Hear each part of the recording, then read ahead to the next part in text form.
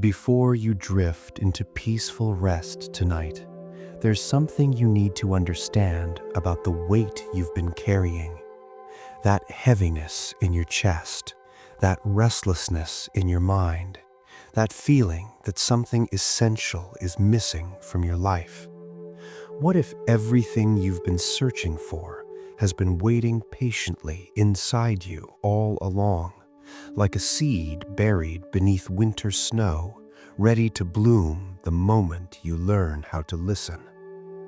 Tonight, you are going to discover why the ancient masters never fought against their suffering, yet somehow transcended it completely. You'll learn the secret that transformed ordinary monks into beings of profound peace, not through years of grueling discipline, but through a gentle shift in how they related to each moment of their lives. This isn't another technique to add to your collection or a philosophy to memorize.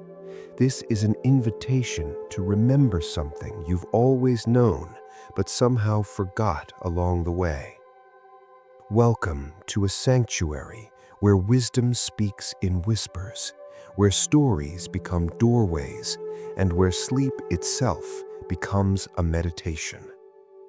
As you settle into this journey, know that thousands of others across the world are seeking the same peace you're longing for right now. Perhaps you're in Los Angeles as the evening quiets, or in London as dawn approaches. Maybe you're in Singapore during an afternoon rest, or somewhere entirely different, drawn here by the same universal need for tranquility. Before we begin, feel free to share what time it is and where you are listening from. There's something profoundly beautiful about knowing we're all part of this vast web of seekers, each of us finding our way home to peace through different paths, but heading toward the same destination. And while you're here, if these words speak to something deep within you, consider subscribing to this channel so you can return to this sanctuary whenever you need refuge from the world's demands. Now, let yourself get truly comfortable. Adjust your pillow, pull your blanket a little closer, dim the lights until the room feels like a cocoon of safety. Let your body sink deeper into whatever surface is holding you, feeling the support beneath you, the warmth around you, the gentle rise and fall of your own breathing. Because what you're about to discover will change not just how you sleep tonight, but how you walk through every moment of your waking life. Here's what I know about you, even though we've never met face to face. You've tried to find peace before. You've read the books, listened to the advice, maybe even attempted meditation or mindfulness practices. Some days it worked, and you felt lighter, clearer, more present. But then the old patterns crept back in. The anxiety returned, the frustration rebuilt, the sense of being disconnected from something essential resumed its familiar ache. And you wondered if maybe you just weren't built for peace, if perhaps lasting tranquility was reserved for monks in monasteries or people who don't have your particular struggles. But tonight, you'll discover why that very belief is the very thing that's been keeping you from the freedom you seek. The ancient Zen masters understood something that modern life has obscured. They knew that peace isn't something you achieve through perfect circumstances or flawless meditation practice. It's something you uncover by learning to see what's already present, by developing a different relationship with the very experiences you've been trying to escape. The Garden of Inner Peace. In the mountains of ancient Japan, there lived a monk named Ryokan, who tended a small garden beside his simple hut. This garden was not grand or elaborate. It contained merely a few carefully chosen plants, a stone path worn smooth by mindful footsteps, and a small pond that reflected the sky like a mirror of liquid stillness. The villagers who occasionally made the climb to visit Ryokan would often comment on how peaceful the garden felt, how even the most troubled heart seemed to quiet in its presence. Ryokan would smile at these observations, but never took credit for the garden's tranquility. He would simply say that the garden taught him more than he ever taught it, that he was merely a student learning from his green and growing companions. The villagers found this response puzzling, as gardens don't speak or offer instruction in any conventional sense. But they sensed that Ryokan understood something they didn't, something that lived beneath the surface of his words. One autumn evening, as the light began to fade and the first hints of winter touched the mountain air, a terrible storm approached the region. The sky darkened to a deep, bruised purple, and the wind began to howl through the valleys with a voice that sounded almost human in its anguish. The villagers in the town below secured their homes, brought their animals inside, and prepared for what the elders said would be one of the worst storms in decades. A young monk who had been studying with Ryokan for several months became increasingly agitated as the storm drew nearer. He watched the wind beginning to bend the bamboo grove that bordered the garden, saw the pond's surface transform from peaceful mirror to agitated ripples, noticed how the carefully raked paths were already being disturbed by leaves torn from surrounding trees. His mind raced with worry about all the damage the storm would bring, all the work they would need to do to restore the garden's beauty. Ryokan noticed his student's distress and invited him to sit on the covered porch of the hut, where they could watch the storm's approach together. The young monk sat rigidly, his shoulders tense, his jaw clenched, his entire body braced against what was coming. He turned to his teacher and asked with barely concealed frustration why they weren't doing something to protect the garden, to secure the plants, to prevent the destruction he was certain would come. Ryokan looked at his student with eyes that held no trace of worry, only a deep and abiding curiosity about what the storm would bring. He said nothing at first, simply gesturing for the young monk to watch and listen with his whole being, not just with his anxious thoughts about future damage. The student tried to follow this instruction, but his mind kept spinning stories about catastrophe, kept imagining the garden destroyed, kept feeling anger at his teacher's seeming indifference to the impending loss. As they sat together, the storm arrived with full force. Rain fell in sheets so thick it seemed as though the sky itself was dissolving. Wind roared through the trees with a sound like thunder, bending even the sturdiest trunks, tearing leaves and small branches and scattering them across the landscape. Lightning illuminated the garden in brief, stark flashes that revealed plants being thrashed by the wind, water overflowing the pond's edges, the careful order of the space giving way to nature's wild power. The young monk felt his heart breaking as he watched what he perceived as destruction. All the careful tending, all the mindful arranging, all the beauty they had cultivated seemed to be washing away in the storm's fury. Tears mixed with rain on his face as he turned to his teacher, expecting to see at least some sadness, some recognition of the loss they were experiencing together. But Ryokan's face held an expression the young monk had never seen before. It wasn't happiness exactly, nor was it the blank detachment that people sometimes mistake for spiritual advancement. It was a quality of complete presence, of total acceptance, of being so fully with what was happening that there was no space left for resistance or judgment. Ryokan was watching the storm the way one might watch a dance, with full attention and appreciation for the power and beauty of the movement.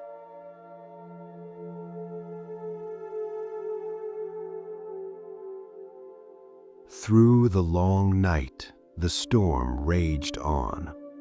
The young monk eventually fell into an exhausted sleep, his mind finally too tired to maintain its constant worry.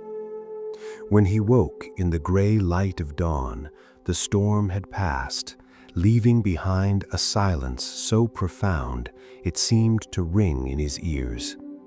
He looked out at the garden with dread, certain he would see complete devastation. What he saw instead stopped his breath completely. Yes, the garden had changed. Several plants had been uprooted. The carefully raked paths were scattered with debris. The pond had overflowed its boundaries and created new small streams through the ground. But as the morning light grew stronger and the sun finally broke through the clearing clouds, the young monk saw something he hadn't expected. The storm had created a new kind of beauty. A large stone that had always been partially buried was now fully revealed, its smooth surface glistening with rain.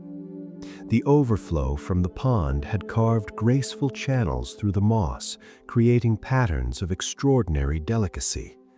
A tree that had lost several branches now allowed light to reach ground that had always been in shadow, and already tiny shoots of new growth were visible in that newly illuminated earth.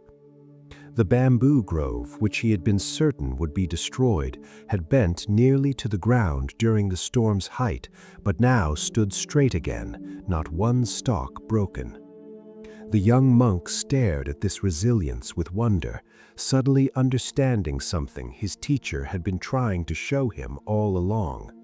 The bamboo survived not through rigid strength, but through flexibility, through the willingness to bend completely and then return to center when the pressure passed. Ryokan emerged from the hut carrying 2 cups of tea, steam rising into the cool morning air.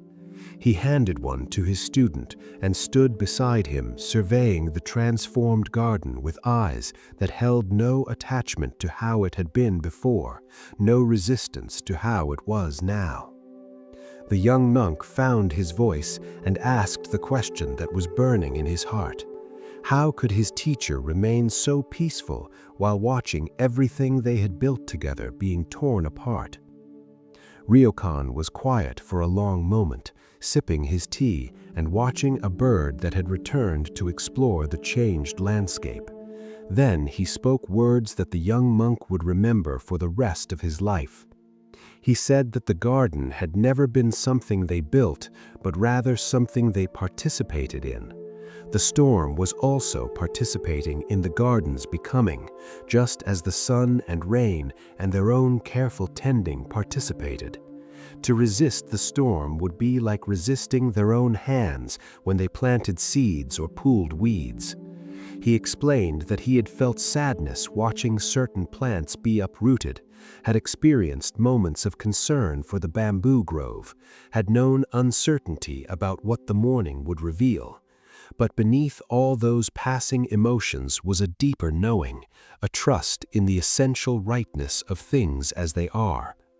The garden's purpose wasn't to remain frozen in one perfect arrangement, but to be alive, to change, to respond to all the forces that touched it.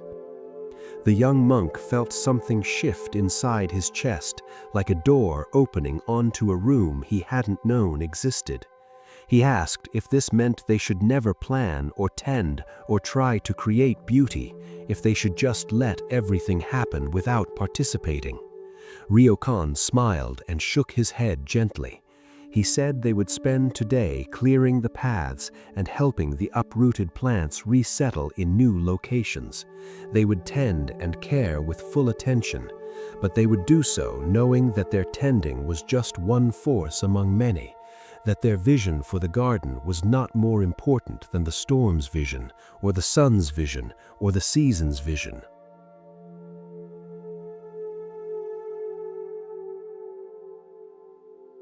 The garden that Ryokan tended was not separate from the garden of his own inner life. Every teaching the external garden offered was simultaneously a teaching about the landscape of consciousness, about the weather patterns of emotion and thought that move through every human being. When we understand this connection deeply, we begin to see that the storms in our lives, both literal and metaphorical, are not obstacles to peace, but essential participants in the cultivation of genuine wisdom. Think for a moment about your own inner garden, that private landscape of thoughts and feelings that no one else can fully see or understand. What grows there? Perhaps there are beautiful flowers of joy and gratitude, carefully tended areas where you've worked hard to cultivate positive qualities. But likely, there are also weeds of worry that seem to spread no matter how often you try to pull them. There might be rocky areas of old resentment, shaded corners where grief grows in the dimness, wild tangles of anxiety that seem to have a life of their own. Most of us approach this inner garden the way the young monk initially approached the external one. We want to create perfect order, to eliminate anything that doesn't match our vision of how things should be, to control every element so that only beauty and peace can flourish. We see the storms of difficult emotion approaching, and we try desperately to protect our carefully arranged inner landscape from being disturbed. We brace ourselves against anger. We build walls against sadness. We try to force happiness to stay, even when natural cycles want to bring change. But what Ryokan's story reveals is that this approach, while understandable, actually creates more suffering than the storms themselves. The young monk's distress during the storm wasn't caused by what was happening to the garden. It was caused by his resistance to what was happening, his insistence that reality should be different than it was. His mind created elaborate stories about loss and destruction, comparing the garden as it was to the garden as he wanted it to remain. This comparison, this resistance to natural change, was the true source of his anguish.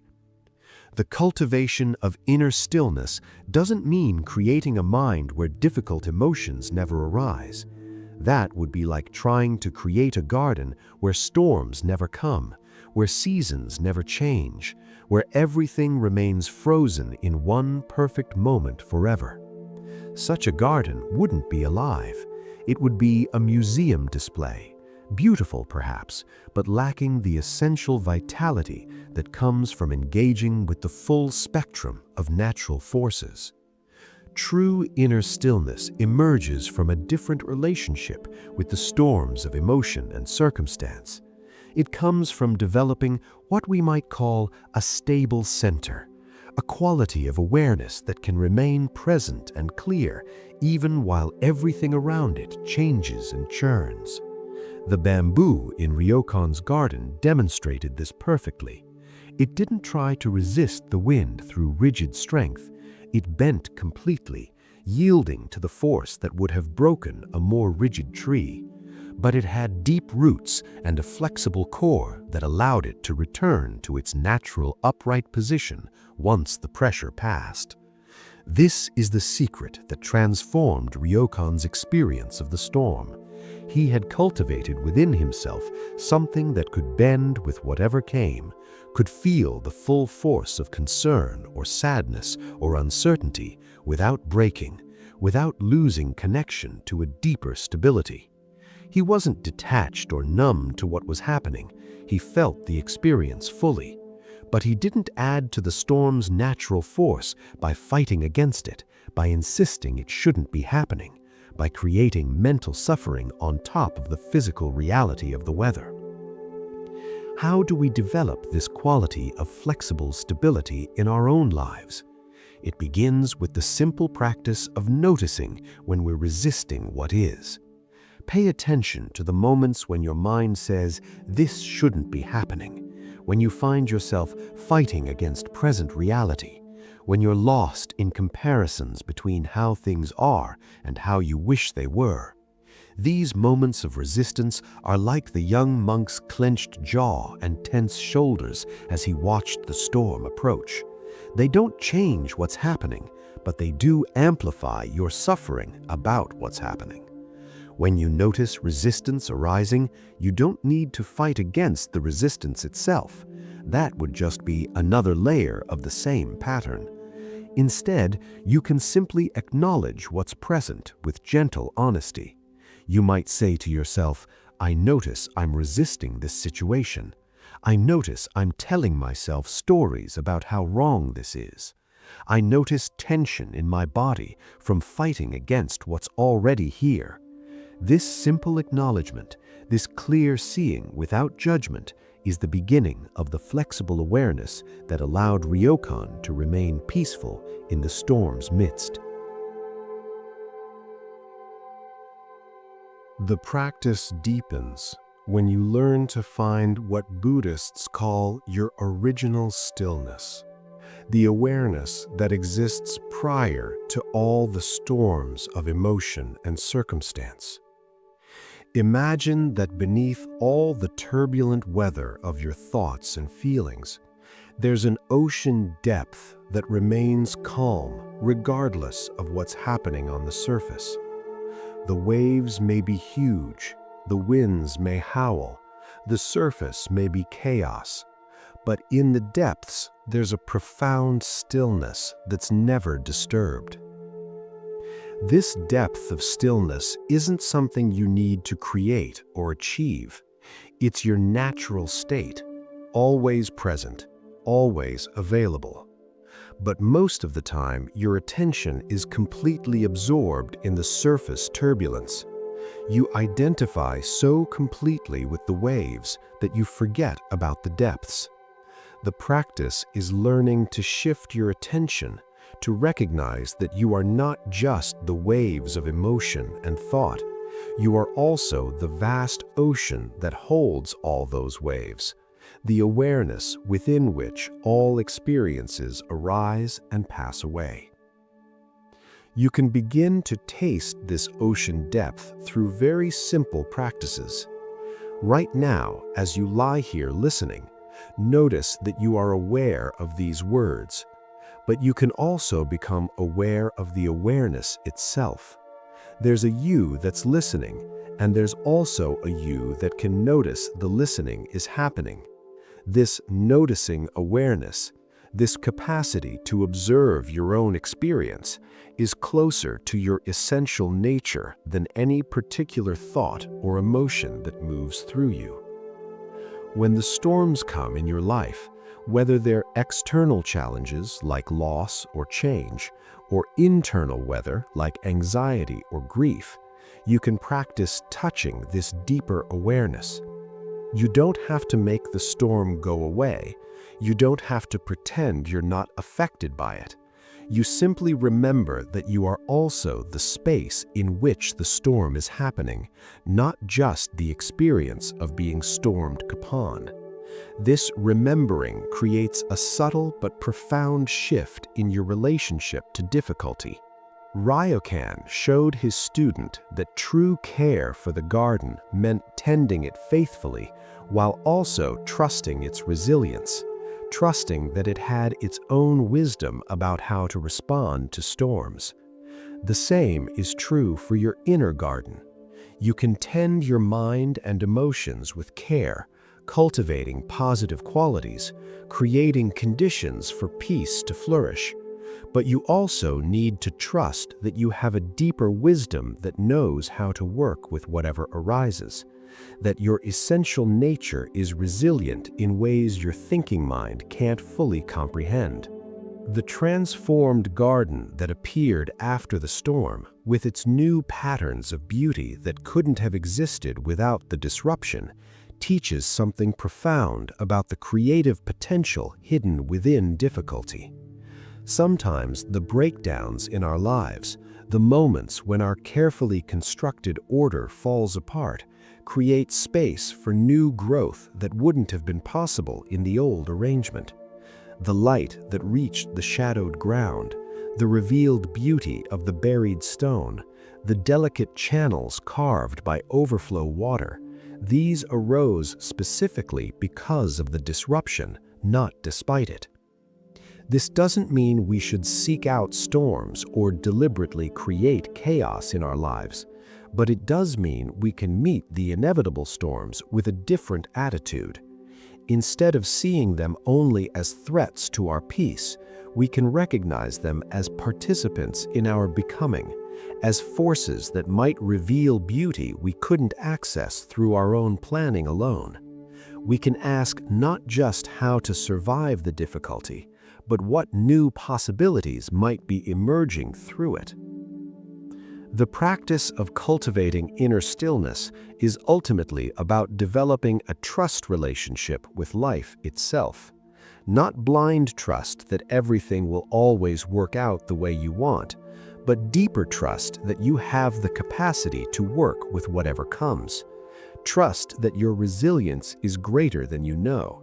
Trust that difficulty can be a teacher if you're willing to learn from it.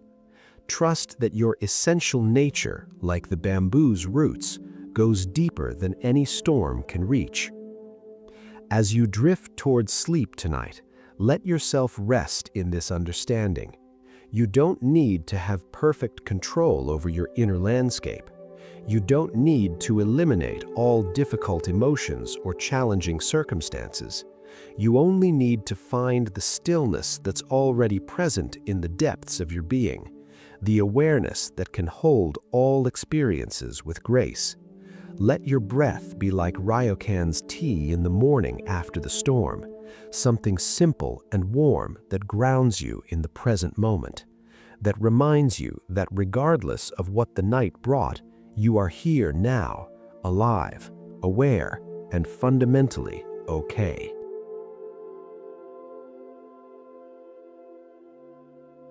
The Teacher and the Empty Cup.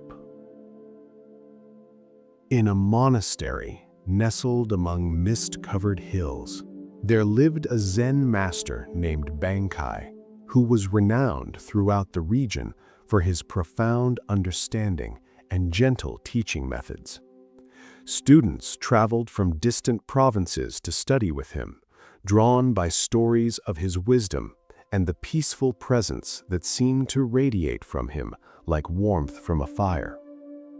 Among these seekers was a scholar named Takashi, a man who had spent decades studying Buddhist philosophy, memorizing sutras, and accumulating knowledge from various teachers and traditions. Takashi arrived at the monastery on a spring morning when cherry blossoms were just beginning to open, their delicate petals catching the early light like small cups waiting to be filled. He approached the monastery gates with confidence, for he had come not so much to learn as to demonstrate his understanding and perhaps engage in sophisticated philosophical debate with this master everyone spoke of so highly. In his travel bag, he carried notebooks filled with his insights, commentaries he had written on various Buddhist texts, and questions he had prepared to test the depth of Bankai's realization.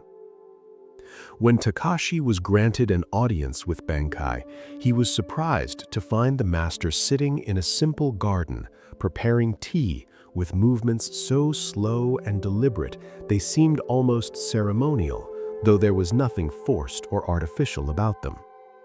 Bankai looked up as Takashi approached, and his eyes held a quality of attention that made the scholar feel somehow both completely seen and completely at ease. Without preamble or formal introduction, Bankai invited Takashi to sit and indicated that tea would be ready in a moment. Takashi sat, but his mind was already racing ahead, planning how to steer the conversation toward the philosophical questions he had prepared. He began speaking before the tea was even poured, sharing his background, his years of study, his insights into the nature of emptiness and form, his understanding of the various schools of Buddhist thought. The words flowed from him like a river at flood stage, rushing and tumbling over themselves in their eagerness to demonstrate the depth of his knowledge. Bankai listened with complete attention, never interrupting, his face showing neither approval nor disagreement. When Takashi finally paused to take a breath, the master reached for the teapot and began to pour tea into the cup that sat before the scholar. Takashi noticed this peripherally and continued talking, launching into a particularly complex explanation of his interpretation of a famous koan, barely glancing at the cup as he gestured to emphasize his points. The tea rose in the cup, reaching the brim, but Bankai continued pouring. The amber liquid began to overflow, spilling onto the wooden tray beneath the cup, creating a small pool that spread toward the edge. Still Bankai poured, and still Takashi talked, until suddenly the scholar noticed what was happening. He stopped mid-sentence and exclaimed with alarm that the cup was overflowing, that the master needed to stop pouring, that the tea was being wasted and spilling everywhere. Bankai stopped pouring and set down the teapot with the same careful attention he had shown in lifting it. He looked at Takashi with eyes that held both great kindness and penetrating clarity, and he spoke for the first time since the scholar had begun his monologue. He said quietly that Takashi was like this cup, so full of his own ideas and understanding that there was no room for anything new to enter. How could Bankai offer him tea, offer him teaching, when he came already overflowing with his own knowledge?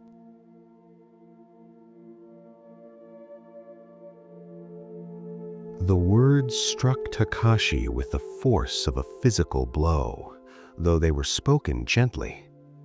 He felt his face flush with embarrassment as he suddenly saw himself as Bankai must see him, not as the accomplished scholar he thought himself to be, but as someone so attached to his own understanding that he had become closed to genuine learning.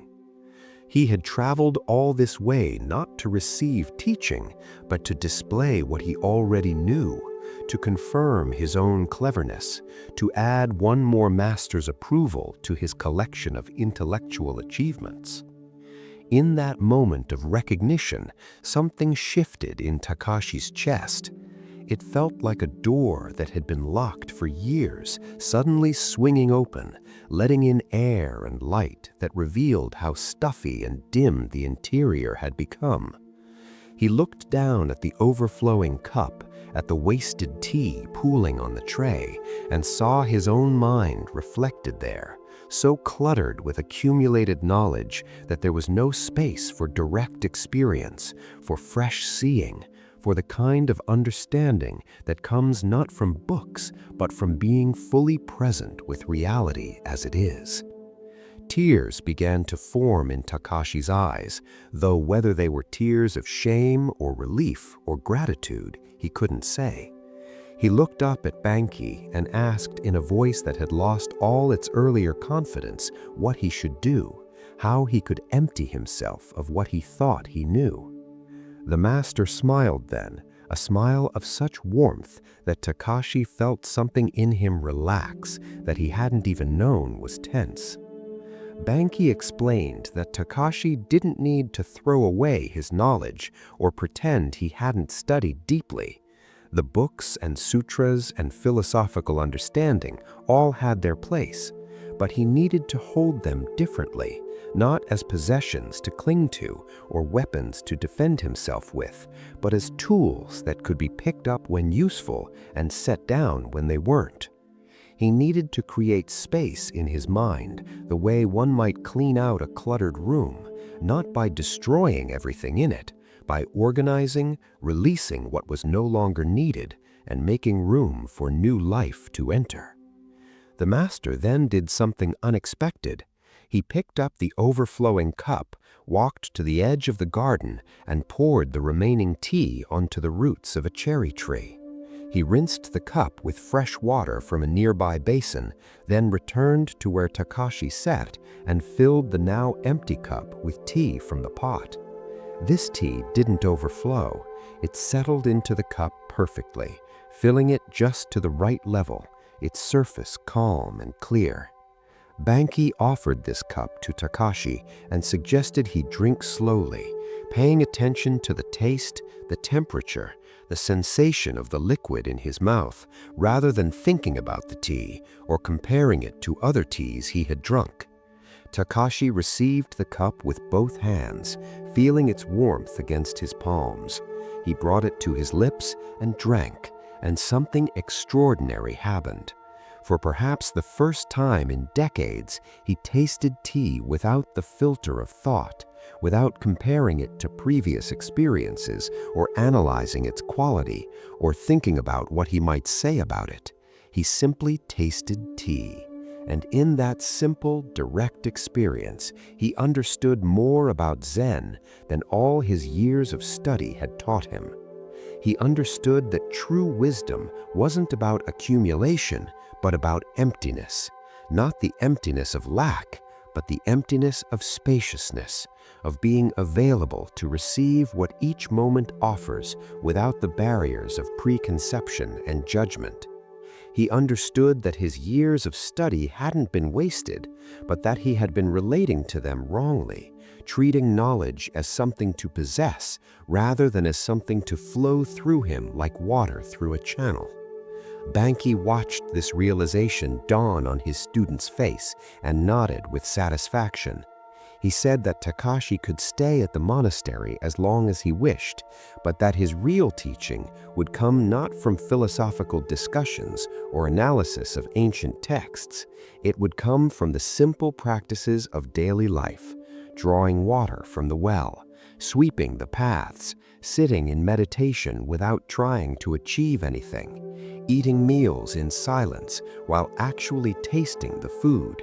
These ordinary activities, when approached with a mind that wasn't already full of knowing, would teach him what no book could convey. Takashi stayed at the monastery for 3 years.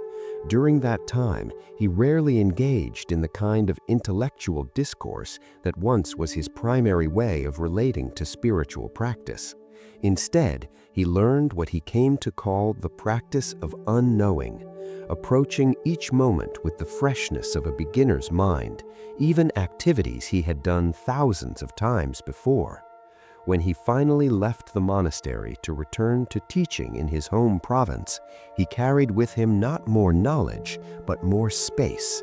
Space to listen, space to be present, space to let life teach him continually, rather than relying on what he already thought he knew.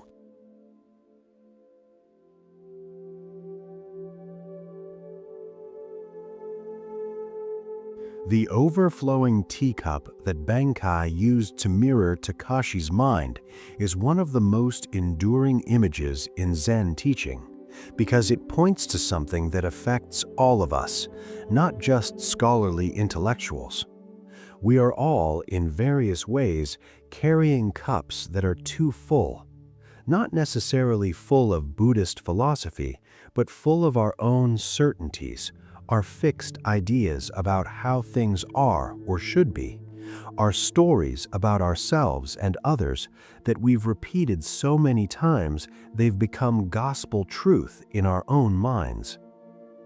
Think for a moment about the beliefs you hold most strongly, not just beliefs about big philosophical questions, but the small certainties you carry about everyday life. Beliefs about what makes you happy or unhappy, about what you're capable of or not capable of, about how certain people are or how situations must unfold. Notice how these beliefs function in your mind. Do they create openness and possibility, or do they close down potential avenues of experience before you even explore them? Most of our suffering comes not from reality itself, but from the conflict between reality and our fixed ideas about how reality should be.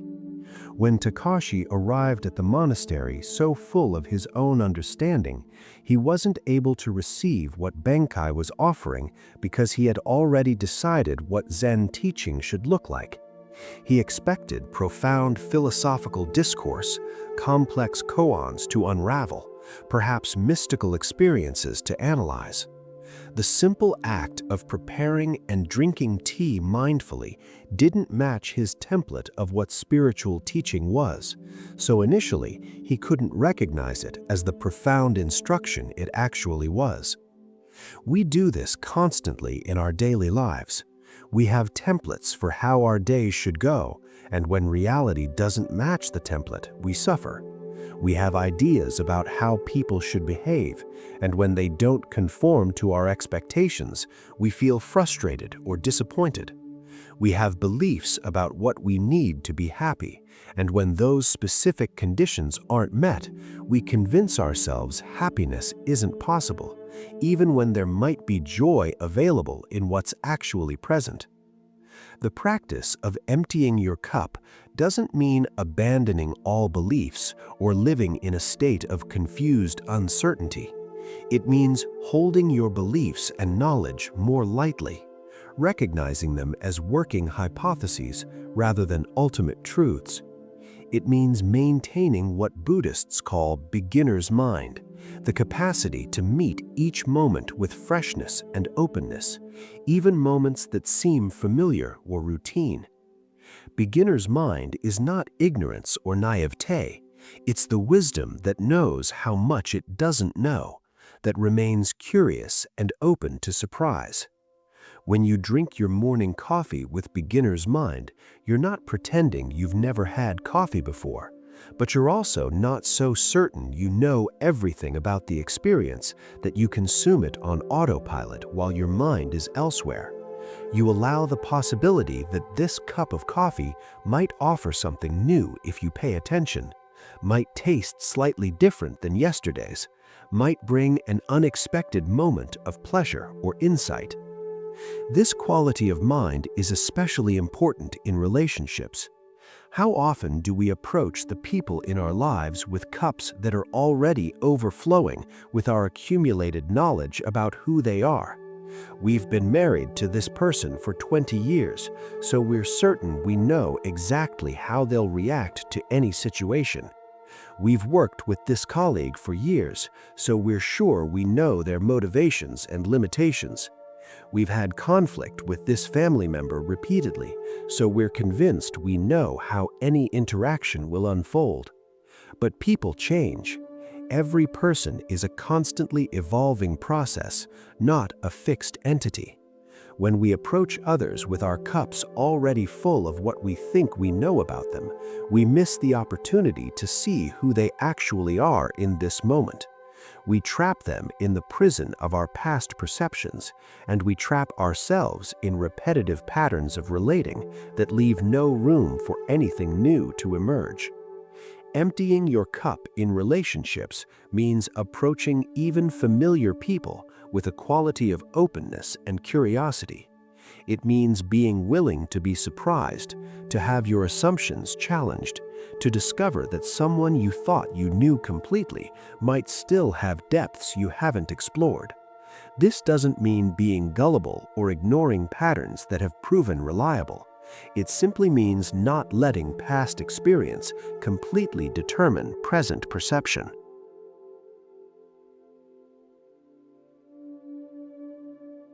The practice extends to how you hold your self-concept, your ideas about who you are and what you're capable of.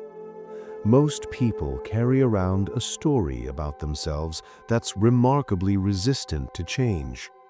I'm the kind of person who gets anxious in social situations.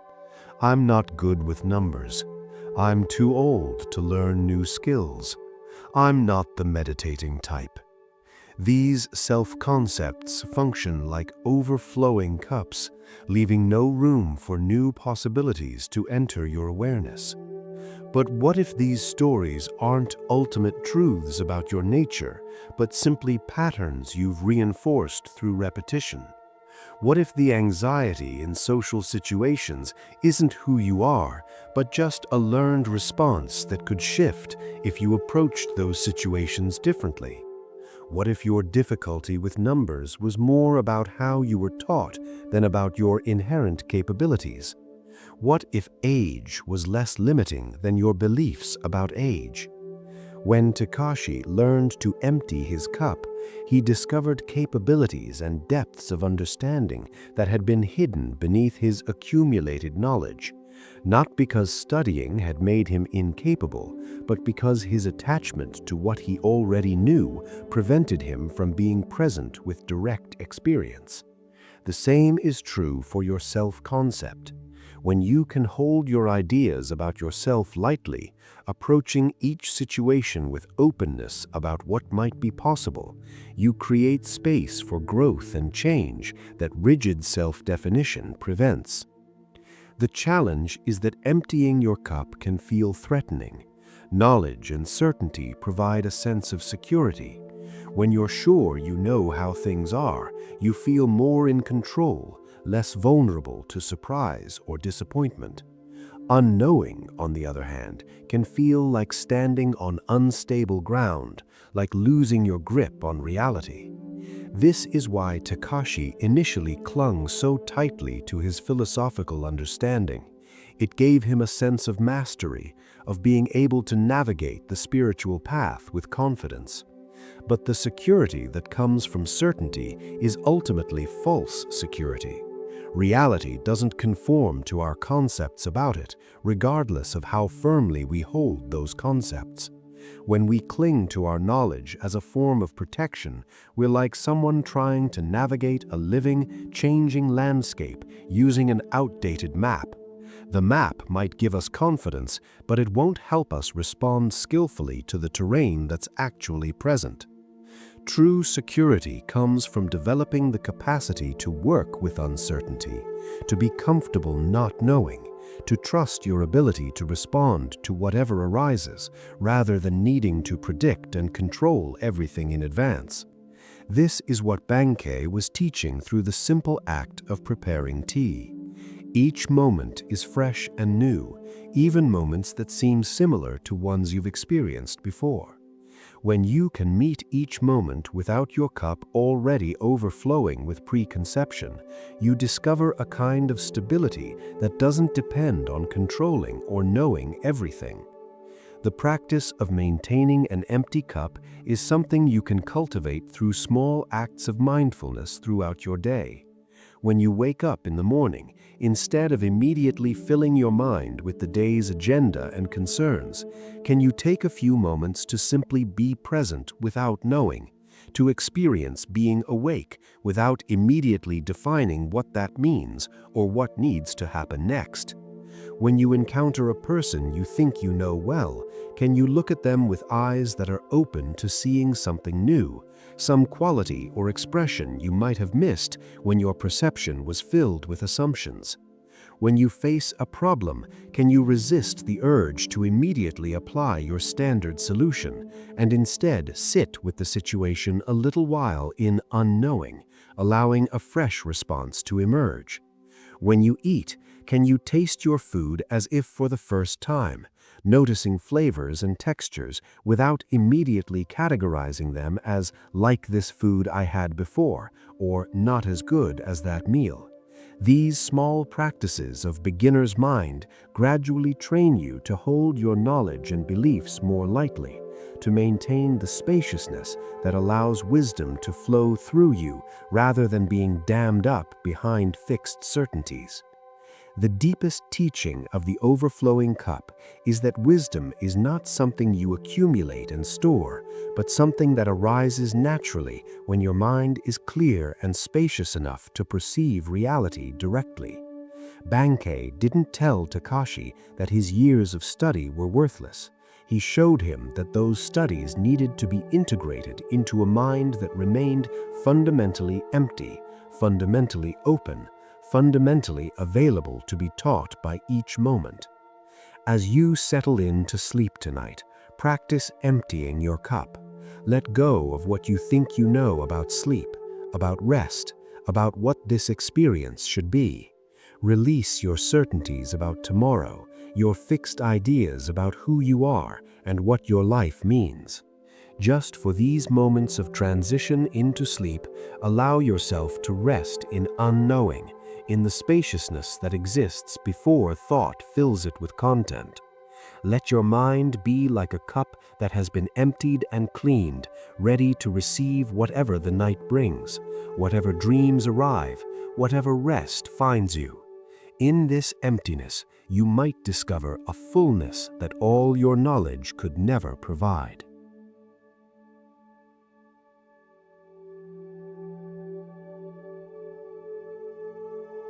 The bridge between two mountains.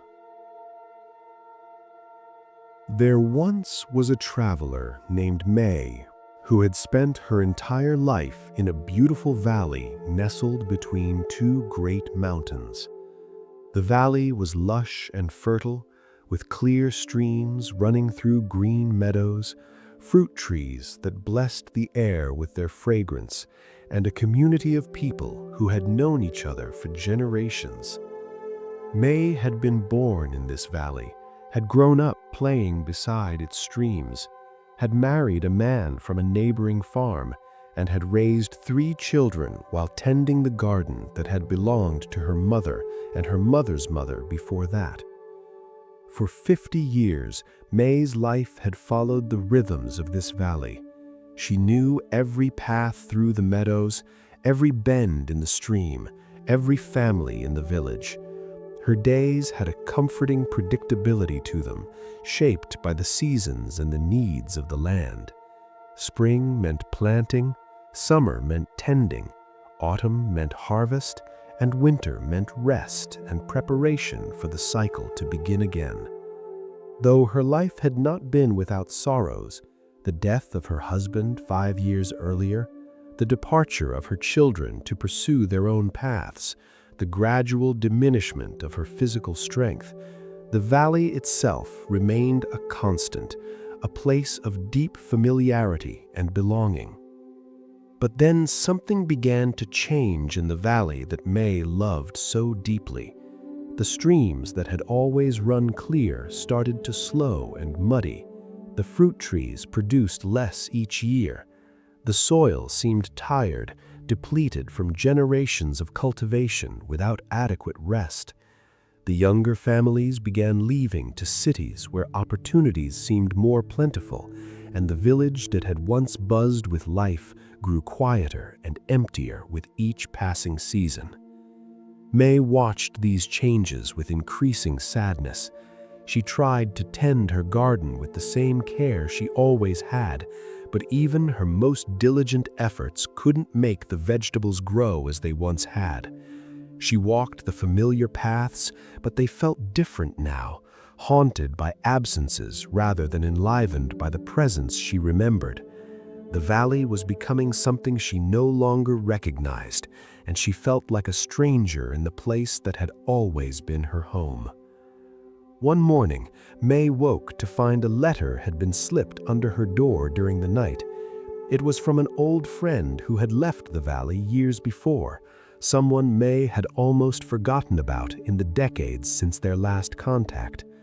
The letter explained that this friend had settled in another valley on the far side of the eastern mountain, a place where the soil was fresh and water abundant, where a new community was forming of people who had come from various places to build something together. The letter included an invitation. There was a place prepared for May in this new valley if she wanted to make the journey. Her friend knew the leaving would be difficult, knew that May had deep roots in the valley of her birth, but the friend also sensed that the time was coming when staying might become harder than leaving, when clinging to what had been might cause more suffering than opening to what could be. May read this letter with tears streaming down her face. Part of her wanted to tear it up immediately, to reject outright any suggestion that she should leave the valley where she had lived her entire life. This was her home. These were her mother's fruit trees. This was the stream where she had taught her children to fish. How could she possibly leave all of this behind? But another part of her, A quieter voice that spoke from somewhere deeper than her habitual thoughts suggested that perhaps the letter had arrived at exactly the right time. Perhaps her friend's invitation wasn't asking her to betray her roots, but offering her a chance to plant new ones before she became completely dried up from trying to flourish in soil that could no longer sustain her. For weeks, May wrestled with this decision. She would wake up determined to stay, loyal to the valley and the life she had known. Then, by evening, she would feel the emptiness and decline around her and think maybe it was time to go. Back and forth her mind went, like a pendulum that couldn't settle in one position. She asked advice from the few remaining neighbors, but they were split in their counsel. Some said leaving would be a betrayal of everything that mattered. Others said staying was just stubbornness masquerading as loyalty. Finally, May made her decision. She would make the journey to the new valley, not because she no longer loved her original home, but because she loved life itself more than any particular form it had taken. She spent several days preparing, packing only what she could carry, saying goodbye to the garden and the trees and the streams. On the morning of her departure, she stood at the edge of the valley, looking back at everything she was leaving behind, and she wept. But beneath the grief was something else, a tiny seed of excitement about what she might discover on the other side of the mountain.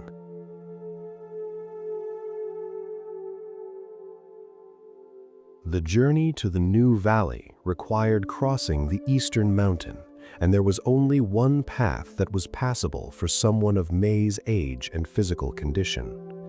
This path included crossing a rope bridge that spanned a deep gorge between two cliffs.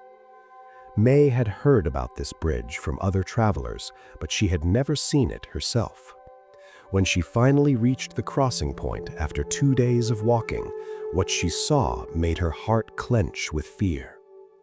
The bridge was ancient, constructed of ropes and wooden planks that swayed in the wind. Looking down through the gaps between planks, May could see the gorge falling away into darkness, hear the sound of water rushing far below. The bridge seemed impossibly fragile to hold her weight, and yet there was no other way forward. Behind her was the declining valley she had left. Ahead was the new valley she couldn't yet see.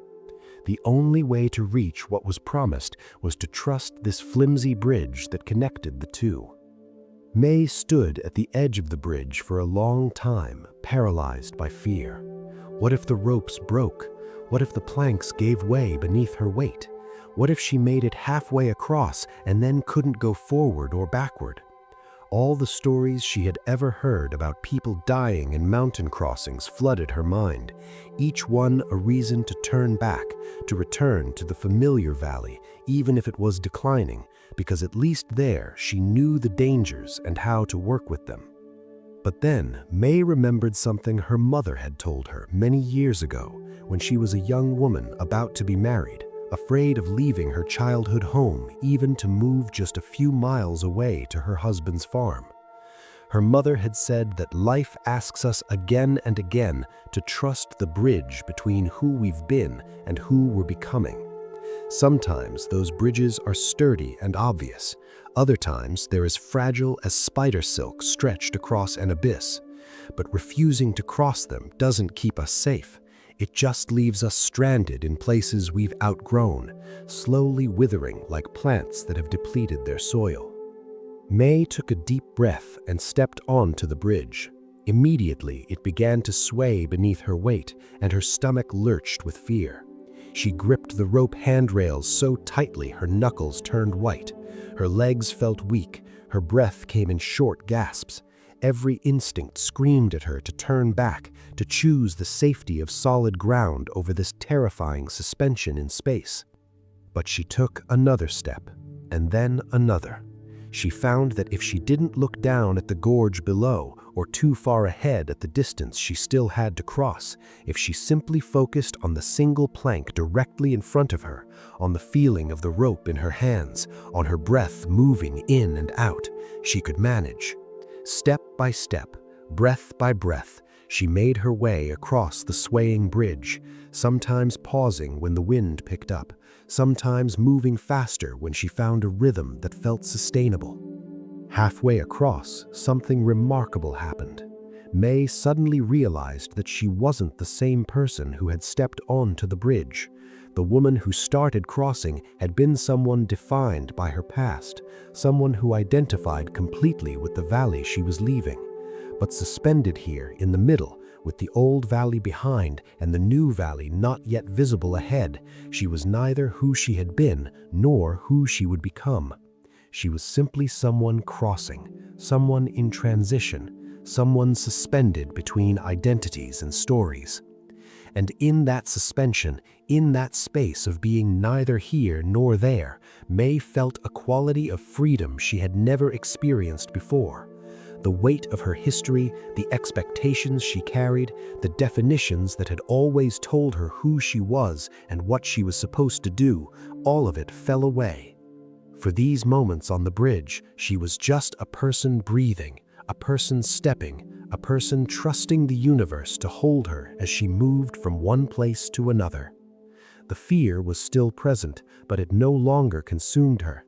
It became just one element among many in her experience, like the wind and the sway of the bridge, and the sound of water below, and the strength in her legs, and the determination in her heart.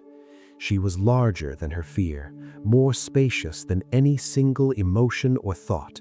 The bridge wasn't just connecting two valleys, it was revealing the spaciousness of her own being, the part of her that could hold all experiences without being destroyed by any of them. When May finally stepped off the bridge onto solid ground on the far side of the gorge, she found herself laughing and crying at the same time. She had made it across, she was safe, but more importantly, she had discovered something about herself that she could never have known without making the crossing. She had learned that she was capable of holding fear and courage simultaneously, of moving forward even when every cell in her body wanted to retreat, of trusting the process of transition even when she couldn't see where it would lead. The new valley, when she finally reached it after another day of walking, was indeed beautiful and fertile as her friend had described. May settled there and lived for many more years, planting new gardens, forming new friendships, creating a new life. But what she treasured most wasn't the destination she had reached. It was what the bridge had taught her about the necessity and gift of transition, about the courage required to leave behind what's familiar even when it's no longer nourishing, and about the spaciousness that opens up when you're willing to be suspended between past and future, neither clinging to what was nor grasping for what will be.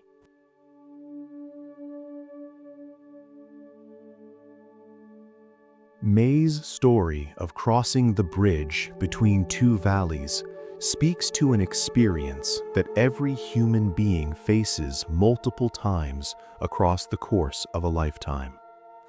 We are creatures who resist change, even as we live in a reality where change is the only constant. We build our identities around particular roles, places, relationships, and circumstances, and then we suffer tremendously when life asks us to release our grip on those identities and trust the bridge to something new. Think about the transitions in your own life. Perhaps you're in the middle of one right now. Maybe it's a major change, a career shift, the end of a relationship, moving to a new place, facing a health challenge that's reshaping your sense of who you are and what you're capable of. Or maybe it's a subtler transition, the gradual recognition that a way of living that once felt nourishing has become depleting, that patterns that once served you now constrain you, that you've outgrown something important even though you can't yet see clearly what should replace it. Transitions are inherently uncomfortable because they require us to release our grip on the known before we've fully grasped the unknown. We have to step off solid ground onto the swaying bridge before we can see what's on the other side. The space between ending and new beginning, what some call the neutral zone or the liminal space, can feel disorienting and frightening. We're not who we were anymore, but we're not yet who we're becoming. All our usual reference points, all the markers that told us where we stood and what we should do, have become unreliable or disappeared entirely. This disorientation is why so many people avoid necessary transitions for as long as possible. Like May in her declining valley, we stay in situations that are clearly no longer working because at least we know how to navigate them. We remain in jobs that drain our spirit because the alternative of not knowing what comes next feels more threatening than the daily suffering we've learned to tolerate. We hold on to relationships that have died in all but name because being lonely together feels safer than being alone with uncertainty. We cling to identities and self-concepts that have become prisons because at least they're familiar prisons with walls we understand. But as May discovered, refusing to cross the bridge doesn't actually keep us safe. It just leaves us stranded in places that can no longer sustain us, gradually withering like plants in depleted soil. There comes a point in every transition where the cost of staying becomes higher than the risk of crossing, where clinging to the familiar creates more suffering than opening to the unknown. Recognizing when you've reached that point requires honest self-assessment and courage. The bridge itself, that space of transition between what was and what will be, has profound teachings to offer if we can learn to work with it rather than simply trying to rush through it as quickly as possible. When May found herself suspended halfway across the gorge, neither in the old valley nor the new, she discovered a quality of freedom that wasn't available to her when she was firmly planted on either side. In that space of being neither here nor there, the identities and stories she had always carried fell away, revealing a more essential self beneath all the accumulated definitions. This is the hidden gift of liminal space. When we're in transition, when we're suspended between identities, we have an opportunity to touch something more fundamental than any particular role or story we've told about ourselves. We can discover what remains when all the external markers of identity are stripped away. Who are you when you're not defined by your job, your relationships, your achievements, your familiar surroundings? Who are you in that bare space of simply being before you add any labels or categories? Most people spend their entire lives without ever asking these questions because they never allow themselves to be in the space where the questions naturally arise. They move from one firm identity to the next without pausing in the liminal space between. They end a relationship and immediately start a new one, leave one job and jump straight into another, move from one city to the next without taking time to simply be with the transition itself. In doing so, they miss the opportunity for the kind of deep self-discovery that only uncertainty can provide. The practice of working with transitions skillfully begins with recognizing the signs that a bridge is approaching in your life. These signs often appear as a growing sense that something isn't right, that the life you're living doesn't quite fit anymore, even though you can't articulate exactly what's wrong. You might feel bored or restless in situations that used to satisfy you. You might notice yourself daydreaming about different possibilities, even though you immediately dismiss them as impractical. You might experience a vague sense of sadness or loss, even though nothing obvious has ended.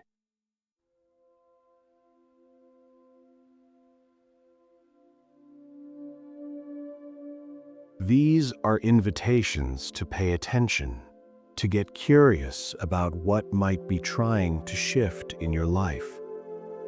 Rather than immediately distracting yourself from these uncomfortable feelings or trying to push them away, you can turn toward them with gentle curiosity. What are these feelings trying to tell you?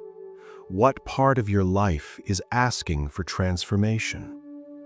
What have you outgrown that you're still trying to fit into? Once you recognize that a transition is upon you, the next challenge is learning to work with the fear that naturally arises. May's terror when she first saw the rope bridge swaying over the gorge is completely normal and understandable. Change is scary, especially change that requires releasing something important before you know what will replace it. The fear isn't a sign that you're doing something wrong or that the transition isn't right for you. It's simply your nervous system's natural response to uncertainty and potential danger. The question isn't how to eliminate the fear, but how to move forward with the fear still present. May discovered that she could cross the bridge by focusing on one step at a time rather than trying to take in the entire span at once. When you're in transition, the same wisdom applies. Don't try to figure out the whole journey from beginning to end. Don't demand to see the complete plan before you take the first step. Just identify the next right action, the single plank directly in front of you, and place your weight on it. This one step at a time approach makes overwhelming transitions manageable. You don't need to know how you'll rebuild your entire life after a divorce. You just need to know how you'll get through today. You don't need to figure out your complete career path when you leave a job that's become toxic. You just need to know what the next step is, whether that's updating your resume, reaching out to a friend for support, or giving yourself permission to rest and grieve what you're leaving behind. The practice of staying present with the current step rather than losing yourself in anxiety about future steps you can't yet see clearly requires mindfulness and self-compassion. You'll notice your mind wanting to race ahead, wanting to solve the whole problem, wanting guarantees about how things will turn out. When you notice this happening, you can gently bring yourself back to the present moment, to the step you're actually on, to the breath moving through your body right now. You can remind yourself that this moment is all you ever really have to work with, and this moment is manageable even when the whole transition feels overwhelming. Another crucial aspect of navigating transitions skillfully is learning to tolerate the discomfort of being in between. Our culture doesn't teach us how to be with uncertainty.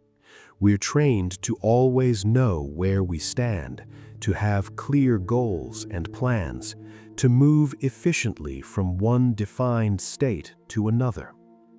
The space between identities, the time when you're neither who you were nor who you'll become, is treated as something to minimize or eliminate rather than as a sacred space with its own wisdom. But the liminal space of transition is where transformation actually happens. It's where old patterns can fall away because they're no longer supported by familiar contexts. It's where new possibilities can emerge because you're not yet locked into the next fixed identity. It's where you can discover resources and capabilities you didn't know you possessed because you're being asked to meet challenges you've never faced before. Learning to dwell in this space requires developing what one teacher called negative capability. the capacity to be in uncertainties without irritably reaching after fact and reason. It means resisting the pressure to prematurely foreclose the transition by grabbing on to the first new identity or situation that presents itself, even if it's not quite right, just to escape the discomfort of not knowing. It means trusting that the not knowing itself is doing important work, even when you can't see what that work is. This trust is perhaps the hardest part of any transition. When May was suspended in the middle of the bridge, she had to trust that it would hold her even though it was swaying and creaking. She had to trust that putting her weight on the next plank wouldn't send her plummeting into the gorge. She had to trust that the journey was worth the terror of the crossing, even though she couldn't yet see the new valley that awaited her.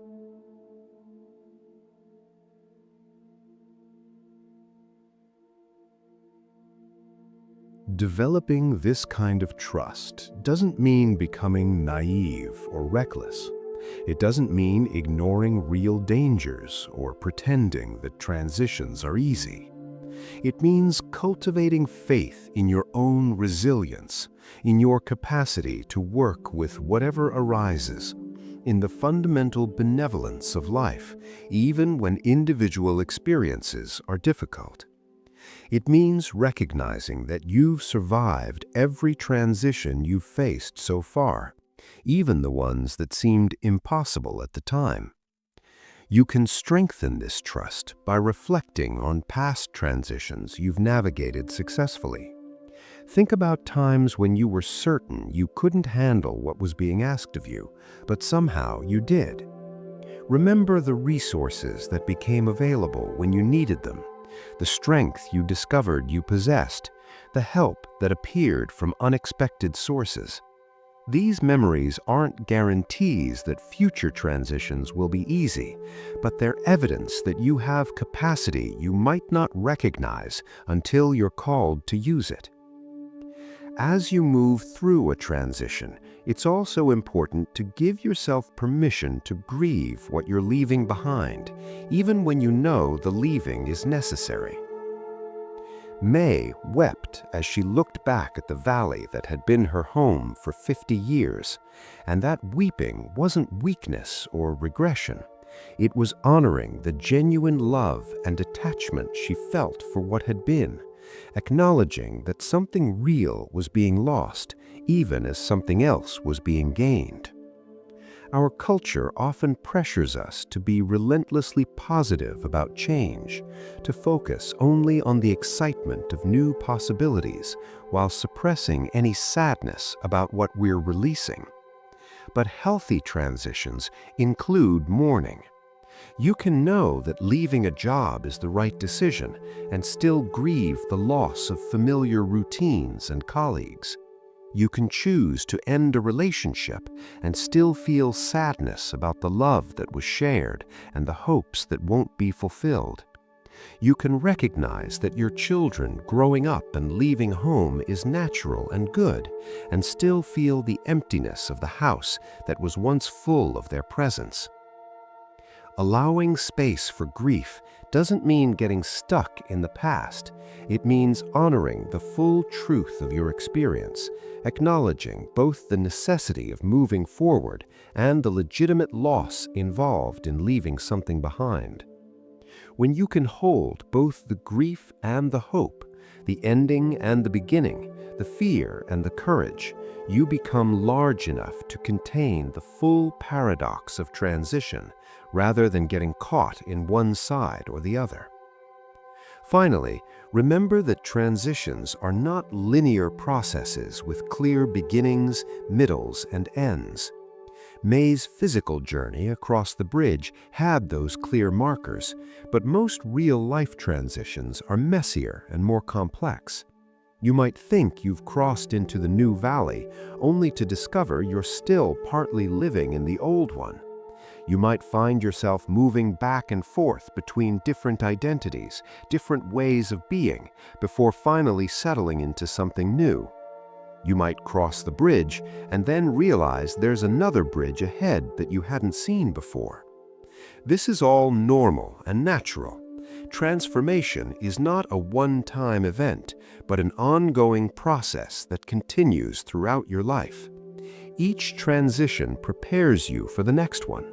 Each crossing teaches you something that will help you with future crossings.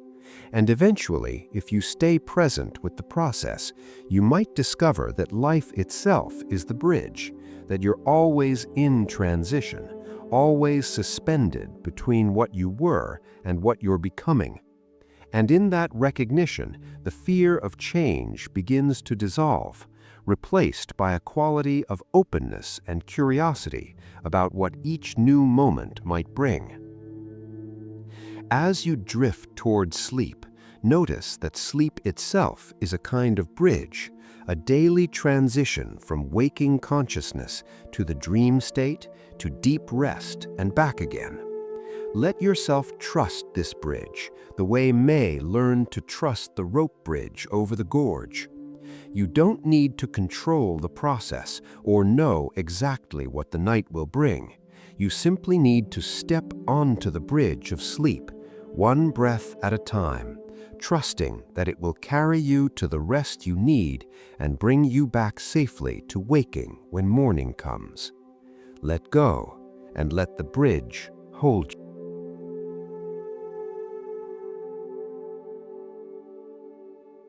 The Silent Monk's Gift. In a remote monastery, high in the mountains, where clouds often obscured the valley below, and silence was held as sacred as breath itself, there lived a monk who had not spoken a word in 12 years. His name was Sogen, though most people simply called him the Silent One. He had not taken a formal vow of silence, had not been instructed by his teacher to stop speaking, had not lost the physical ability to produce sound. One day, after years of studying sutras and engaging in philosophical debates with fellow monks, he simply stopped talking. The words that had once flowed from him with such ease dried up completely, and silence took their place. At first, the other monks were curious about this change. They would ask Sogen questions, trying to draw him out, wondering if something had happened to upset him or if he was practicing some special technique. But Sogen would simply smile gently and continue with whatever task he was engaged in, offering no explanation for his silence. Eventually, the community adjusted to his wordlessness, and his silence became as much a part of the monastery's landscape as the ancient pine trees that surrounded it. Sogen was assigned to work in the monastery garden, a position that suited his silent nature perfectly. He would spend hours each day tending the vegetables, pruning the flowering bushes, raking the gravel paths into patterns that seemed to shift with the seasons. Visitors to the monastery often remarked that Sogen's garden was the most peaceful place they had ever experienced, though they couldn't explain exactly why. The plants were healthy but not exceptional. The design was simple rather than elaborate, yet something about the space invited a quality of rest and stillness that penetrated deep into the heart of anyone who entered. One autumn, a young woman named Hana arrived at the monastery in a profound distress. She had lost her only child to illness 6 months earlier, and the grief had been so overwhelming that she could barely function. She couldn't eat without her stomach rebelling. She couldn't sleep without nightmares. She couldn't engage in conversation without breaking down in tears. Her family and friends, well-meaning but exhausted by her ongoing sorrow, had suggested she might find some relief at the monastery, perhaps through meditation or speaking with the wise teachers who lived there. The abbot of the monastery listened to her story with deep compassion and suggested that before meeting with any of the teachers, she might spend some time in the garden with Sogen. Hana felt a flash of irritation at this suggestion. What good would it do to sit in a garden with someone who couldn't even speak to her? How could silence possibly address the screaming anguish inside her? But she was too depleted to argue, so she followed the path to the garden where Sogen was working. She found him kneeling beside a bed of late-blooming chrysanthemums, carefully removing dead leaves and spent blossoms. When he saw her approaching, he stood and bowed slightly in greeting, his eyes meeting hers with a quality of attention that made her feel suddenly, unexpectedly seen. He gestured toward a wooden bench beneath a maple tree, whose leaves were just beginning to turn scarlet, indicating she should sit. Hana sat, and Sogen returned to his work with the chrysanthemums. For several minutes, nothing happened. Hana sat on the bench feeling awkward and uncertain, wondering what she was supposed to do, frustrated that she had traveled all this way only to sit in silence with a monk who couldn't help her. Her mind churned with the familiar thoughts of her daughter, the terrible final weeks of illness, the moment of death that played in her memory like a film that wouldn't stop running. But gradually, almost imperceptibly, something began to shift. Hana noticed that Sogen's movements as he worked had a particular quality to them. He wasn't rushing to complete the task or working mechanically. Each action, removing a dead leaf, loosening the soil around a plant's base, adjusting a stem that had bent under its own weight, was performed with complete attention, as if that single action was the most important thing in the world at that moment.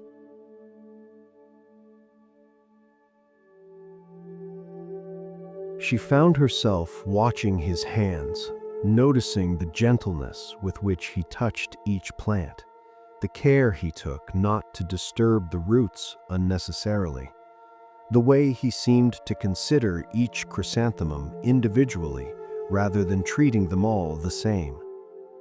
There was something about this quality of attention that began to quiet the chaos in her own mind. The loop of traumatic memory that had been playing continuously started to fade into the background, replaced by simple awareness of the present moment. After some time, Sogen stood and walked to a small shed at the edge of the garden. He returned with a second pair of gardening gloves and a small hand tool, which he offered to Hana. She understood without words being spoken that he was inviting her to join him in the work. Something in her wanted to refuse, wanted to insist that she hadn't come here to do manual labor, that this wasn't what she needed. But another part of her, a part that was tired of the constant mental anguish, accepted the invitation. Sogen showed her, again without speaking, how to identify which leaves were dead and which were still vital, how to remove the spent flowers without damaging the stems that would bloom again next season, how to work with the plants gently rather than forcing them into compliance with some ideal of how they should look. Hana worked beside him in silence, and for the first time since her daughter's death, the tight knot of pain in her chest began to loosen just slightly. They worked together for over an hour. Not a word was exchanged, yet Hana felt more deeply understood than she had in all the months of well-meaning conversations with friends and family who kept trying to make her feel better, to cheer her up, to help her move on. Sogen's silence wasn't empty or cold. It was full, warm, completely present. It held space for her grief without trying to change it or fix it or explain it away. When the work was finished and the chrysanthemums had been tended, Sogen stood and rinsed his hands in a basin of water near the garden's entrance. He poured fresh water for Hana and waited while she cleaned the soil from her own hands. Then he walked to a stone lantern that stood at the center of the garden and gestured for her to follow. Beside the lantern was a small pool, barely 3 feet across, filled with rainwater so clear and still that it perfectly mirrored the sky above. Sogen pointed to the reflection, then looked at Hana with a question in his eyes. She looked at the surface of the water, seeing clouds and blue sky and the branch of the maple tree overhead, all reflected with perfect clarity. Then Sojin took a small stone and dropped it into the center of the pool. Ripples spread across the surface, distorting the reflection completely. The sky and clouds and branches became unrecognizable, just abstract patterns of light and shadow moving across the water. But they both stood there watching, and gradually, as the ripples spread to the edges of the pool and dissipated, the water stilled again. The reflection returned, clear and perfect as before, unchanged by the disturbance.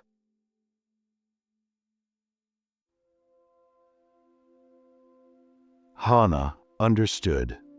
The stone was her daughter's death, the event that had shattered the still surface of her life, sending waves of grief and disruption through everything she thought she knew. But Sogin was showing her that beneath the surface turbulence, there was a stillness that couldn't be permanently destroyed. The waves of grief would continue for some time, would perhaps never completely cease. But if she could find the depth beneath the waves, there was peace waiting that wasn't dependent on the grief going away. Tears streamed down Hana's face, but they were different from the bitter, desperate tears she had cried for months. These tears were clean, almost sweet, a release rather than a drowning. She sank onto the ground beside the pool, and Sogen sat beside her, not touching her, not speaking, just sitting with her in her grief with such complete acceptance that she felt held by something much larger than his individual presence. They sat together until the shadows lengthened and the evening bell rang to call the monks to meditation. When it was time to go, Sogen stood and bowed to Hana, a bow that contained such respect and recognition that she felt honored rather than pitied. He gestured toward the path that would take her back to the monastery's guest quarters, indicating she was welcome to return to the garden whenever she wished. Hana did return every day for the 2 weeks of her stay at the monastery. Each day, she and Sogen worked together in silence, tending whatever needed attention. Sometimes they planted new seeds. Sometimes they harvested vegetables that had ripened. Sometimes they simply sat together on the bench beneath the maple tree, watching the light change as afternoon turned to evening. Through all these hours together, Sogen never spoke a single word. Yet Hana learned more from his silence than she had learned from all the explanations and condolences people had offered. She learned that grief doesn't need to be fixed or explained. It needs to be held with compassion. She learned that healing happens not through escaping pain, but through being fully present with it. She learned that sometimes the greatest gift one person can offer another is not wisdom or advice, but simple, unwavering presence. When Hana finally left the monastery to return to her life in the world, she felt fundamentally changed. The grief was still there, would always be there in some form, but it no longer consumed her completely. She had found the still water beneath the ripples, the place in herself that could hold sorrow without being destroyed by it. And she carried with her the memory of Sogen's silent companionship, proof that the deepest human connections don't require words, that sometimes silence speaks more truthfully than any amount of explanation ever could.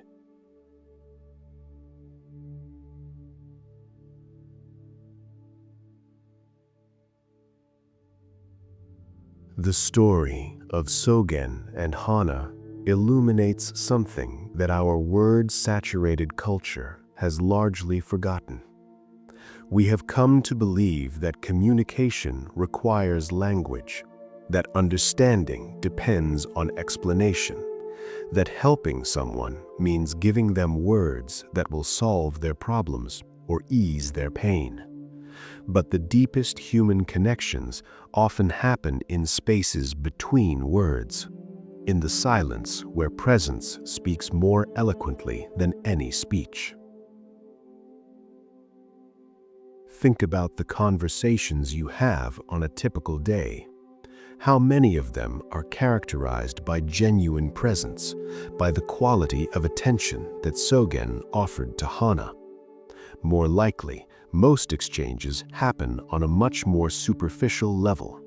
Someone talks while you wait for your turn to speak, your mind already formulating your response rather than truly listening. You offer advice when someone shares a problem, jumping immediately to solutions rather than simply being with them in their struggle. You fill silences with words because the quiet feels uncomfortable, like something wrong that needs to be corrected. This compulsion to fill silence with speech comes partly from anxiety. Silence can feel awkward, exposing, like a gap that reveals we don't know what to do or say. We're trained from childhood to be articulate, to have something to contribute, to prove our worth through clever or insightful words. The idea of simply being present without speaking can feel like failing at communication, like not holding up our end of the interaction. But what Sogen understood, what his 12 years of silence taught him and allowed him to share with others, is that presence itself is a profound form of communication. When you offer someone your complete, undivided attention without any agenda to fix them or change them or make them feel differently, you create a space where healing can naturally occur. This healing doesn't come from anything you do or say. It emerges from the quality of acceptance and recognition that genuine presence provides. Hana arrived at the monastery desperate for words that would make sense of her loss. She wanted explanations, spiritual frameworks, techniques for managing her pain. But what she actually needed, what Sogen somehow knew to offer, was something much simpler and more profound. She needed to be witnessed in her grief without anyone trying to take it away. She needed someone to sit with her in the darkness without trying to switch on lights. She needed the kind of companionship that says through silence, "You don't have to be different than you are. Your grief is welcome here." This quality of non-judgmental presence is extremely rare in our culture. Most of the time when we're suffering, people respond in ways that subtly or overtly communicate that our suffering is a problem to be solved rather than an experience to be honored. They offer platitudes like, "Everything happens for a reason," or "Time heals all wounds," or "She's in a better place now." These words, while well-intentioned, often feel like attempts to make the speaker more comfortable with our pain, rather than genuine responses to our actual experience. Sogen's silence eliminated the possibility of offering empty platitudes. He couldn't try to explain away Hana's grief or offer spiritual concepts that might make it more palatable. All he could offer was his presence, his willingness to be with her in the garden, his patience with her process regardless of how long it took.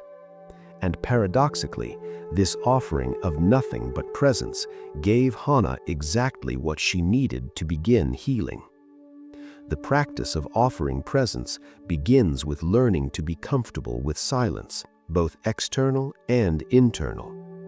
Most people are so unused to quiet that they fill every moment with noise, conversation, music, podcasts, the constant chatter of their own thoughts.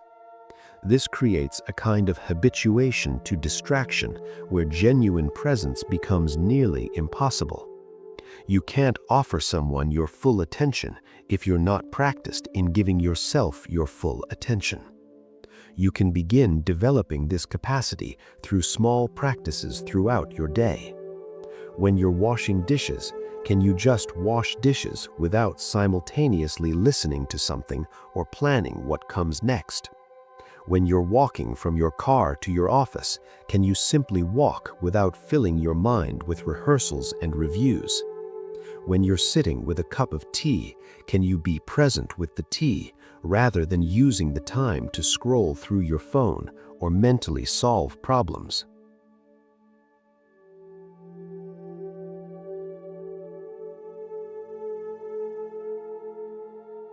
These moments of single-pointed attention train your capacity for presence.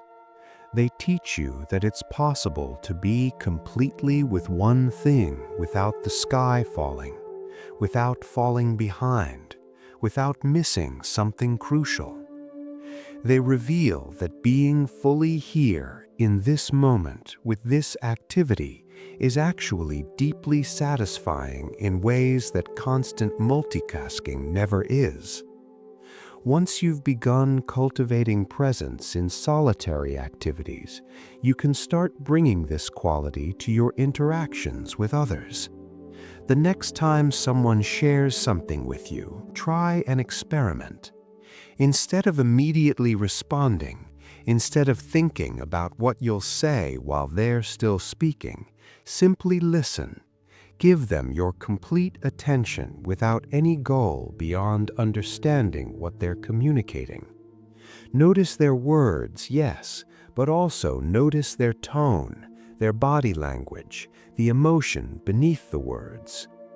You might be surprised by how difficult this is. Your mind will want to wander, to judge, to formulate responses, to compare what they're saying to your own experiences. Each time you notice this happening, gently bring your attention back to the person in front of you, to what they're actually communicating in this moment. This isn't about forcing yourself to maintain rigid concentration, but about practicing gentle return to presence each time you notice you've drifted.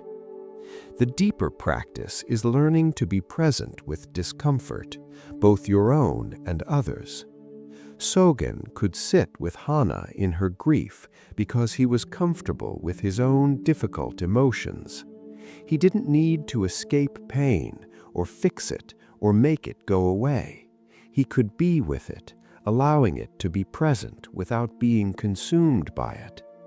This capacity comes from years of meditation practice, but it can also be cultivated through smaller acts of staying present when your instinct is to flee.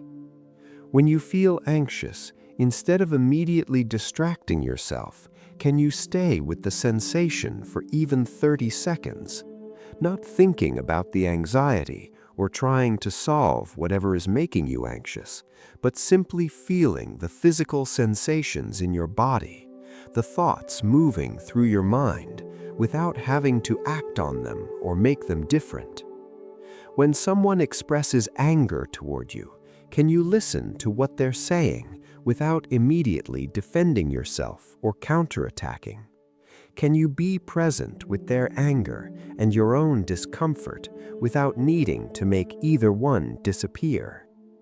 These practices strengthen your capacity to be with what is, rather than constantly trying to make reality conform to your preferences. And this capacity for accepting presence is what allowed Sogen to create the healing space that words alone could never provide. He wasn't trying to make Hana feel better or stop grieving. He was simply being with her exactly as she was, and that acceptance created the safety she needed to begin finding her own way through the darkness. Another crucial aspect of presence is learning to trust that you don't always need to know what to say or do to be helpful. We put enormous pressure on ourselves to have the right words, the perfect response, the solution that will fix someone's problem. But most of the time, people don't need us to have answers. They need us to offer them space to find their own answers, to trust that they have their own inner wisdom that can guide them if they're given support rather than solutions.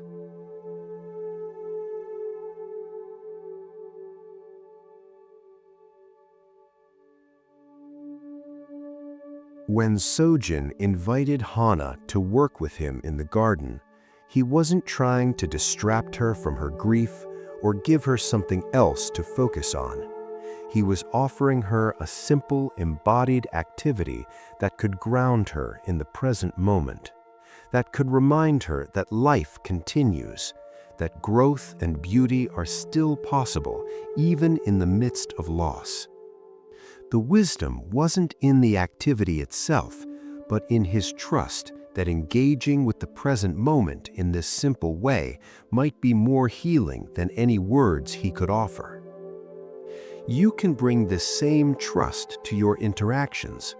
When someone comes to you with a problem, instead of immediately jumping to offer solutions, you might ask what they need from you.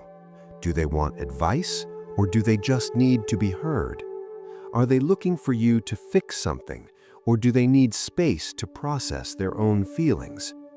Often, people will tell you directly if you give them permission to define what would be helpful rather than assuming you know. And sometimes, the most helpful thing you can offer is nothing but your presence.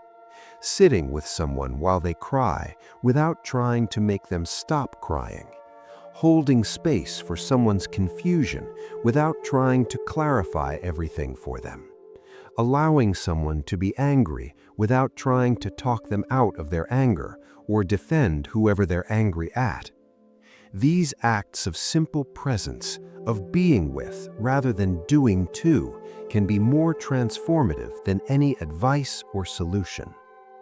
The practice also involves cultivating what Buddhists call sympathetic joy, the capacity to be genuinely happy for others' happiness without needing it to be about you. When someone shares good news, can you celebrate with them fully, rather than immediately relating it to your own experience or feeling competitive?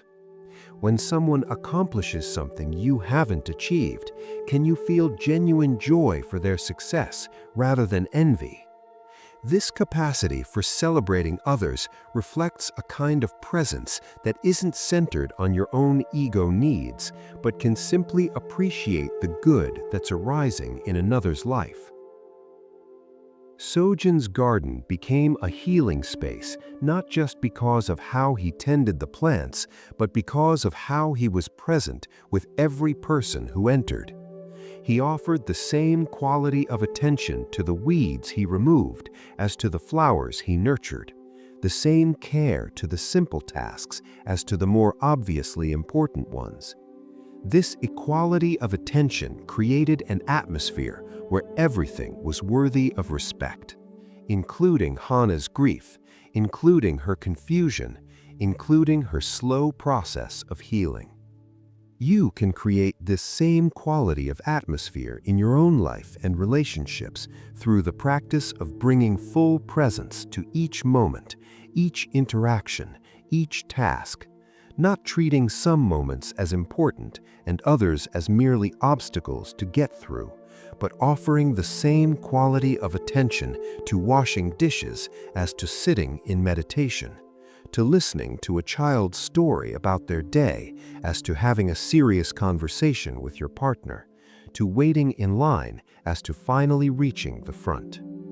This doesn't mean treating everything as equally important in terms of where you put your energy and time. Obviously, some activities and relationships require more investment than others, but it means bringing the same quality of presence, the same respect, the same full attention to whatever you're engaged in. When you're with someone, be with them.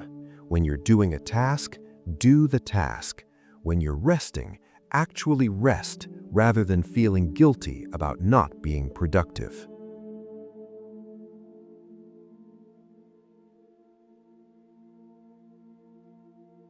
The deepest teaching of Sogen's silence is that sometimes the most eloquent communication is no communication at all in the conventional sense. When he dropped the stone into the water and showed Hana the ripples that eventually stilled, he wasn't explaining a concept. He was inviting her into a direct experience of something that couldn't be captured in words. The lesson wasn't in his explanation, but in her own observation, her own recognition of what the water revealed about grief and stillness, and the possibility of peace returning even after profound disturbance. This points to a kind of teaching that works not through information transfer, but through creating conditions where people can discover truth for themselves. Sogen couldn't tell Hana that she would find peace again. Words to that effect would have sounded hollow and insensitive while she was in the midst of devastating grief. But he could show her the water stilling after being disturbed and let her own wisdom make the connections. You can practice this way of being with others by trusting their capacity for insight rather than always trying to give them your insights. When someone is struggling with a decision, instead of telling them what you think they should do, you might ask questions that help them access their own knowing. When someone is confused, instead of explaining how things are, you might share your own experience and let them take from it whatever resonates. When someone is in pain, instead of trying to ease it with words, you might simply sit with them, trusting that your presence is enough. As you settle into sleep tonight, notice what it feels like to be fully present with yourself, not judging your thoughts or trying to make them different, not resisting whatever emotions are present, not needing this moment to be anything other than exactly what it is. Just rest in simple awareness, in the silence beneath all the mental noise, in the stillness that's always available when you stop trying to control or fix or improve. Let yourself receive the gift that Sogen offered Hana, the gift of being witnessed and accepted exactly as you are. Nowhere to go, nothing to do, nothing to become. Just this, just now, just present. The Fisherman's Net. On the shore of a vast lake, where morning mists would dance across the water like spirits performing ancient rituals, there lived a fisherman named Kenji, who had learned his craft from his father, who had learned it from his father, stretching back through generations of fishermen whose lives had been shaped by the lake's rhythms and gifts. Kenji was known throughout the region as one of the most skilled fishermen alive, able to read the water's moods, to know where fish would gather before they arrived, to work with nets and lines with the kind of mastery that comes from decades of devoted practice. But despite his skill, or perhaps because of it, Kenji had developed a relationship with fishing that was tight with anxiety and control. Each morning before dawn, he would wake with his stomach clenched, worried about whether the fish would come, whether the catch would be sufficient to support his family, whether younger fishermen were discovering techniques he didn't know. He would spend hours checking and rechecking his nets, making sure every knot was perfect, every weight was positioned exactly right, every aspect of his equipment was in flawless condition. When Kenji went out on the water, he would work with an intensity that bordered on desperation. He would cast his nets again and again, pulling them in to check if anything had been caught, unable to simply let them rest in the water and do their work. If a morning's fishing was poor, he would work longer, pushing himself and his equipment harder, as if sheer effort could force the lake to provide what it had withheld. If a morning's fishing was good, he would immediately worry about tomorrow, about whether the fish would return, about what he would do if the abundance suddenly stopped. This way of fishing had cost Kenji dearly over the years. His body was worn down from the constant tension and overwork.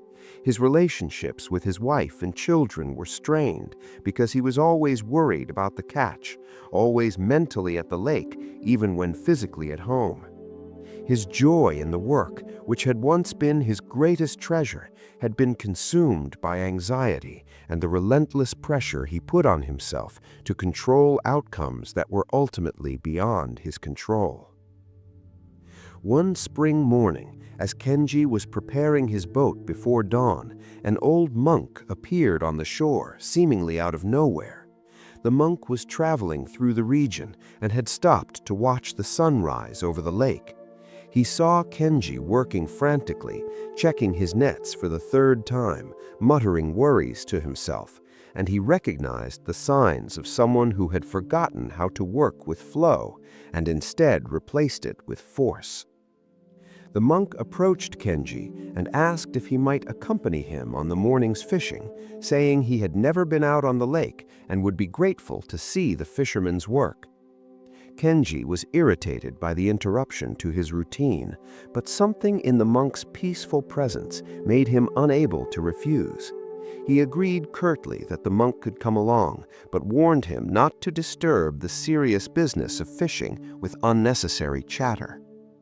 They pushed off from shore into the pre-dawn darkness, the boat gliding silently across water that was smooth as black glass. Kenji's hands were tight on the oars, his shoulders hunched with familiar tension.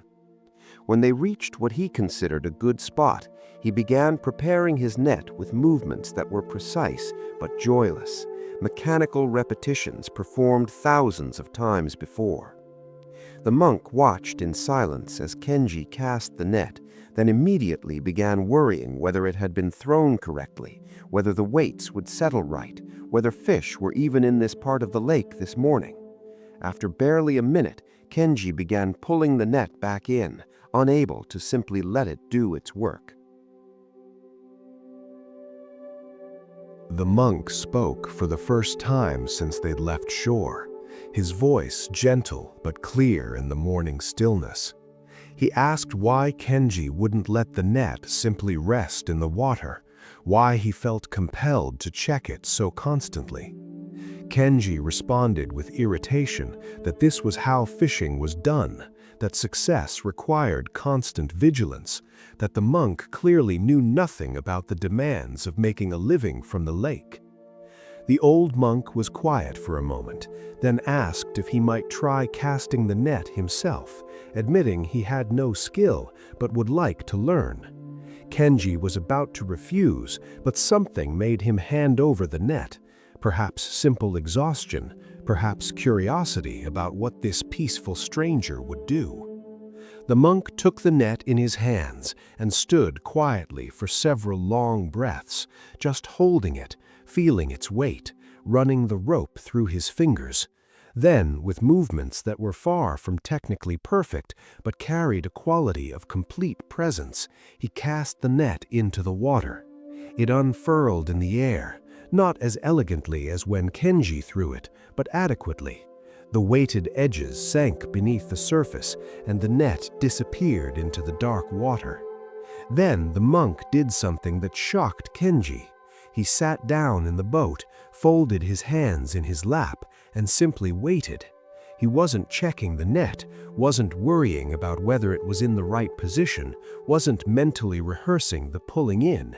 He was just sitting, breathing quietly, watching the sky begin to lighten in the east, completely at ease with the unknown of what the net might be doing beneath the surface. Kenji felt his irritation rising. This wasn't how fishing was done. You had to stay alert, stay ready, stay in control. But before he could say anything, the monk turned to him and said something that pierced through all Kenji's defenses. He said that the net knew how to be a net, the water knew how to be water, and the fish knew how to be fish. The fisherman's job wasn't to control all these elements, but to create the conditions and then trust the process to unfold. Holding the net too tightly, checking it too constantly, didn't make the fish more likely to come, it just made the fisherman suffer. Kenji felt something crack inside his chest, like ice breaking up after a long winter. When had he stopped trusting the process? When had fishing shifted from a relationship to the lake to a battle against uncertainty? He realized that his constant checking and controlling wasn't actually making him more successful. It was just making him miserable and probably actually interfering with the natural rhythms he needed to work with to fish well. The monk suggested they leave the net for a proper amount of time, not pulling it in prematurely out of anxiety. So they sat together in the boat as the sky lightened from black to deep blue to the pale gold of approaching sunrise. The monk breathed peacefully beside him, and gradually Kenji felt his own breathing begin to slow and deepen. He noticed the beauty of the morning, something he had missed for years in his constant state of worried effort. He heard the call of birds beginning to wake, saw the mist start to lift from the water's surface, felt the gentle rocking of the boat. When enough time had passed, they pulled in the net together. It was full of fish, more than Kenji usually caught even after hours of anxious work. But what struck him more than the abundance of the catch was the quality of the experience. For the first time in years, he had enjoyed being on the water, had felt connected to the lake rather than fighting against it, had remembered why he had chosen this life in the first place. The monk helped Kenji transfer the fish to the holding area of the boat, then said he would find his own way back to shore, that he had learned what he came to learn. But before he left, he offered Kenji one more piece of wisdom. He said that the tighter you grip anything, whether it's a net or a person or a plan for how life should unfold, the more it wants to slip through your fingers. But when you can hold things lightly, with open hands and trust, you often find that what you need comes to you naturally, without all the suffering of desperate grasping. Kenji continued fishing for many more years after that morning, but his relationship to the work was fundamentally transformed. He still prepared his equipment carefully and applied all the skill he had learned, but he no longer tried to control outcomes through sheer force of will and worry. He would cast his nets and let them do their work, trusting the process, enjoying the morning regardless of what the catch turned out to be. And paradoxically, as he loosened his desperate grip on needing to succeed, his fishing actually improved. But more importantly, his joy returned, and he was able to be present with his family rather than constantly preoccupied with anxiety about tomorrow's catch.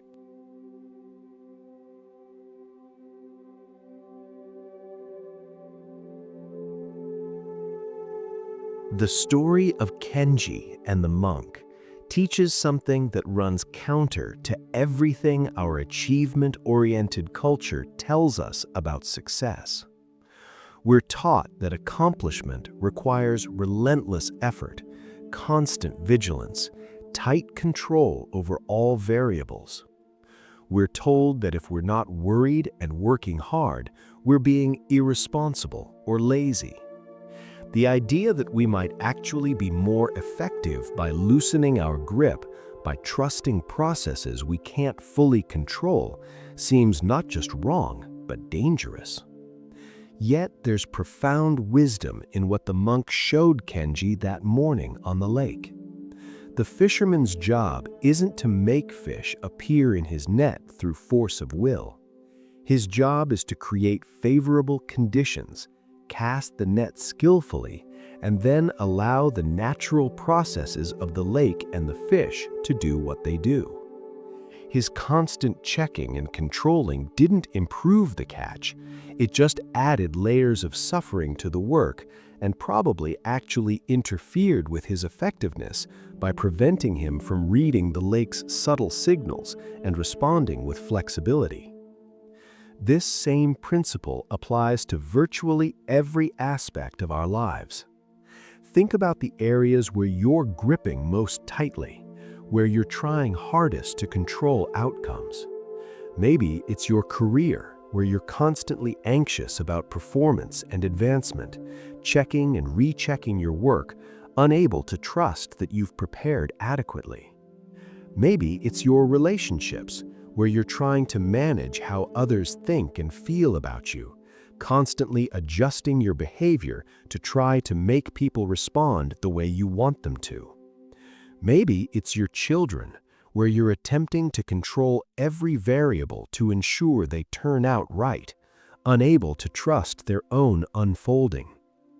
This tight grip, this constant checking, like Kenji pulling in his net before it could do its work, creates enormous stress.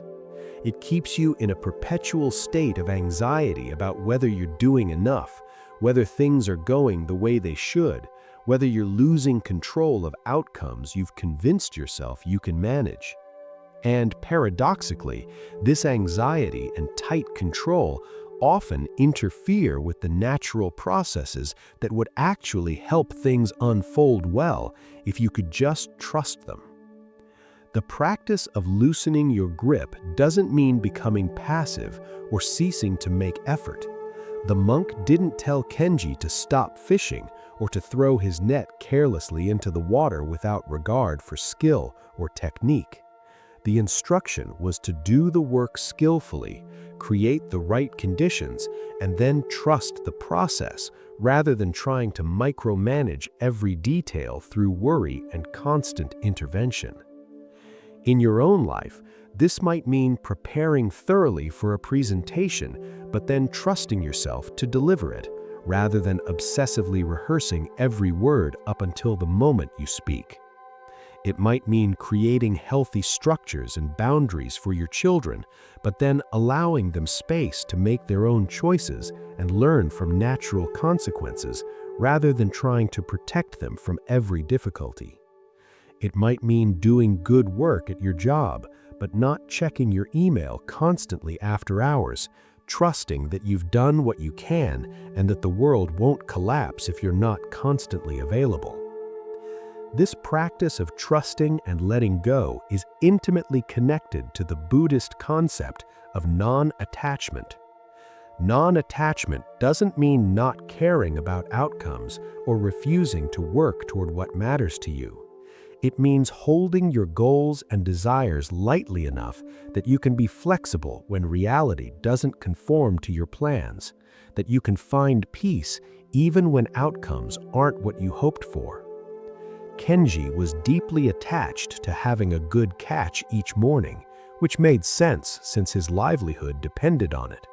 But his attachment had become so tight that he was suffering even when fishing was going well, because he couldn't enjoy the present abundance while worrying about future scarcity. The monk showed him how to care about the catch, to do his work skillfully, while simultaneously holding the outcome lightly enough that he could be at peace regardless of what the net contained when he pulled it in.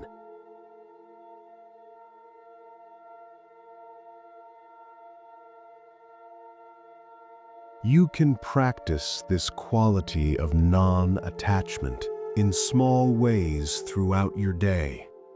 When you're waiting for something important, whether it's test results or a response to a job application or someone's reply to a message you sent, notice what happens when you grip the hoped-for outcome tightly. Feel the tension in your body, the way your mind repeatedly checks and checks like Kenji pulling up his net. The suffering of not knowing combined with desperately needing to know. Then experiment with loosening your grip just slightly. You might say to yourself something like, "I've done what I can do. The outcome is beyond my control now. I can hope for what I want while also accepting that I'll handle whatever comes." Notice what happens in your body when you can soften your attachment even a little. The waiting might still be uncomfortable, but it doesn't have to be torturous. The monk's teaching about the net knowing how to be a net, the water knowing how to be water, and the fish knowing how to be fish, points to something profound about working with natural processes rather than against them. Every situation has its own inherent wisdom, its own way of unfolding if we can create the right conditions and then get out of the way. But we often interfere with these natural processes through our anxiety and need for control. Parents do this with their children constantly, trying to force developmental processes that need to unfold at their own pace. A child learns to walk when their body and brain are ready, not when the parent desperately wants them to reach that milestone. Anxiously checking whether the child is progressing fast enough doesn't speed up the process, it just adds parental stress that the child can feel, which might actually interfere with natural development. The same is true for creative processes. If you're writing or painting or making music, there's a natural flow that happens when you create the conditions, show up to do the work, and then allow something to emerge rather than forcing it into a predetermined shape. The tightest grip, the most desperate effort to make the work be what you think it should be, often produces stiff, lifeless results. The loosening, the willingness to be surprised by what wants to emerge, often produces the most alive and authentic work. Relationships thrive when we can create the conditions for connection, showing up with presence and care, while also allowing the other person space to be who they are, rather than trying to make them conform to our needs. The paradox is that the more tightly we try to hold on to people, the more they often want to pull away.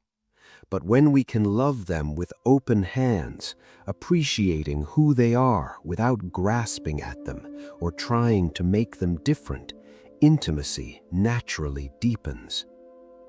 The teaching about abundance that's woven through Kenji's story is particularly important in a culture that operates primarily from a scarcity mindset. We're taught to hoard, to worry about not having enough, to grip tightly to whatever we have because we might not be able to get more. This mindset creates the kind of desperate anxiety that drove Kenji to overwork himself and miss the beauty of his mornings on the lake. But the monk's approach revealed a different possibility. When you trust that the lake has fish, that the universe has what you need, that you have skills and resources sufficient for what you're called to do, you can work from a place of sufficiency rather than scarcity. You can cast your net and wait with peace rather than frantically checking to see if anything has been caught yet. You can do your work well and then rest, trusting that you've done enough for today.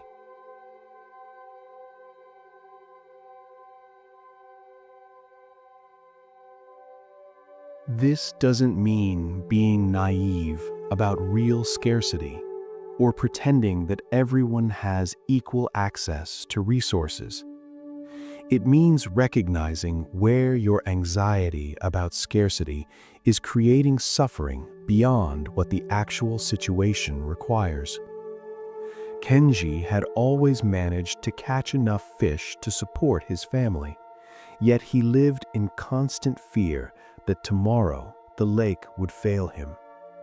This fear didn't make him more successful, it just made him miserable. You might examine your own relationship with resources. whether that's money, time, energy, or opportunities. Where are you operating from a scarcity mindset that isn't actually reflecting reality? Where is your tight grip based on fear rather than on actual present shortage? What would it be like to loosen that grip slightly, to trust that you have enough, to work from sufficiency rather than desperate lack? The practice of letting go to receive, which is the essence of the monk's teaching, requires developing trust in processes larger than your own will and effort. This trust doesn't come easily in a culture that worships self-reliance and individual control, but it can be cultivated through small experiments with surrendering outcomes you've been trying to control. You might start with something relatively low stakes. Instead of micromanaging every detail of a dinner party you're hosting, could you prepare well and then allow the evening to unfold naturally, trusting that you and your guests will create something good together without you controlling every moment? Instead of rehearsing a difficult conversation until you've scripted every word, could you prepare your main points and then trust yourself to respond authentically to whatever actually happens in the interaction? As you practice with smaller releases of control, you build capacity for loosening your grip on bigger issues. You discover through experience that you often get better results when you prepare well and then trust the process, rather than trying to force particular outcomes through anxiety and micromanagement. You learn that the suffering of tight control is often worse than the discomfort of uncertainty. The deepest practice is learning to hold everything in your life the way the monk held Kenji's net, with care and skill, but also with lightness and trust. You do your work, you love your people, you pursue your goals, but you don't grip so tightly that your hands ache and your heart closes. You remain open to surprise, willing to be changed by what unfolds, trusting that the lake of life has abundance to offer if you can just cast your net skillfully and then wait with patience and peace. As you settle into sleep tonight, practice this quality of releasing and trusting. You've done what you needed to do today. You can release your grip on whether it was enough, whether things went the way they should have, whether tomorrow will bring what you hope for. Like a net dropped into dark water, let your consciousness sink into sleep without needing to check and control and know what's happening. Trust the process of rest to restore you. Trust your own depths to do their work while you sleep. Let go and allow yourself to be held by something larger than your own effort and will.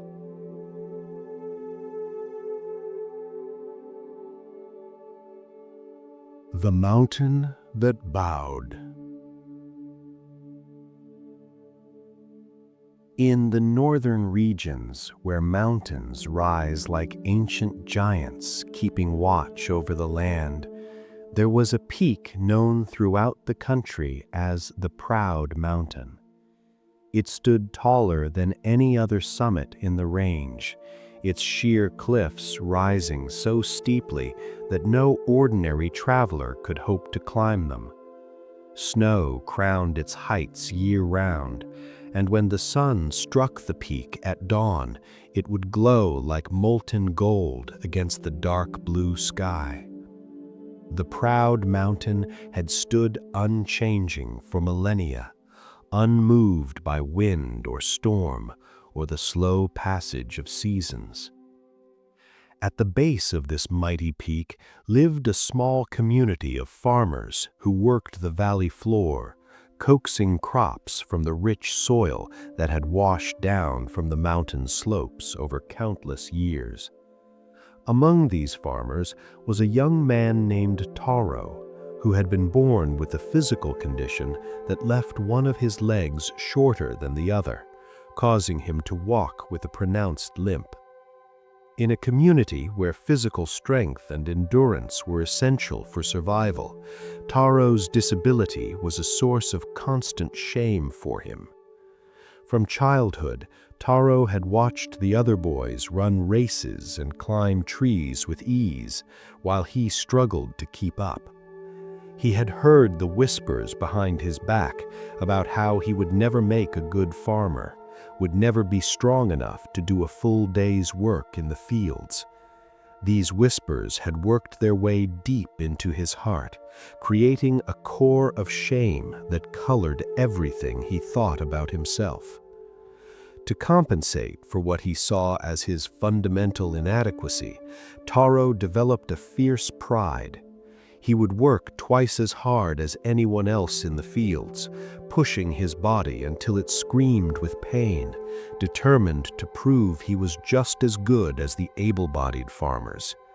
He refused help from anyone, seeing any offer of assistance as confirmation of his weakness. He built walls around his heart, keeping people at a distance to protect himself from further rejection. Taro's pride made him lonely.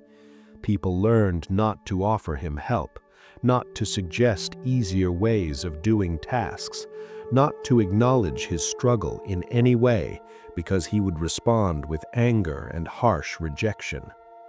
He lived in a constant state of defensive vigilance, always ready to prove himself, always sensitive to any slight or suggestion that he was less capable than others.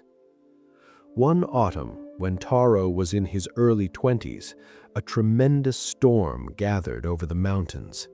The sky darkened to a bruised purple, and the wind began to howl through the valley with a voice that sounded almost human.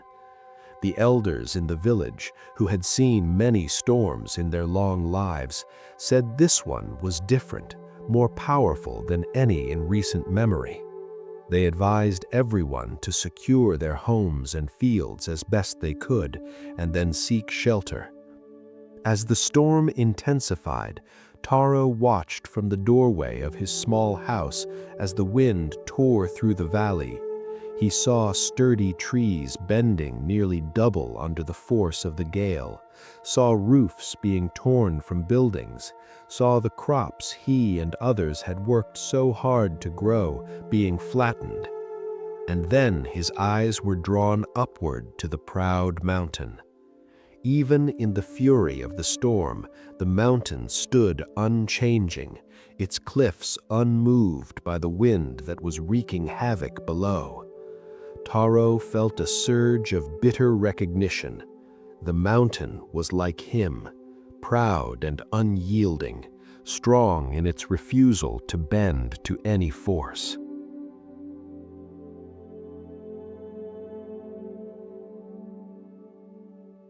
He felt a kinship with that towering peak that had never shown weakness, never yielded, never bowed to anything. But then something extraordinary happened. As Taro watched, transfixed, the clouds around the mountain began to swirl in strange patterns. The wind seemed to concentrate itself around the peak with unprecedented force.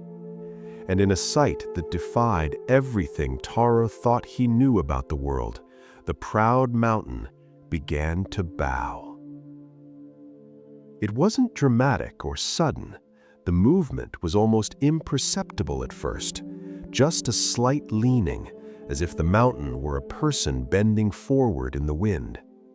But as the storm's fury increased, the mountain bowed lower, its peak actually dipping toward the valley below, the ancient stone flexing in ways that seemed impossible for solid rock.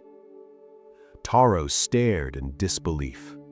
The proud mountain, which had stood unchanging for longer than human memory, which had been a symbol of strength and permanence, was bowing before the storm.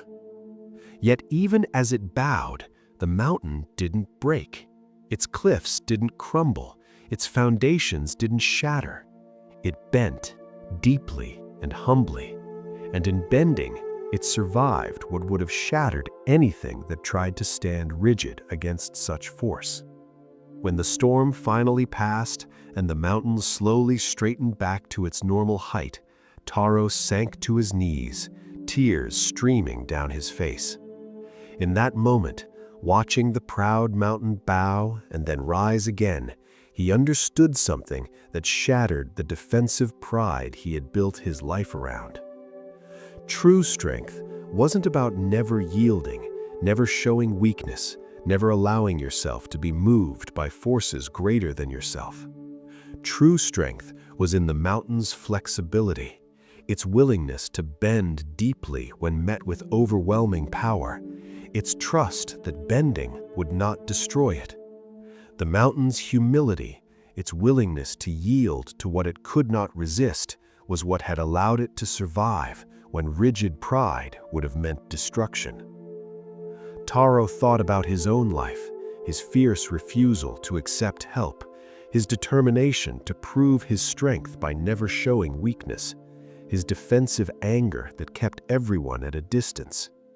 He saw how his pride had made him rigid like he thought the mountain was, unwilling to bend, unable to ask for what he needed.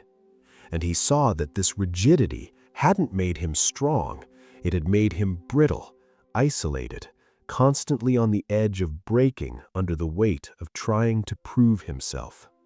The next morning, when the village was assessing the storm damage and beginning the work of rebuilding, Taro did something he had never done before in his adult life.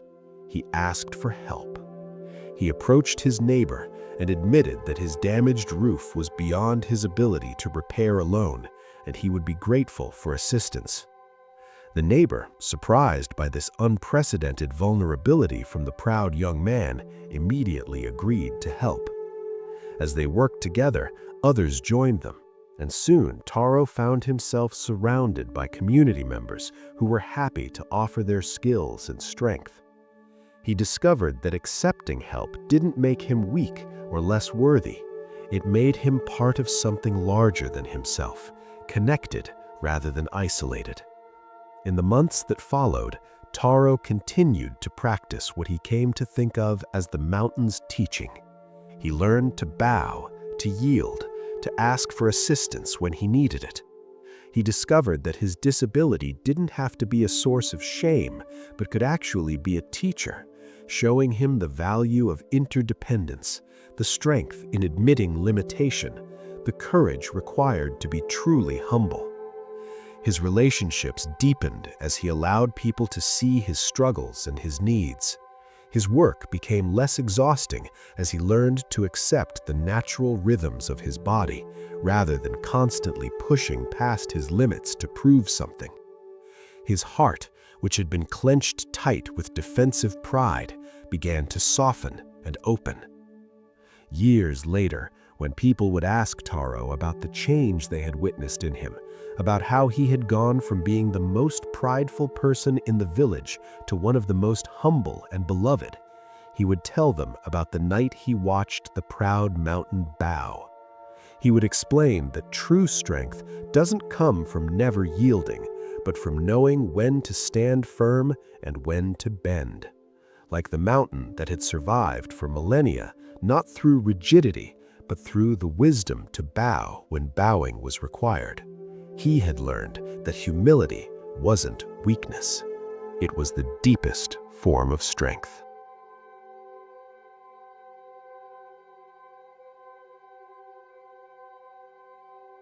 The image of the proud mountain bowing before the storm offers one of the most profound inversions of how we typically think about strength and power.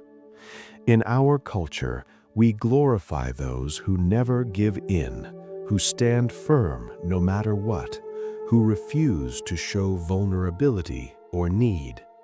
We use language like standing your ground and never backing down, as if yielding in any way is tantamount to defeat. But what Taro learned from watching the mountain reveals a deeper wisdom about the nature of true strength.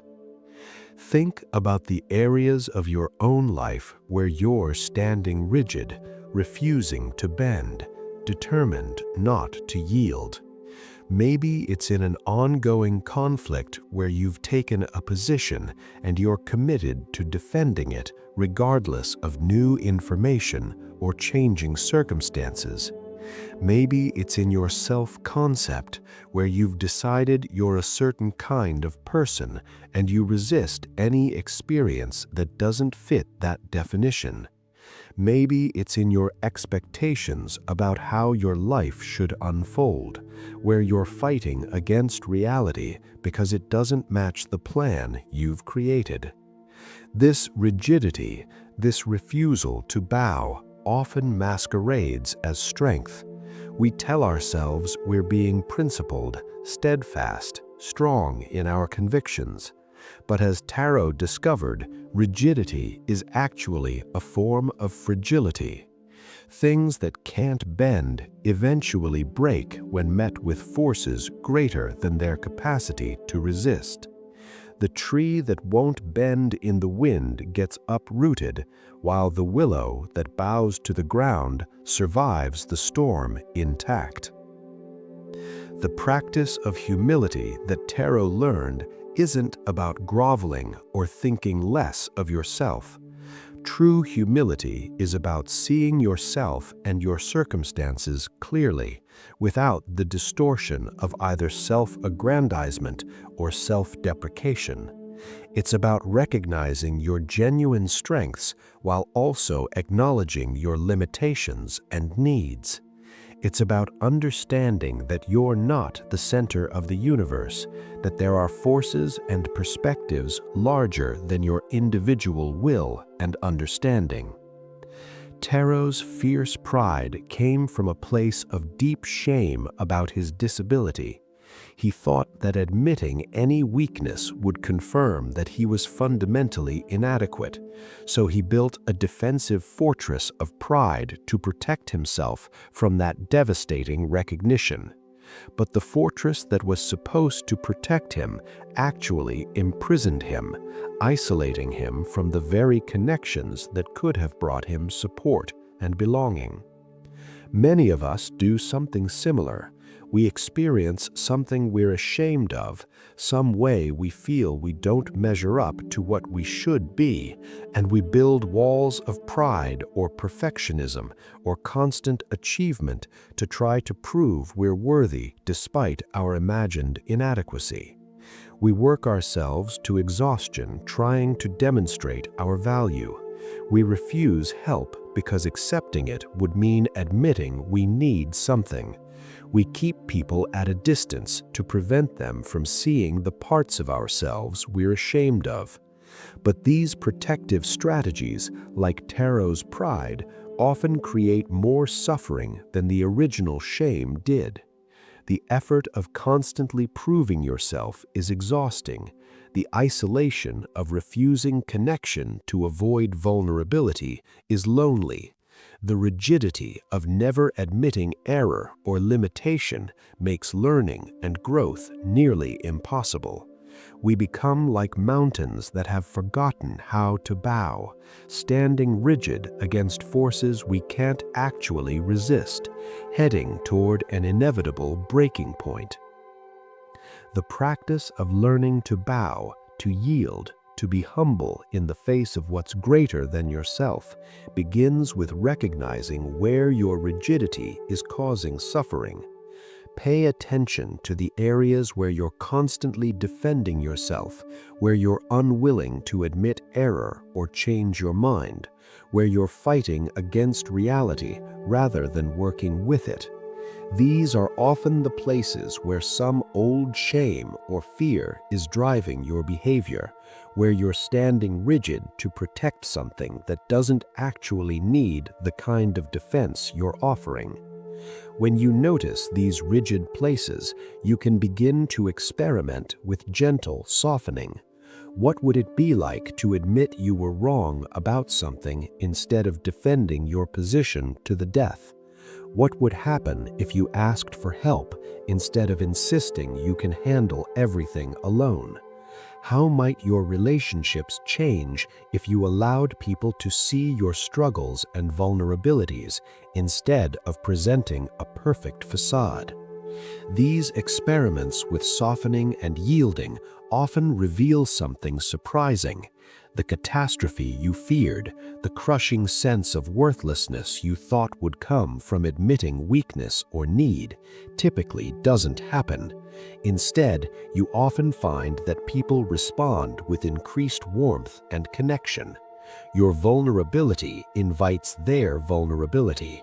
Your admission of need allows them to offer their gifts. Your willingness to be imperfect gives them permission to be imperfect too.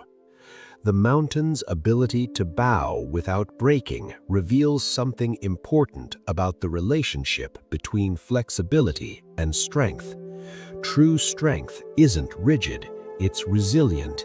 It can adapt to changing circumstances, can yield to what it cannot change, can bend without breaking. This kind of strength is actually more durable than rigid toughness because it can survive conditions that would shatter anything unable to flex and adapt. You can see this in nature everywhere once you start looking for it.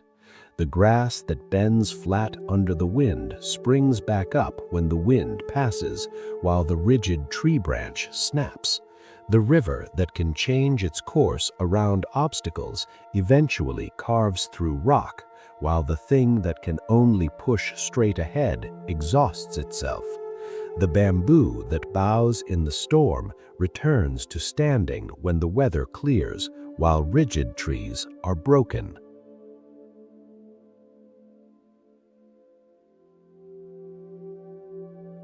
The same principle applies to human life. People who can adapt to change, who can admit when their approach isn't working and try something different, who can yield to realities they can't control, generally navigate life's difficulties more successfully than those who are rigid in their methods and beliefs. This flexibility isn't weakness.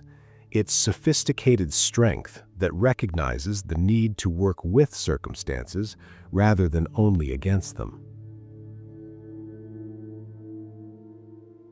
Another aspect of the mountain's teaching involves the relationship between humility and connection.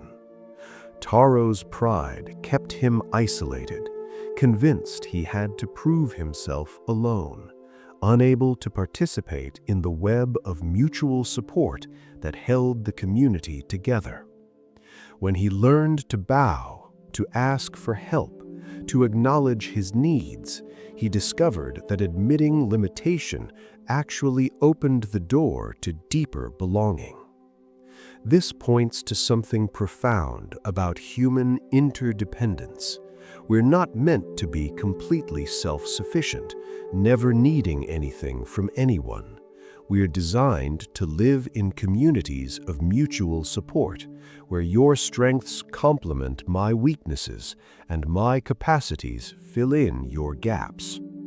Trying to be entirely self-reliant isn't strength, it's missing the point of being human. When you can bow, can ask for what you need, can accept help gracefully, you're not just receiving support for yourself, you're also giving others the gift of being able to contribute, to feel useful, to participate in the beautiful reciprocity of human community. Taro's neighbors probably wanted to help him long before the night of the storm, but his pride prevented them from offering what they had to give. When he finally allowed them in, he blessed them as much as they blessed him. The practice of humility also involves recognizing that your perspective is limited, that you might be wrong about things you're certain of, that there are always aspects of any situation you can't see from where you stand. This kind of epistemic humility, knowing that you don't have complete understanding, creates openness to learning and growing that defensive certainty prevents. Taro was certain that accepting help would confirm his worthlessness, would prove that his shame was justified. He was wrong about that, but he couldn't discover his error until he was willing to bow, to experiment with the very thing he was most afraid of. How many of us are similarly certain about beliefs that are actually limiting us, but we can't see beyond them because we're too proud to question what we're sure we know? You might experiment with phrases like, "I could be wrong about this," or "I don't know," or "I need help understanding." These aren't admissions of defeat. They're expressions of the kind of strength that doesn't need to pretend to have all the answers, that can rest in uncertainty without panic, that can learn and grow because it hasn't closed itself off behind walls of false certainty. The deepest teaching of the Bowing Mountain is about the relationship between surrender and survival. We often think of surrender as defeat, as giving up, as weakness, but what the mountain revealed was a different kind of surrender, one that wasn't about giving up, but about yielding wisely to what cannot be resisted. This surrender wasn't weakness, it was the wisdom to recognize when standing rigid would mean destruction and when bowing would allow survival. There are things in your life that you cannot change through force of will. Your past is unchangeable. The actions of other people are beyond your control. The fact of aging, the inevitability of loss, the uncertainty of the future, these are realities that you can rage against, but you cannot alter them through resistance. The question is whether you'll bow to these realities with grace or whether you'll stand rigid against them until you break. Learning to recognize what you can change and what you must accept is one of life's essential wisdoms. It's the difference between the serenity of the mountain that knows when to bow and the brittleness of pride that breaks rather than yields. You don't have to surrender your agency or stop working for positive change, but you do need to develop the wisdom to know when your efforts are productive and when they're just rigid resistance to reality that will only increase your suffering. As you prepare for sleep tonight, practice the mountain's art of bowing. Let your body soften and yield to the support beneath you. Release the rigidity in your shoulders, your jaw, your belly. Let go of the need to prove yourself, to defend yourself, to maintain any particular facade. Bow to the reality of your tiredness, your humanity, your need for rest. Yield to sleep the way the mountain yielded to the storm, trusting that bowing won't break you, but will allow you to survive and rise again when morning comes. Softness is your strength, humility is your power, surrender is your salvation.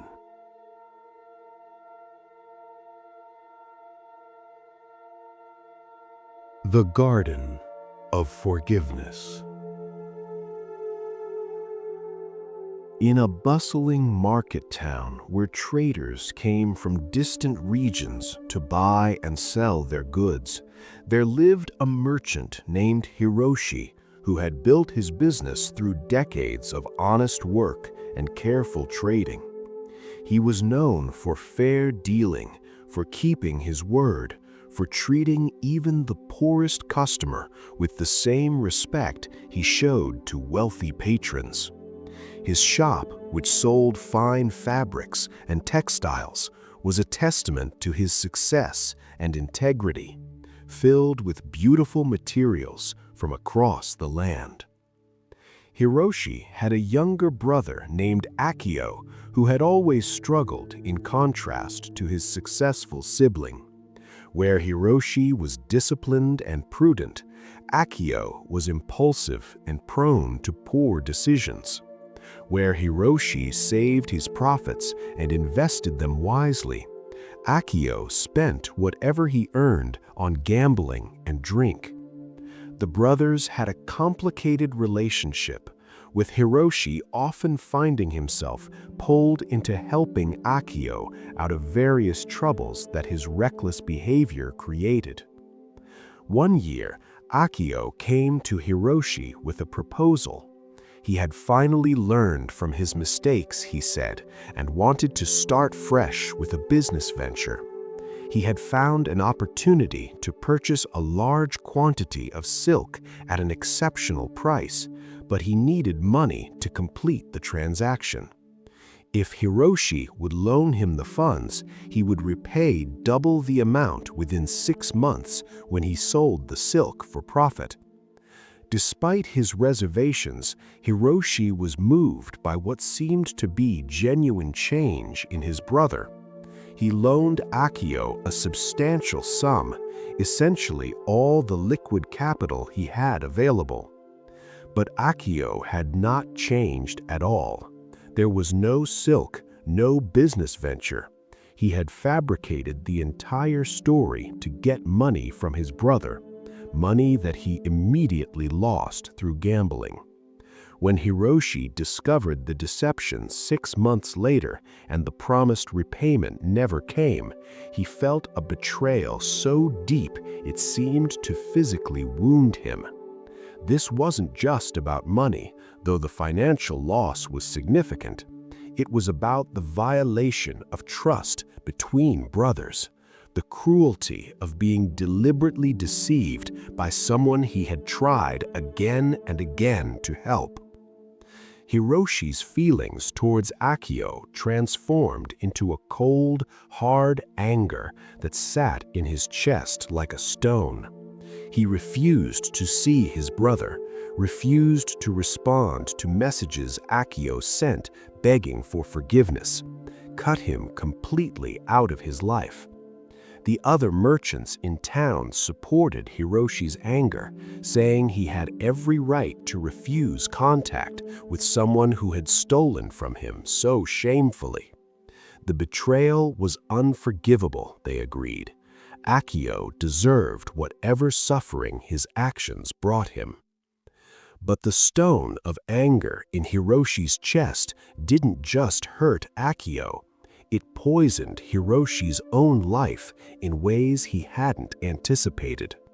He found himself obsessively rehearsing the betrayal in his mind, replaying the moment he discovered the deception, imagining confrontations where he told Akio exactly how despicable his behavior had been. These mental rehearsals would happen while he was trying to work, while he was supposed to be eating dinner, while he lay awake at night, unable to sleep. The anger began to seep into other areas of Hiroshi's life. He became suspicious of customers, wondering if they were trying to cheat him the way his brother had. He pulled back from other friendships, not wanting to be vulnerable to similar betrayal. The warmth and openness that had characterized his interactions became guarded and cold.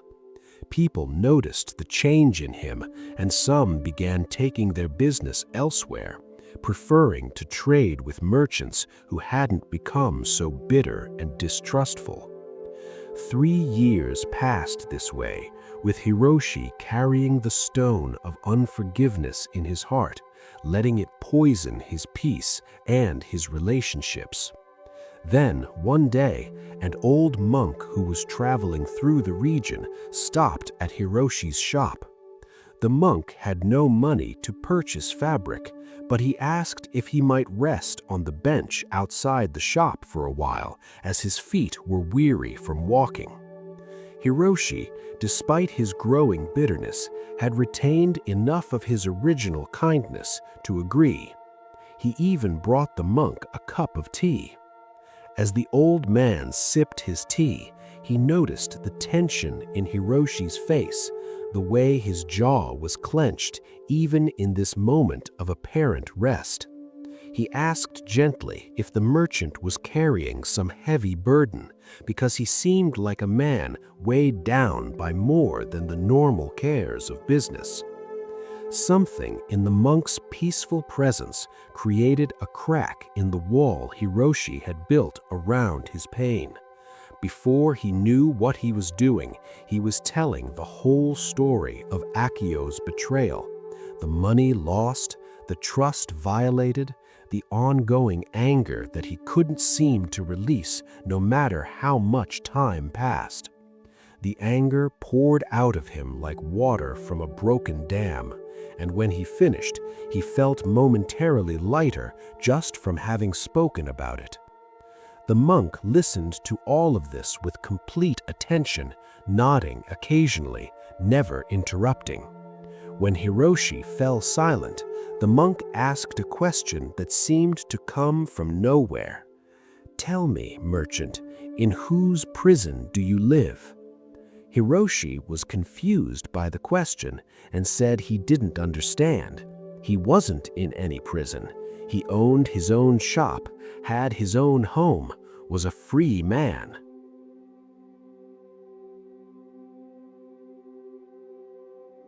The monk smiled gently and said, "You've been living in the prison of your anger for 3 years now. Your brother committed his crime and walked away, but you've been serving the sentence ever since. He stole your money once, but you've stolen your own peace thousands of times by refusing to release him from the judgment you hold in your heart." The words struck Hiroshi like a physical blow. He wanted to argue, to defend his right to be angry, to explain why his brother didn't deserve forgiveness.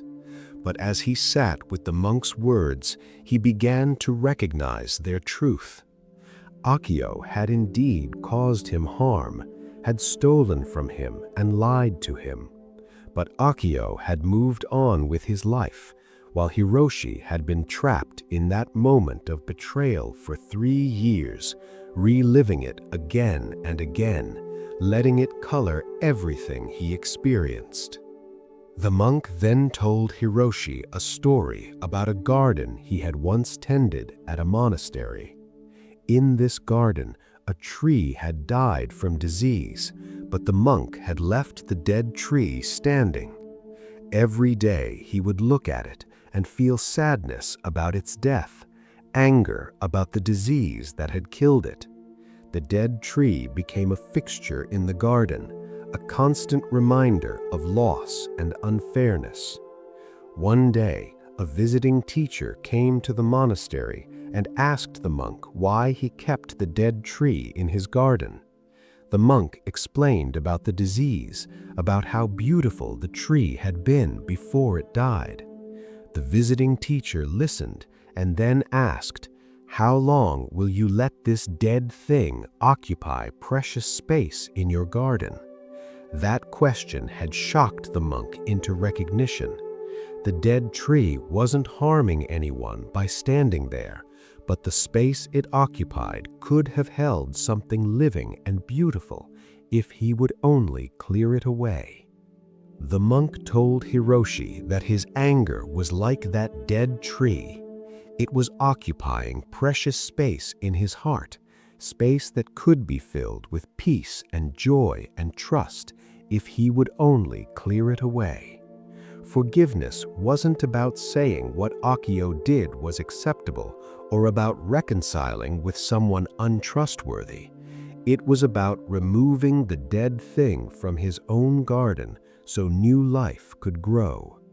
Hiroshi sat with this teaching for a long time, feeling something beginning to shift in his chest where the stone of anger had sat for so long. He asked the monk how one actually went about forgiving, because he had tried to stop being angry and it had never worked. The thoughts would return, the rehearsals of grievance would start again. The monk explained that forgiveness wasn't a single act, but a practice, like tending a garden. Each time the angry thoughts arose, Hiroshi could notice them and choose not to feed them with his attention. Instead, he could wish for Akio's well-being, even if he never saw him again. Not because Akio deserved it, but because Hiroshi deserved to be free from the prison of resentment. In the days that followed the monk's departure, Hiroshi began this practice. Whenever thoughts of the betrayal arose, instead of following them into the familiar spiral of angry rehearsal, he would pause and say quietly to himself, "I release this. May my brother find peace. May I find peace." At first, the words felt hollow and forced, but he continued the practice, again and again each time the angry thoughts arose. Gradually, over weeks and then months, something began to change. The stone in his chest started to dissolve. The obsessive thoughts came less frequently. Hiroshi found himself able to engage with customers and friends without the filter of suspicion and guardedness. The warmth that had characterized his earlier life began to return, like spring returning after a long winter. A year after the monk's visit, Akio sent word that he was dying and wished to see his brother one last time to apologize in person. Hiroshi, who a year earlier would have refused without hesitation, found that his heart was open to this meeting. He went to his brother's bedside and listened as Akio expressed genuine remorse for the betrayal, for the hurt he had caused through his selfishness and deception. Hiroshi was able to offer forgiveness not because Akio deserved it or had earned it, but because he had learned that forgiveness was a gift he gave himself. It was the key that opened the prison door and allowed him to walk back into his own life, freed from the weight of resentment that had been crushing him. When Akio died a few weeks later, Hiroshi grieved not with the bitter grief of unresolved anger, but with the clean grief of genuine loss. He had his brother back, if only briefly, before he lost him forever. And he was grateful for the teaching that had made that reconciliation possible.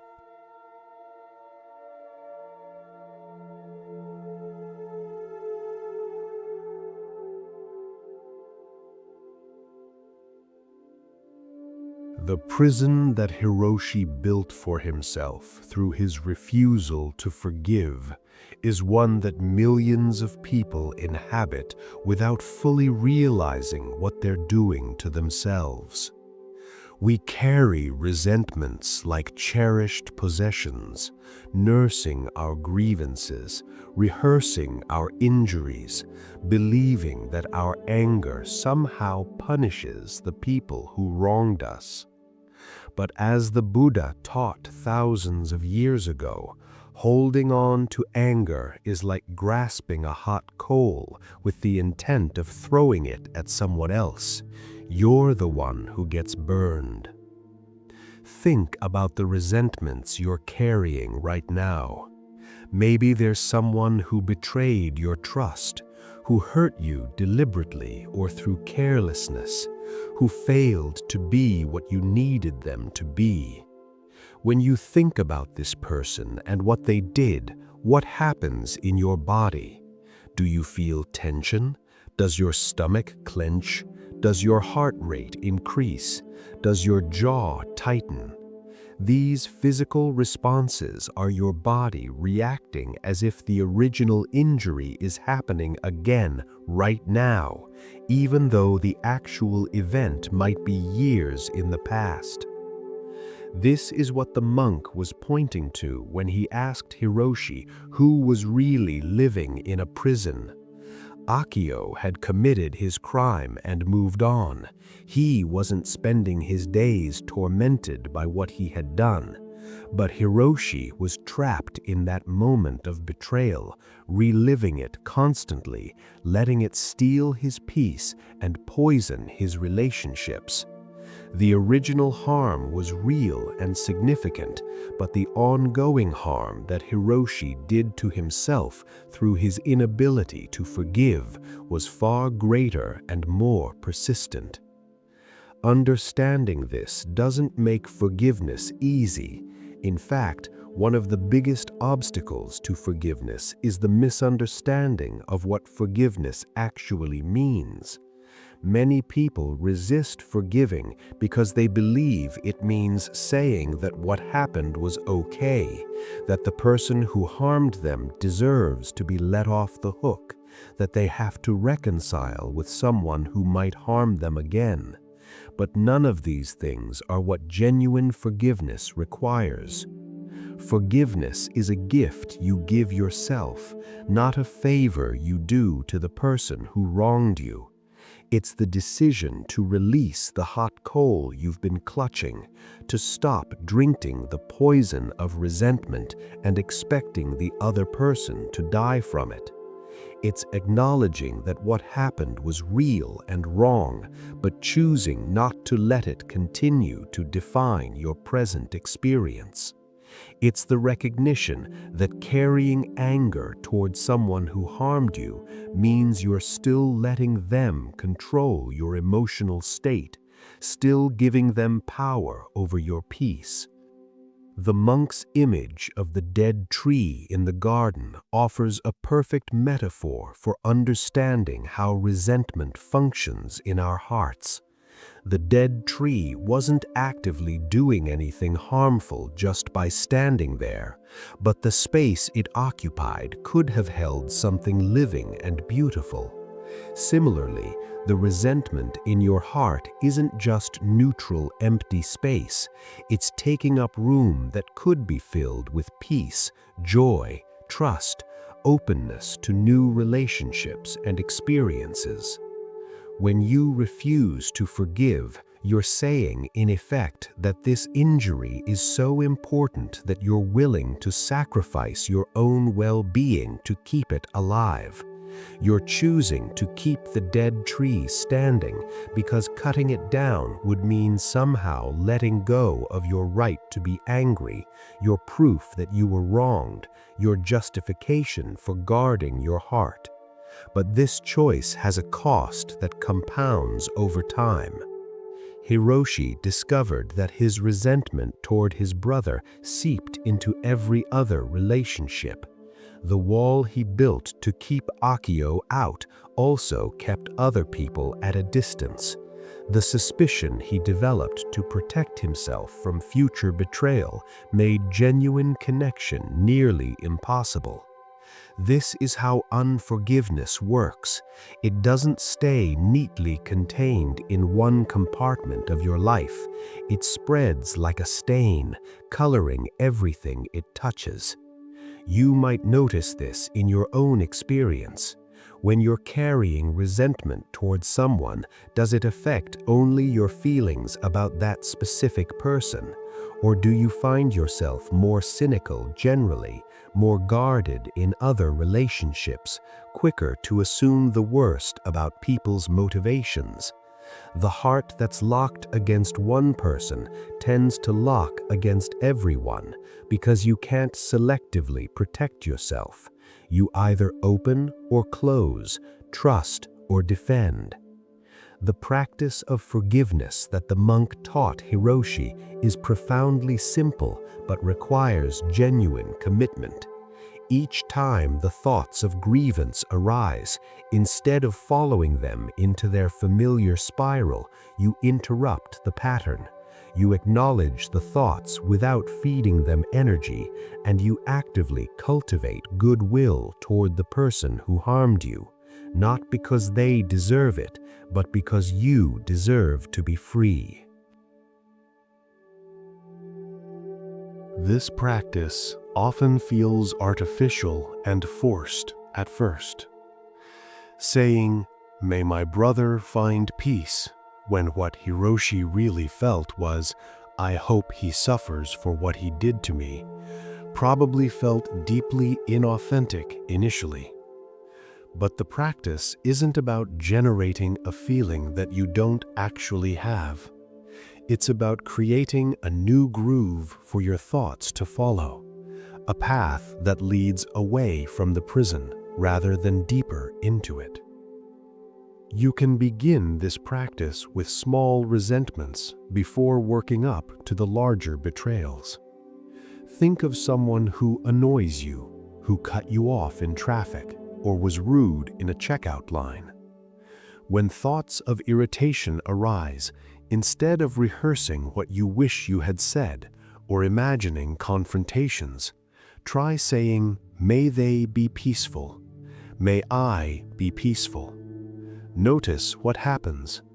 The anger might not disappear immediately, but you've created a slight interruption in its automatic unfolding. As you practice with smaller irritations, you build capacity to work with larger injuries. The key is recognizing that forgiveness is a practice, not a one-time decision. You don't forgive once and then it's done forever. You forgive again and again, each time the thoughts of injury arise, choosing each time to release rather than to clutch, to open rather than to contract. One of the deeper insights that can emerge from this practice involves recognizing that the people who harm us are themselves suffering. This doesn't excuse harmful behavior or mean you should accept mistreatment, but it does help explain it. Akio's deception of his brother came from his own pain, his own sense of inadequacy, his own inability to manage his life skillfully. Happy, fulfilled people who feel secure and loved don't generally lie to and steal from their family members. When you can see the suffering that drives others' harmful actions, it becomes easier to hold them with compassion while still maintaining appropriate boundaries. You can recognize that Akio was worthy of compassion for his struggles, while also recognizing that his behavior was unacceptable and that trusting him with money again would be foolish. Compassion and discernment aren't opposites. They work together to help you respond to harm with wisdom rather than reactive emotion. This understanding of others' suffering as the source of their harmful behavior is central to Buddhist practice. One traditional meditation involves actively cultivating compassion for people who have harmed you by reflecting on the suffering they must be experiencing to act in such ways. This doesn't make you a doormat or mean you should tolerate abuse. It helps you see clearly that responding to harm with more harm just perpetuates cycles of suffering. The practice of forgiveness also involves forgiving yourself, which for many people is even harder than forgiving others. Hiroshi had to forgive himself not just for being deceived by his brother, but for all the time he wasted in resentment, for the ways his anger damaged other relationships, for not being wise enough to avoid the situation in the first place. This self-forgiveness is essential because the shame and self-judgment we carry about our own mistakes also takes up precious space in our inner garden. You might reflect on where you're holding yourself in unforgiveness for past mistakes, for ways you failed or fallen short, for harm you've caused others. The same practice applies. Each time the thoughts of self-recrimination arise, you can acknowledge them without feeding them and actively cultivate kindness toward yourself. May I find peace. May I be free from suffering. Not because you didn't make mistakes, but because punishing yourself endlessly for those mistakes doesn't serve anyone.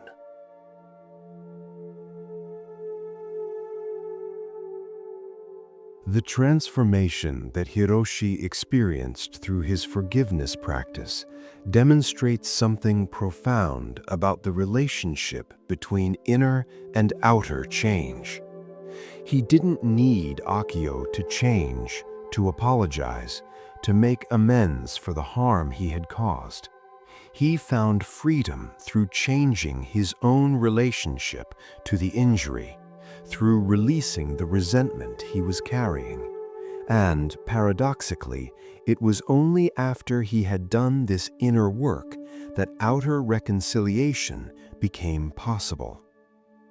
This points to an important truth about conflict and healing. We often think that forgiveness has to wait until the other person acknowledges their wrong and shows genuine remorse.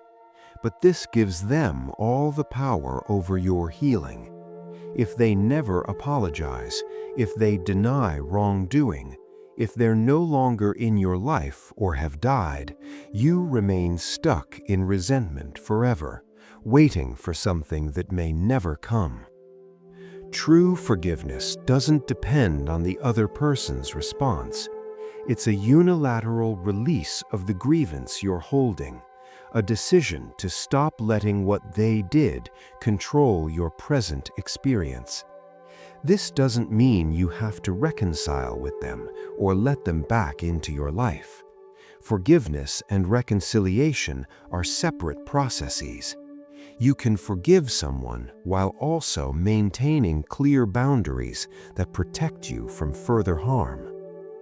The deepest level of forgiveness practice involves recognizing what the Buddhist teachings call emptiness of inherent existence. This philosophical concept, when understood experientially, reveals that neither you nor the person who harmed you is a fixed, unchanging entity. You're both constantly changing processes, streams of experience rather than solid things. The person who harmed you isn't identical to who they were at the moment they caused the injury, and neither are you the same person who was harmed. This understanding allows you to hold the injury in a different way. You can acknowledge harm was caused without locking either yourself or the other person into a permanent identity as victim and perpetrator. The injury happened, it was real, and you're both different people now than you were then. This recognition creates space for transformation and healing that rigid identities prevent. As you prepare for sleep tonight, consider what dead trees might be standing in your garden. What resentments are you clutching that are stealing space from peace and joy? You don't have to forgive everyone tonight. Don't have to release everything all at once. But perhaps you can identify one grievance, even a small one, that you're ready to begin releasing. Each time thoughts of it arise, practice the gentle redirection. I release this. May they find peace. May I find peace. Let forgiveness be your lullaby, your pathway into rest that's not poisoned by resentment. Let the garden of your heart begin to clear, making space for the new growth that wants to emerge. You deserve to be free.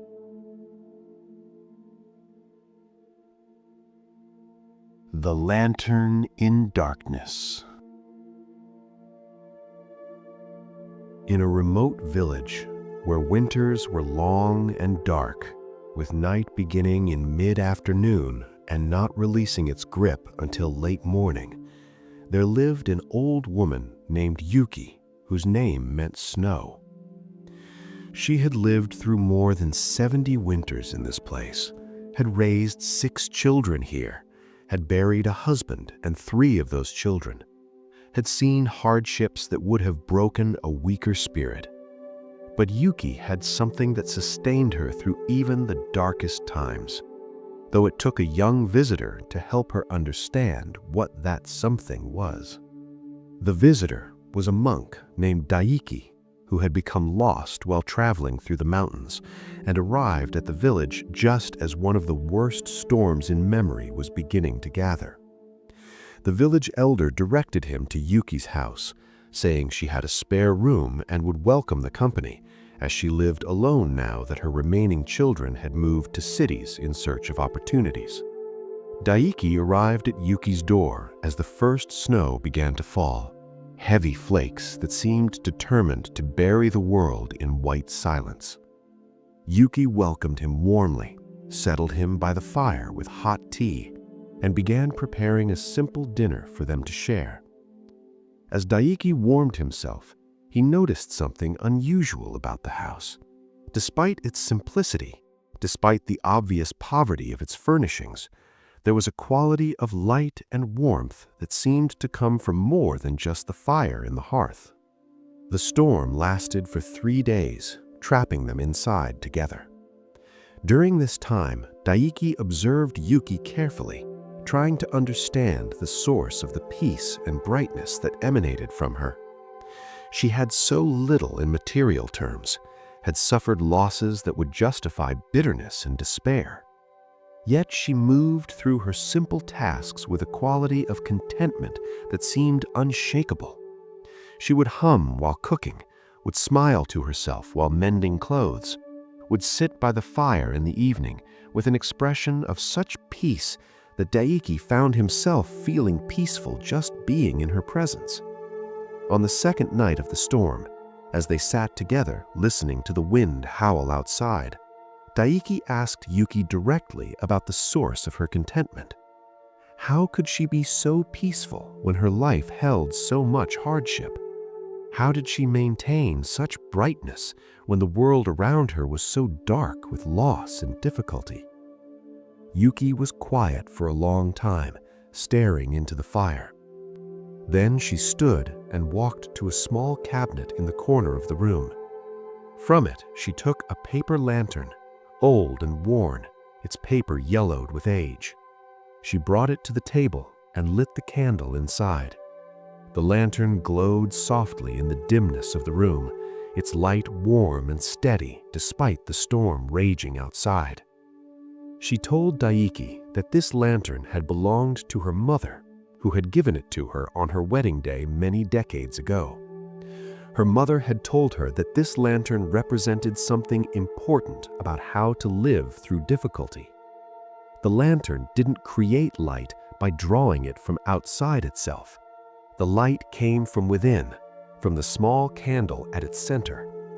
And as long as the candle burned, the lantern would glow regardless of how dark the night around it might be. Yuki explained that she had learned to live like this lantern. When her husband died, when her children passed away, when winters seemed endless and hardship piled upon hardship, she had discovered that she carried a light within herself that no external darkness could extinguish. This light wasn't dependent on her circumstances being good or comfortable. It was something essential to her nature, always present, always available if she remembered to tend it. Daiki asked what this inner light was, how one discovered it and kept it burning. Yuki smiled and said it was simpler than people usually thought. The light was the part of her that could find something to appreciate in any moment, no matter how difficult. It was the capacity to be grateful for small gifts, a cup of hot tea, the warmth of the fire, the sound of falling snow. It was the ability to find meaning in serving others, even in simple ways, like sharing a meal with a stranded traveler. It was the recognition that her life had value regardless of what she had lost or how much she still possessed. She explained that tending this inner light required daily practice, just as the lantern required its candle to be lit and protected from wind that might blow it out. Each morning, Yuki would spend a few minutes in gratitude, acknowledging small blessings. Throughout the day, she would look for opportunities to be helpful, to bring a bit of warmth or kindness into the world. In the evening, she would reflect on the day with gentleness rather than harsh judgment, forgiving herself for mistakes and appreciating moments of connection or beauty.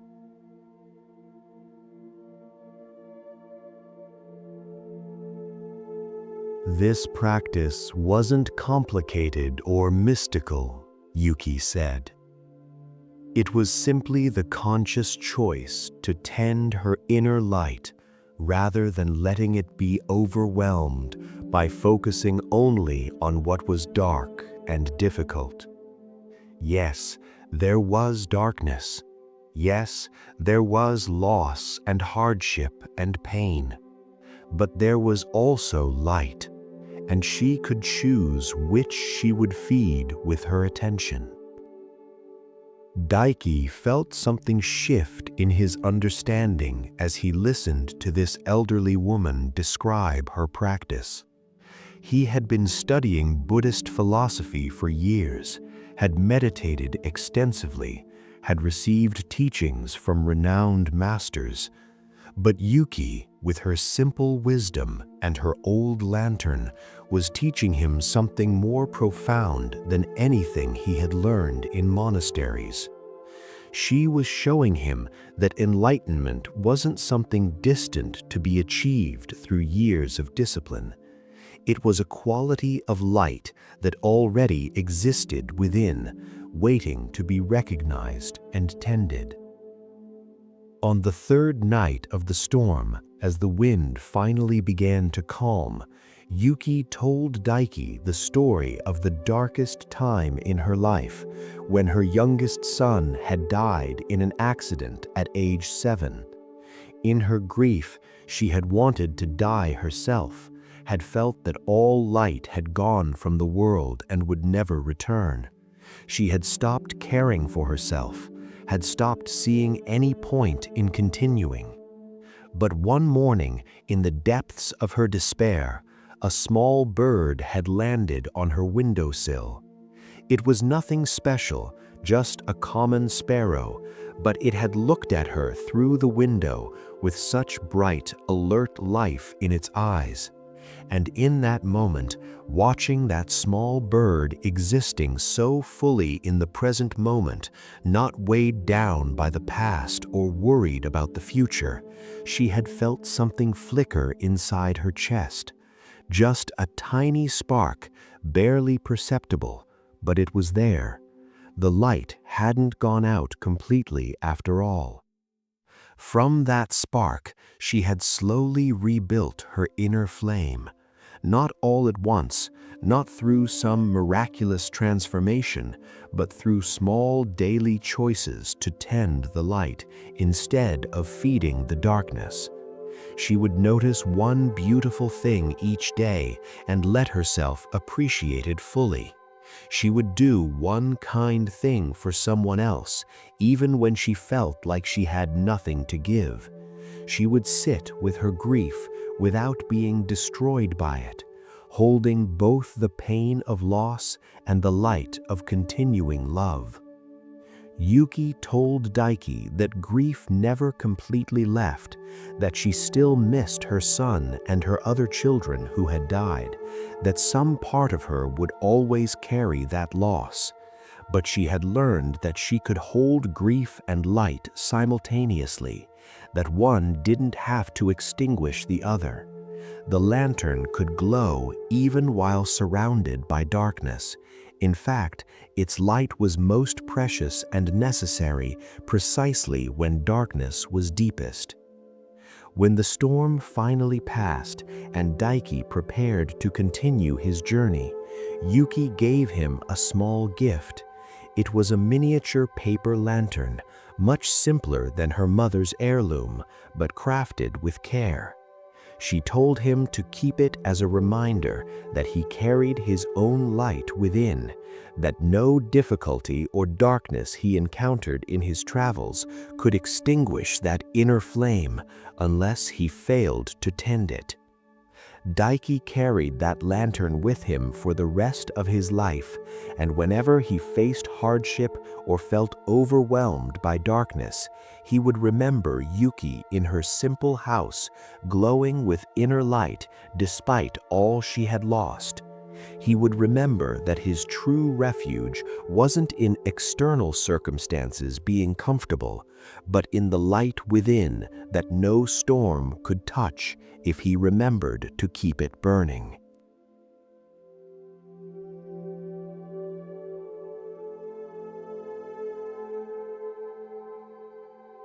The teaching of the lantern that Yuki shared with Daiki points to one of the most essential but frequently misunderstood aspects of spiritual practice. We spend enormous energy trying to arrange our external circumstances to provide us with happiness, light, and peace. We believe that if we can just get the right job, the right relationship, the right living situation, the right amount of money, then we'll finally have the light we've been seeking. But this approach is fundamentally backwards. It's like trying to make a lantern bright by surrounding it with mirrors instead of lighting the candle inside. The truth that Yuki discovered through her hardships is that the light we're seeking doesn't come from outside. It's not delivered by perfect circumstances or beautiful experiences or the approval of others. It arises from within, from the quality of awareness and appreciation and meaning that we bring to whatever circumstances we find ourselves in. This doesn't mean external conditions don't matter. Of course they do. But it means that your capacity for contentment and peace doesn't have to depend entirely on those conditions being exactly right. Think about your own relationship to happiness and fulfillment. How much of your energy goes into trying to manipulate external circumstances to make them provide you with what you're looking for? How often do you think, "I'll be happy when," and fill in the blank with some future condition? When I get that promotion, when I find a partner, when I lose weight, when I retire, when my children are grown, when I have more money, when the pandemic ends, when the political situation improves. This constant deferral of contentment to future circumstances is exhausting and ultimately futile, because there will always be another when ahead of you. You might achieve the promotion only to find new workplace pressures that prevent happiness. You might find a partner only to discover that relationships bring their own challenges. You might finally reach retirement only to face health issues or the loss of purpose that work provided. The conditions for perfect happiness are never fully met because life is constantly presenting new challenges alongside whatever improvements occur. Yuki's practice of tending her inner light offers a different approach. Instead of waiting for circumstances to provide her with reasons to be content, she actively cultivated contentment regardless of circumstances. This wasn't denial of difficulty or pretending that loss and hardship weren't real. She acknowledged the darkness fully, but she chose not to let the darkness be the only thing she attended to. She consciously looked and appreciated whatever light was present, however small. The practice begins with what Yuki described as gratitude for small things. This isn't the grand gratitude for major blessings, though that has its place.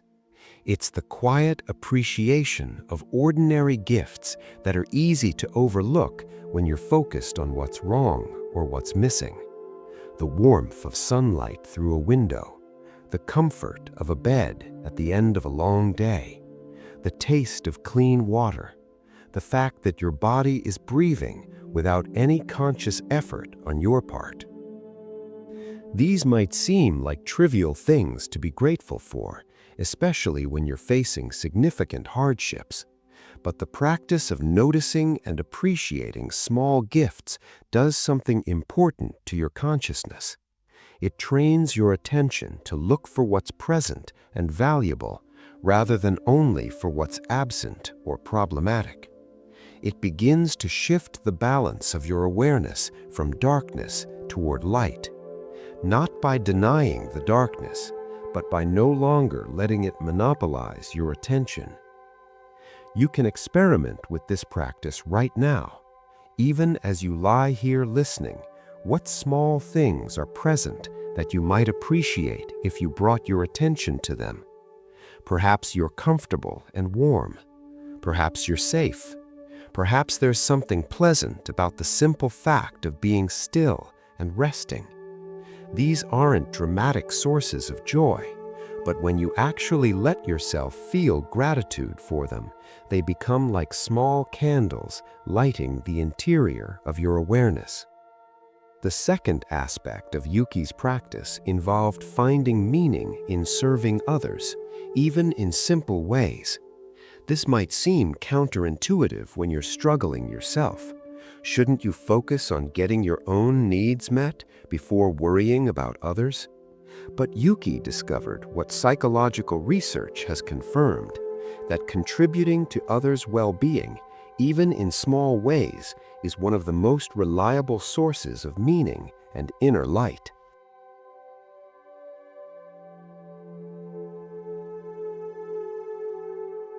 This doesn't mean neglecting your own needs or martyring yourself for others. It means recognizing that you always have something to offer, even in your darkest times. When Yuki welcomed Daiki into her home during the storm, she was giving from genuine generosity despite her poverty. And that generosity brightened her inner light more than keeping her meager resources to herself would have.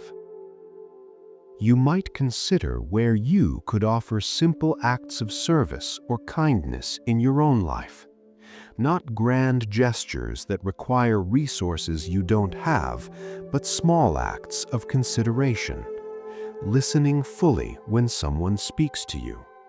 Offering a genuine compliment. Holding a door. Sharing something you've learned. These small gifts create ripples of light that benefit both the receiver and the giver.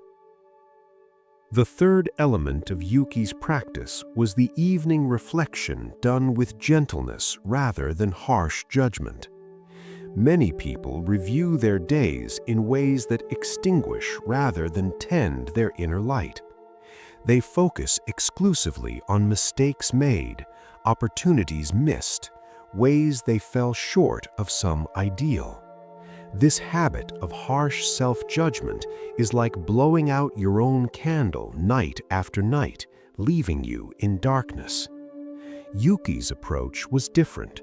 She would reflect on the day with the kind of gentle honesty you might offer a dear friend. Yes, noticing where she might have responded more skillfully, but also acknowledging efforts made, moments of beauty appreciated, connections enjoyed, forgiving herself for being human and imperfect. This gentle reflection allowed her to learn from experience without being crushed by self-criticism. You can practice this tonight as you prepare for sleep. Instead of rehearsing everything you should have done differently today, can you offer yourself the gentle review that Yuki practiced? What moments from today are worth appreciating?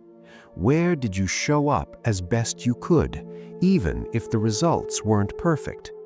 What can you forgive yourself for? This isn't about becoming self-satisfied or refusing to acknowledge mistakes. It's about tending your inner light rather than snuffing it out with harsh judgment.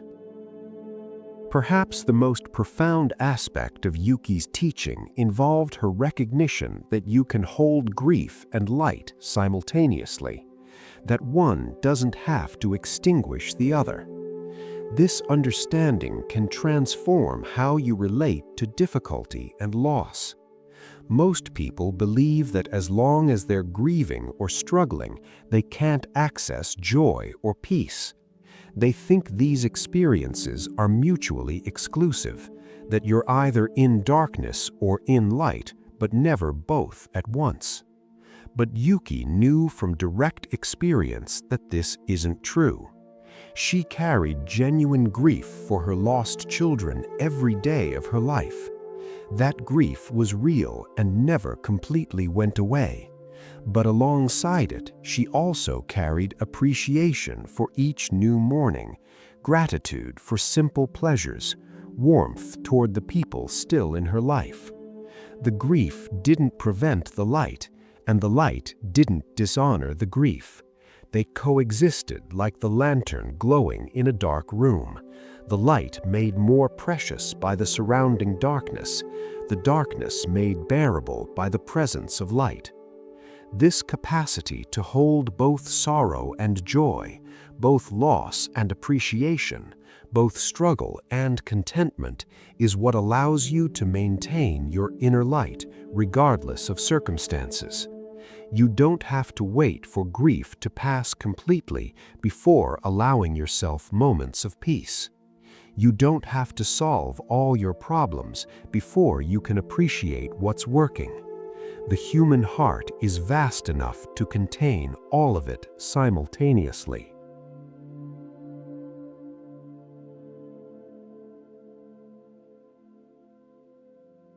The practice of self-illumination that Yuki embodied isn't about becoming perpetually cheerful or pretending that everything is wonderful when it's not. It's about recognizing that regardless of what's happening externally, you have the capacity to tend an inner flame that provides warmth, meaning, and orientation. This flame might burn low during the hardest times, might seem nearly extinguished in moments of deep crisis, but as Yuki discovered with the sparrow at her window, it's never completely gone unless you stop tending it altogether. Tending this flame is a daily practice, not a one-time achievement. Just as a real lantern needs its candle to be protected from wind and weather, your inner light needs ongoing care and attention. The forces of worry, resentment, harsh self-judgment, and despair are like strong winds that can blow out your flame if you don't actively protect it. The practice is learning to create shelter for your light through intentional attention to what nourishes rather than depletes you. This might mean being selective about what you consume through media and entertainment. Constant exposure to upsetting news or content designed to provoke anxiety and outrage is like standing in a storm wind with an unprotected candle. You can stay informed and engaged without drowning in a constant stream of distressing information. Protecting your light sometimes means turning away from what feeds darkness. It might mean being careful about the company you keep. Some people, through their own unresolved pain or habitual negativity, function like wind trying to blow out your flame. You can have compassion for their struggle while also recognizing that you need to limit exposure to their influence when you're working to maintain your own light. This isn't selfish, it's wise. You can't help others find their way out of darkness if you let them pull you into it. The deepest understanding that Yuki's teaching offers is that your essential nature is light, not darkness. The darkness is real, it's present, but it's not what you fundamentally are. You are the awareness that can witness both darkness and light, the consciousness within which all experiences arise. And this consciousness itself has a quality that could be called luminous, capable of illuminating whatever it touches with understanding and acceptance. When you identify yourself as the lantern rather than as the darkness surrounding it, everything shifts. Difficulties remain real, but they no longer define you. You are not your grief, though you experience grief. You are not your anxiety, though anxiety arises. You are the light of awareness within which all these experiences come and go, and that light cannot be fundamentally damaged by any experience, however painful. As you prepare to sleep tonight, imagine yourself as Yuki's lantern. Feel into the light that burns at your center, the awareness that's been present for every moment of your life, witnessing everything, never destroyed by anything. Let external circumstances be like the darkness outside the lantern, real but separate from the light inside. You don't have to fix all the darkness tonight. You just need to tend your flame, to protect it gently, to let it burn steadily through the night. And trust that come morning, whether the storm has passed or still rages, you'll find your light still burning, ready to illuminate another day. You are the light. You have always been the light. Rest in that knowing. The river's wisdom.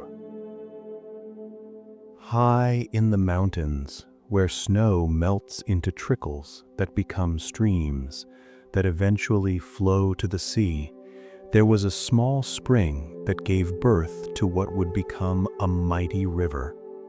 But at its source, the water was barely more than a seep, emerging from between rocks so slowly that it seemed it would never go anywhere, never become anything more than a damp patch on the mountainside.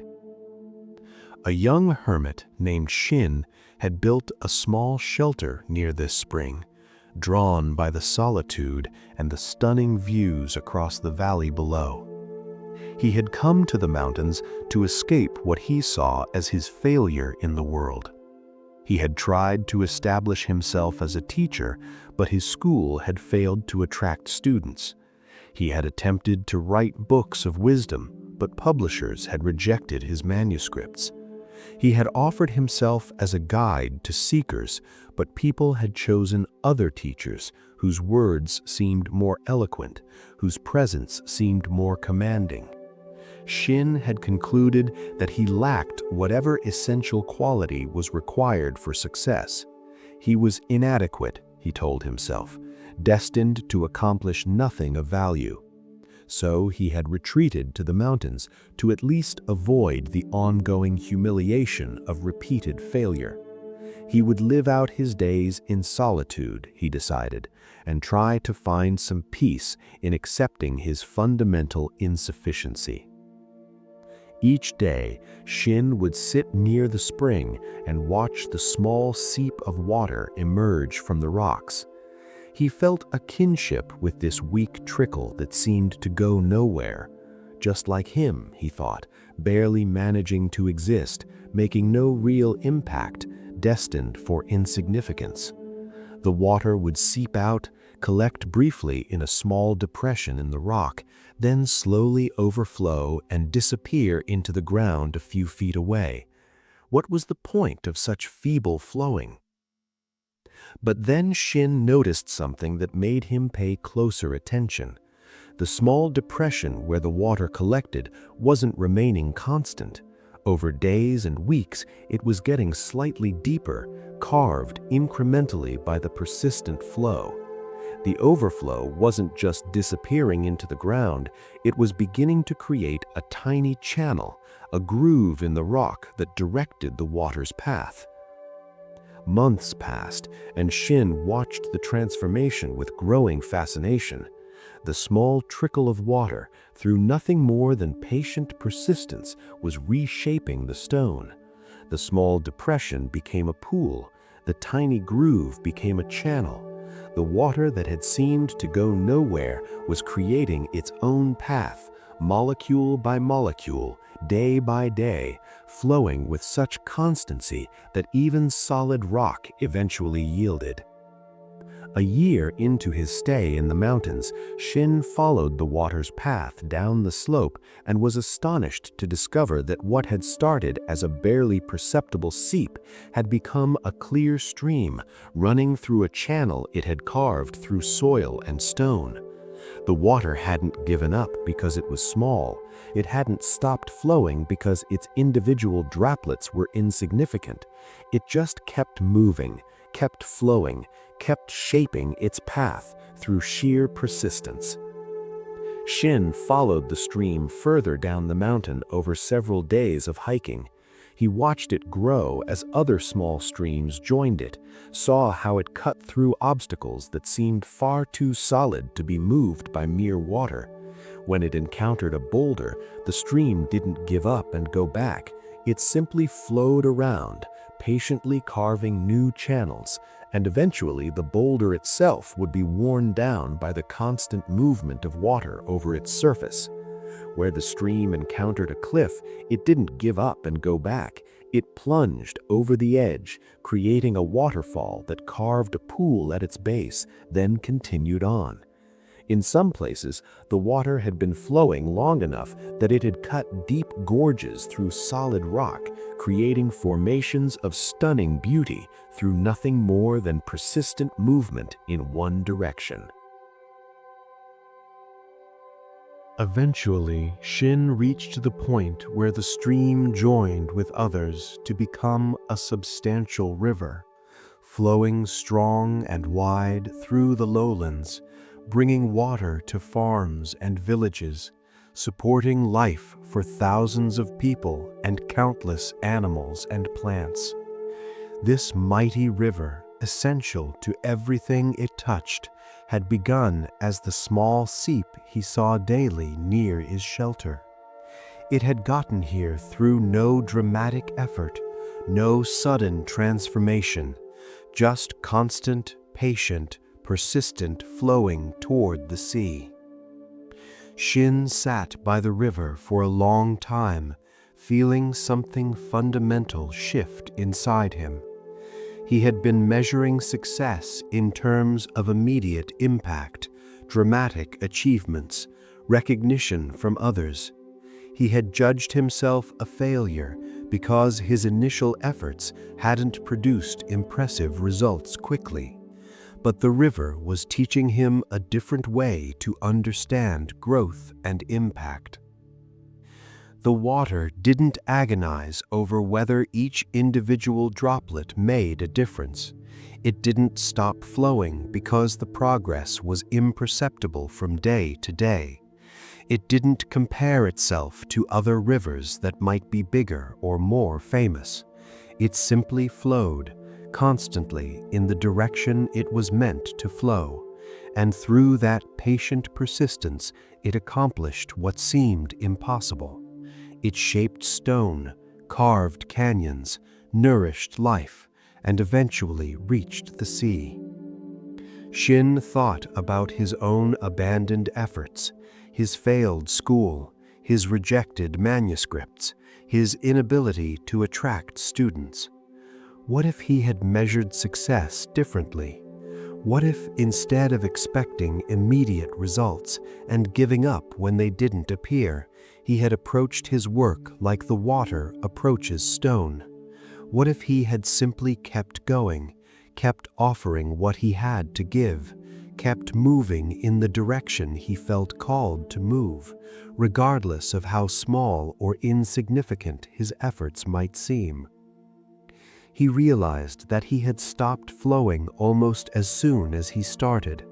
At the first obstacle, the first rejection, the first sign that success wouldn't come easily and quickly, he concluded he was insufficient and given up.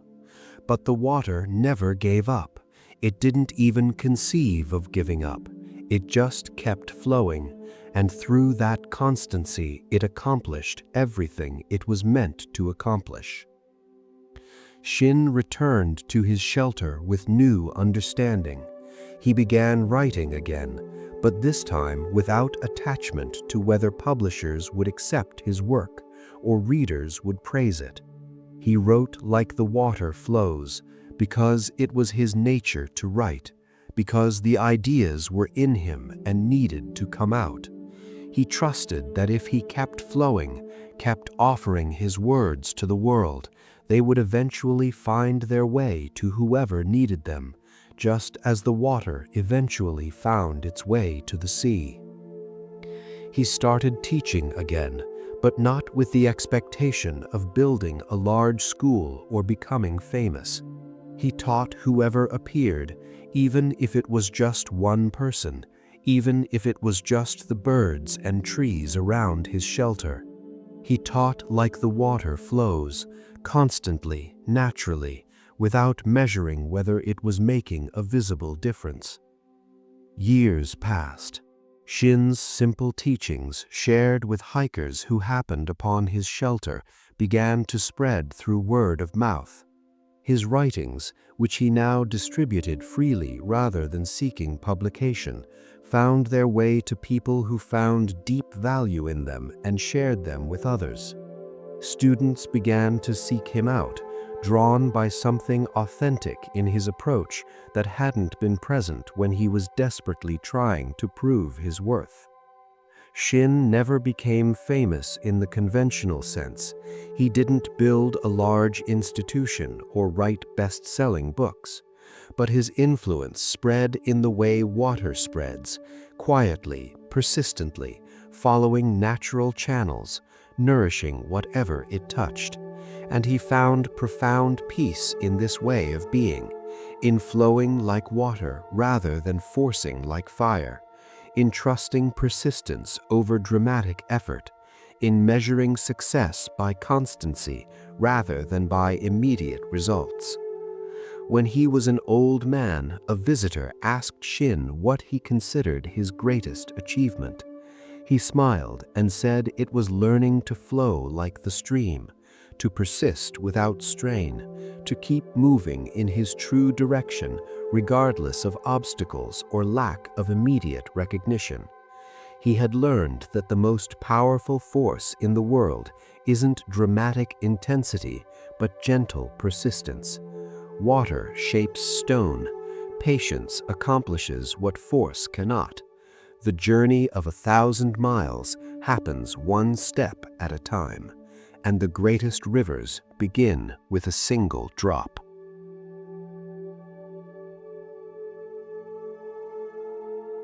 The teaching that Shin learns from watching the stream emerge and become a river addresses one of the most painful aspects of human experience. We want results now, transformation immediately, success quickly. We live in a culture that celebrates overnight achievements and dramatic breakthroughs, while largely ignoring the slow, patient work that actually creates lasting change. When our efforts don't produce impressive results quickly, we tend to conclude we're doing something wrong or that we're fundamentally inadequate. But the river teaches a different understanding of how growth and accomplishment actually work. Meaningful change rarely happens through dramatic effort or sudden transformation. It happens through persistent movement in the right direction, through showing up again and again, even when progress seems imperceptible, through trusting that small actions repeated consistently have a cumulative power that exceeds what any single dramatic effort could achieve. Think about the areas of your life where you've given up because results didn't come quickly enough. Maybe you tried meditation but stopped after a few weeks because you didn't achieve the peace you were seeking. Maybe you started learning a skill but abandoned it when you didn't show immediate talent. Maybe you began working toward a meaningful goal but gave up when early efforts didn't produce visible progress. In each case, you stopped flowing, stopped persisting, because you measured success only by immediate results rather than by the constancy of your effort. The stream doesn't measure its success by how far it flows in a single day. It doesn't compare itself to rivers that have been flowing longer or through easier terrain. It simply flows. and through that flowing, it accomplishes its purpose.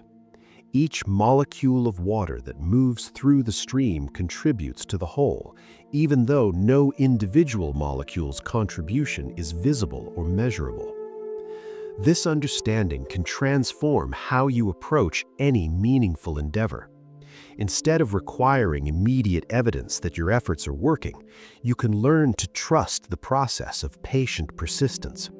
You can show up to your meditation cushion day after day, even when some days seem unsuccessful, knowing that you're flowing in the direction of greater awareness and peace, even when individual sessions don't produce dramatic insights. You can keep practicing your skill even through the frustrating early stages when progress is slow, trusting that consistency will eventually create capability that dramatic but sporadic effort never could. The river's teaching is especially important for creative work. Writing, painting, composing music, any creative endeavor requires the patience to continue producing work even when it seems inadequate, even when it's rejected, even when you can't see how your current efforts are leading anywhere. Shin's transformation came when he stopped writing to impress publishers and started writing like water flows, because it was his nature to write, because the words were in him seeking expression. This shift from outcome-focused effort to process-focused flow makes the work itself sustainable. When your measure of success is whether you showed up and did the work, rather than whether the work produced impressive results, you can continue regardless of external validation. You become like the stream that keeps flowing, whether anyone is watching or appreciating it, that shapes stone, whether anyone notices the slow changes. The teaching about patience that flows through Shin's story also addresses the suffering that comes from comparing yourself to others who seem more successful or talented. The small seep of water near Shin's shelter might have looked at other streams that were already larger and flowing faster and concluded it could never become significant. But water doesn't work that way.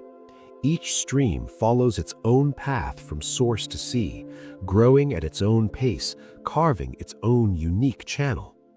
You are on your own path, emerging from your own particular source, flowing toward your own sea.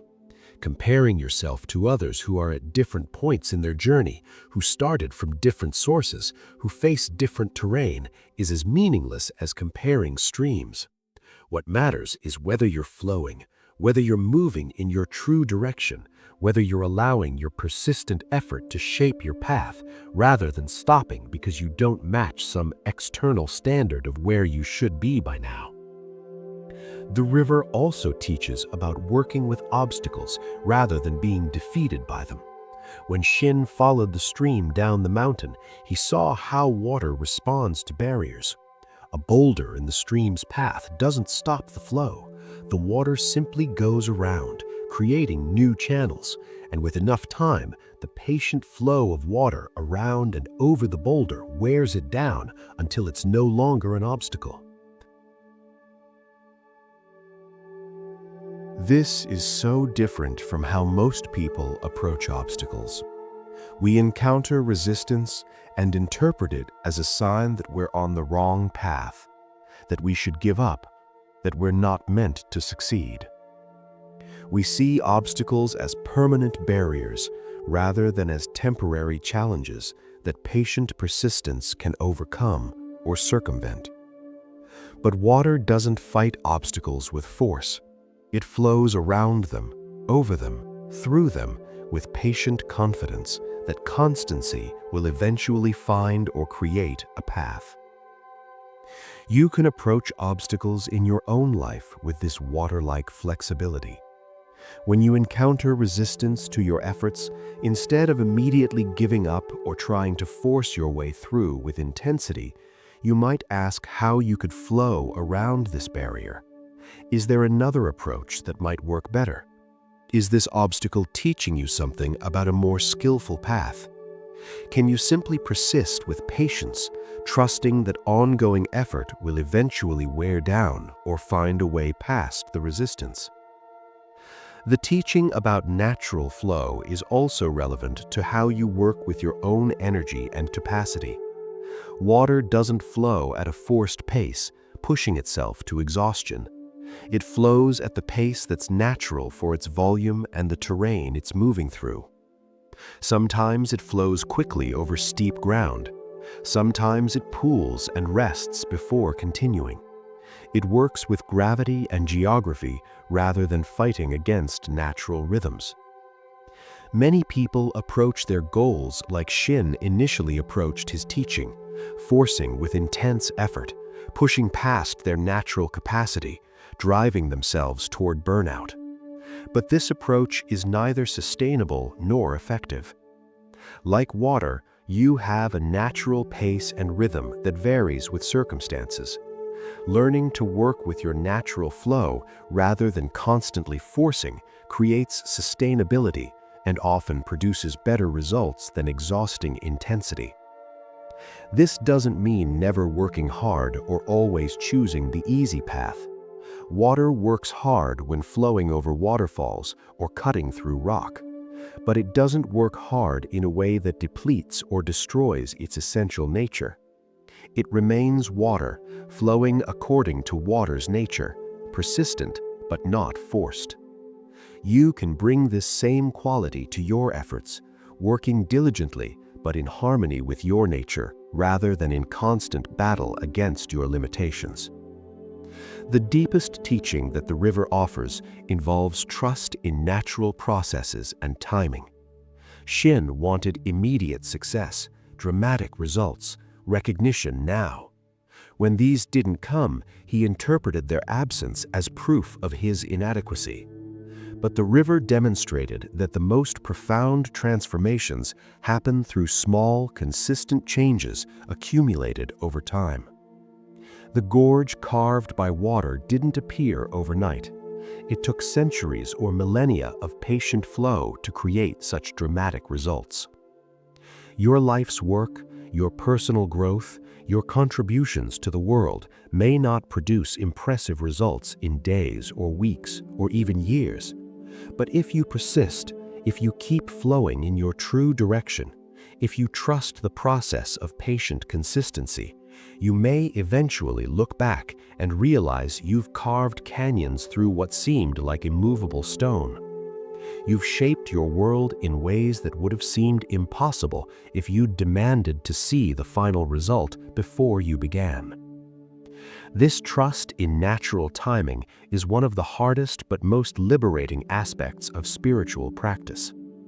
We want enlightenment now, peace immediately, transformation without the slow work of showing up day after day. But consciousness, like canyons, is shaped through patient persistence, not through dramatic force. The meditation practice that seems to produce no results for months suddenly reveals it's been working all along. The personal pattern you've been addressing with gentle awareness for years suddenly releases. The seeds you've been planting through small acts of kindness unexpectedly bloom into a garden. The teaching invites you to measure your life not by dramatic achievements or visible success, but by the constancy of your flow. Are you moving, however slowly, in the direction your deepest self is calling you to move?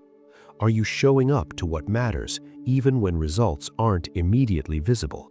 Are you trusting that persistence shapes stone, that patience accomplishes what force cannot, that the greatest rivers begin with a single drop? As you settle into sleep tonight, let yourself flow like water toward rest. Don't force sleep to come. Don't strain to make your mind quiet. Don't measure whether you're doing it right. Just allow yourself to move naturally in the direction of rest, with the patience and trust of water flowing downhill. Each breath is a drop joining the stream. Each moment of release is water finding its path. You don't have to carve the whole canyon tonight. You just have to flow, naturally, persistently, trusting that you're going where you need to go, becoming what you're meant to become. One breath, one moment, one small, persistent movement at a time.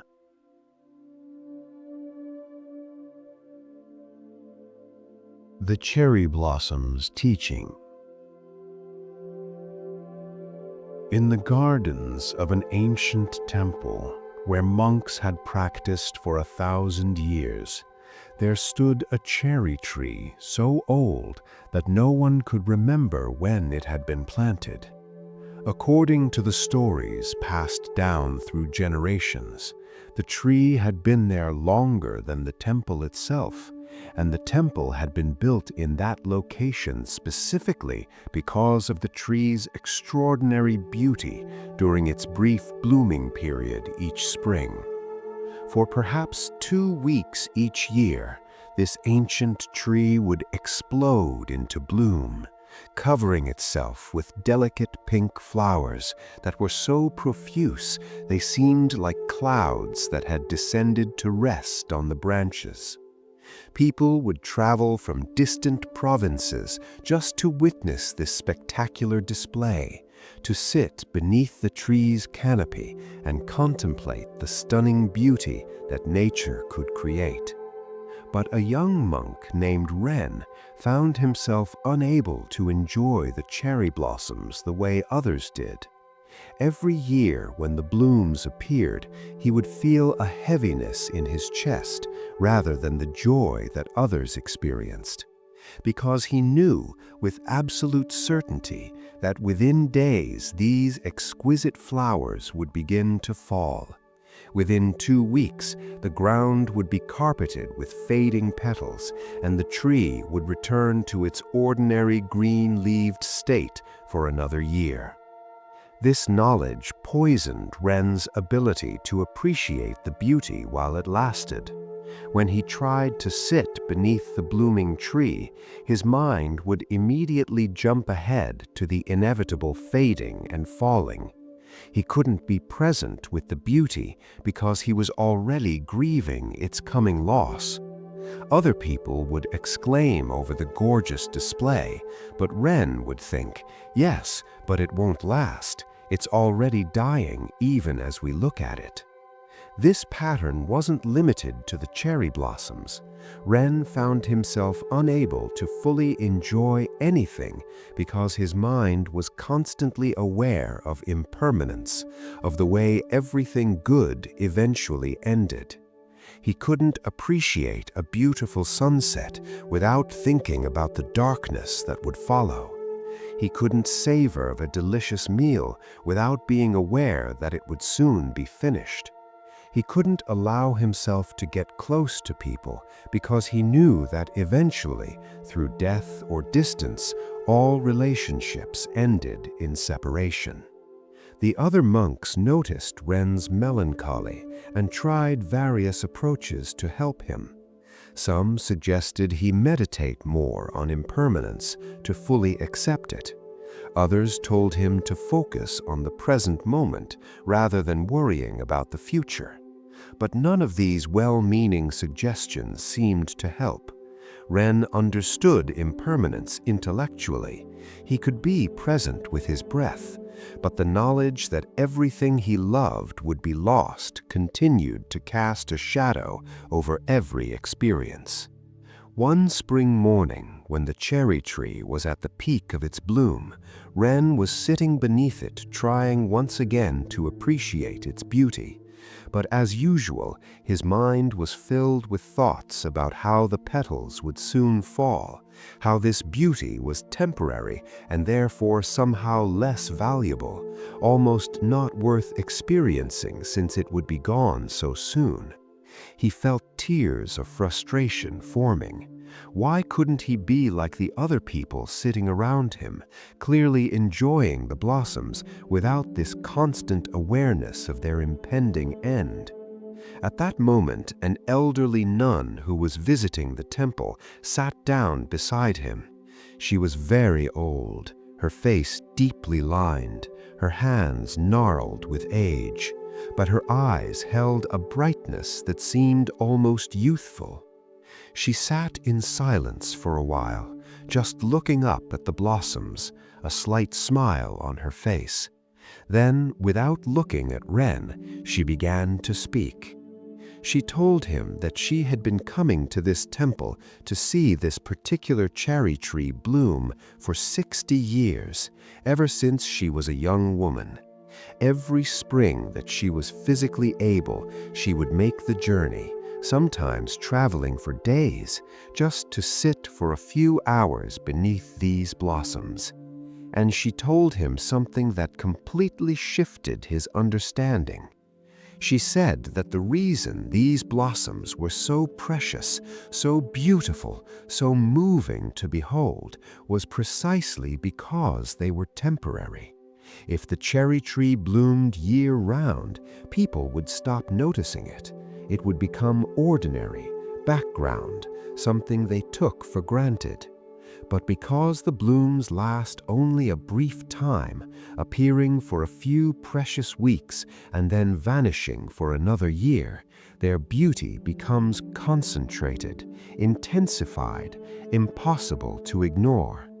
The nun explained that she had watched many people die over her long lifetime. She had buried her parents, her husband, many friends, and 2 of her own children.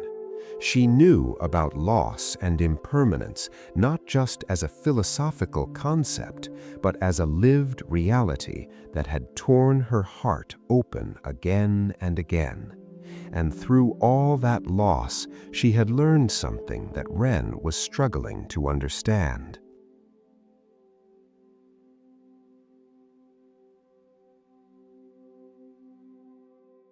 She had learned that impermanence doesn't diminish beauty or love or meaning, it intensifies them. The fact that these cherry blossoms will fall doesn't make them less beautiful. It makes them more beautiful, more precious, more worthy of complete attention while they're here. The fact that we won't be with our loved ones forever doesn't make those relationships less valuable. It makes every moment we have together irreplaceable, sacred, deserving of our full presence. The nun told Ren that his pain came not from understanding impermanence, but from resisting it. He was trying to hold on to things that by their very nature couldn't be held. He was grieving the future loss of things he still had, which meant he was experiencing the pain of loss twice. Once in anticipation and once when the actual ending came. This anticipatory grief was stealing the joy he could have been experiencing in the present moment. She asked him a question that pierced through all his defenses. If you knew these blossoms would last forever, would you be sitting here right now paying such close attention to them? Or would you be somewhere else, assuming you could always see them tomorrow? Ren realized the truth immediately. If the blossoms lasted forever, he probably wouldn't bother making time to appreciate them. He'd think, I'll look at them later, and later would never come because there would always be more time. The nun smiled and said that this was the cherry blossom's teaching. Its brief, exquisite flowering shows us that beauty and impermanence are not separate. They're 2 aspects of the same truth. Everything that begins also ends. Everything that comes into being passes away, and this very fact is what makes the blooming precious beyond measure. The blossoms teach us to be present, to pay attention, to appreciate fully while we can, because this exact moment won't come again. She suggested that Ren try a different practice. Instead of trying to ignore or accept impermanence, what if he celebrated it? What if he allowed the knowledge that these blossoms would fall to intensify his appreciation of them while they were present? What if he let the fact that this sunset would end make it more beautiful rather than less? What if he allowed the certainty that his time with loved ones was limited to help him show up more fully in the time he had? Ren sat with this teaching as the nun quietly stood and bowed to the tree before continuing on her way. He looked up at the blossoms overhead, and for the first time he truly saw them, not through the filter of worry about when they would fall, but in their full present reality. He saw how the light filtered through the delicate pink petals. He noticed the subtle variations in color from blossom to blossom. He felt the gentle breeze that stirred the branches and released a few petals to spiral down around him.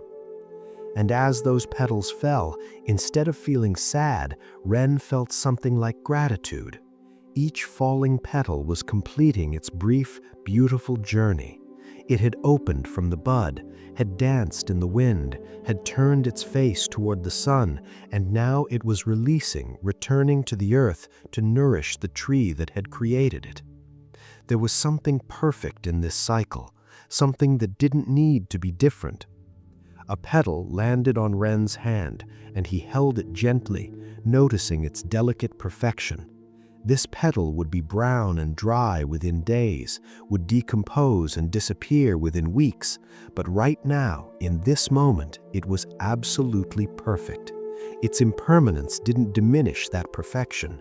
It was the very fact of its impermanence that made it so precious.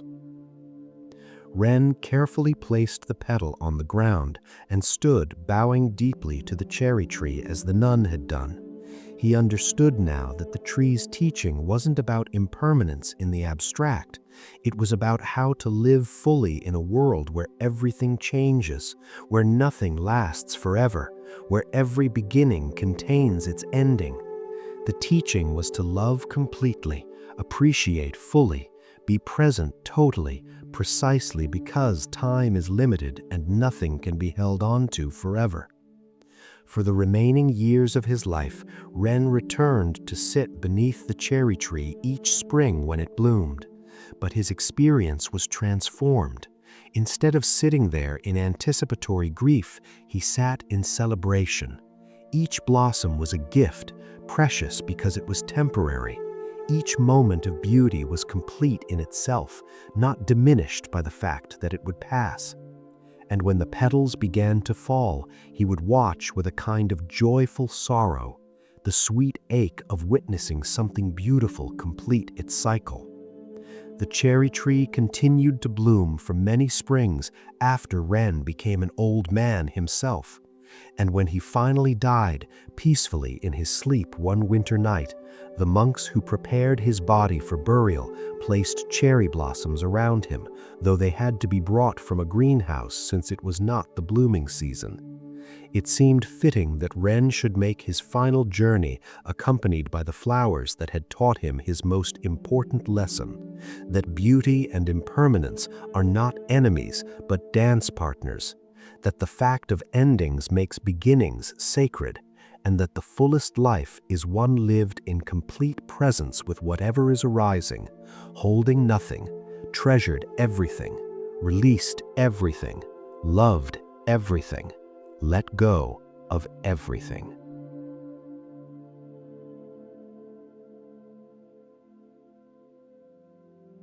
The teaching that Ren learned from the cherry blossoms and the wise nun speaks to one of the deepest sources of human suffering. We know intellectually that everything changes, that nothing lasts forever, that everyone we love will eventually die, and so will we. But we spend enormous energy trying to deny this truth, trying to create permanence in an impermanent world, trying to hold on to what by its very nature cannot be held.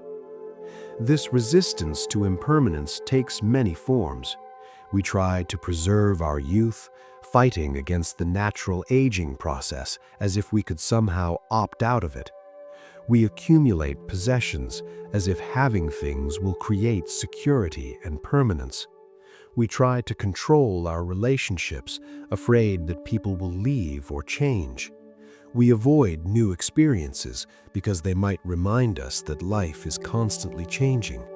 We distract ourselves from thoughts of death and ending, keeping ourselves perpetually busy so we don't have to face the fact that our time is limited. But this resistance to impermanence doesn't protect us from it. It just makes us suffer in anticipation of the inevitable, while simultaneously preventing us from fully enjoying what we have while we have it. Like Ren sitting beneath the cherry blossoms, unable to appreciate their beauty because he was already grieving their falling, we steal from ourselves the joy of the present moment by constantly worrying about future loss. The alternative that the cherry blossoms offer isn't to ignore or deny impermanence, it's to embrace it as the very thing that makes life precious and meaningful. Think about why the cherry blossoms are so celebrated in Japanese culture. It's not despite their brief blooming, but because of it. The entire culture stops to appreciate these flowers during their short season because everyone knows this beauty won't last. The impermanence concentrates the attention, intensifies the appreciation, makes the experience sacred. What if you approached your own life with this same understanding? Your time with your children while they're young is precious precisely because childhood is brief. They will grow and change, and you can never get these exact moments back.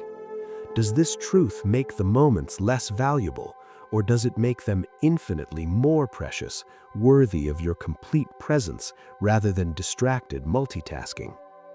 Your health and physical capability are gifts precisely because they're not guaranteed to last forever. Your body will age, will eventually fail in various ways. Does this make your current ability to move, to sense, to engage with the world less valuable?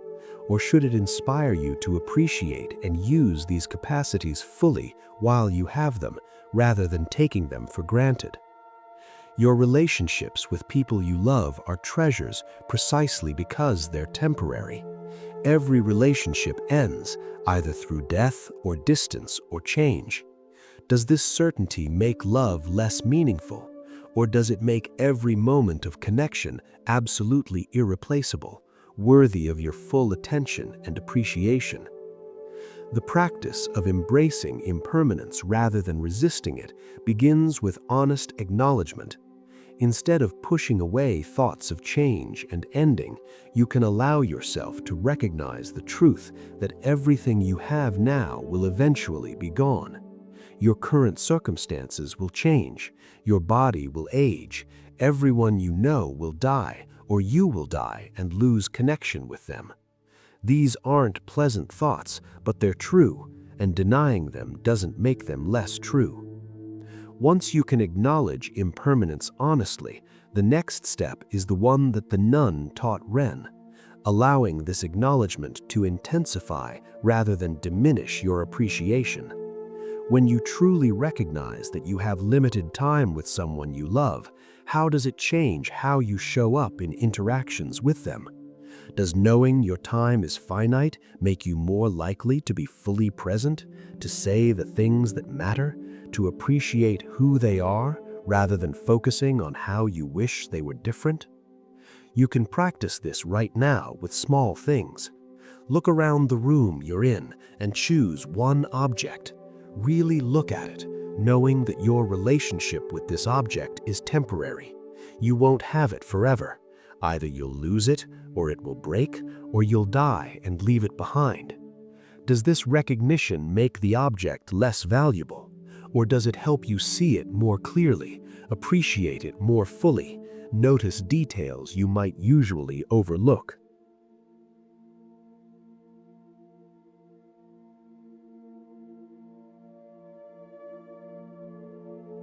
Try the same practice with a person you love.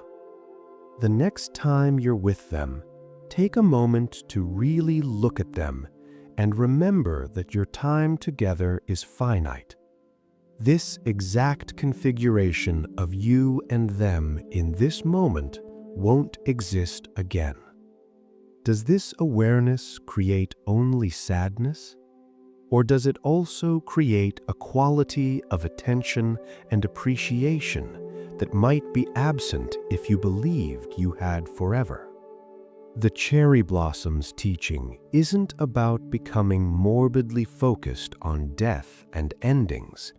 It's about allowing the truth of impermanence to wake you up to the preciousness of what's present. It's about letting the knowledge that things don't last forever inspire you to be more fully alive to them while they're here, rather than using that knowledge to justify avoiding them because they'll eventually end. This teaching also offers freedom from one of the most common sources of suffering, the attempt to make things permanent that are inherently temporary. How much energy do you spend trying to preserve things exactly as they are, trying to prevent change, trying to hold on to what's naturally flowing away? This might show up as trying to keep a relationship exactly as it was in its early days, refusing to acknowledge that both people are growing and changing. Or trying to maintain your body exactly as it was at some earlier point, fighting against natural aging as if it were a personal failure.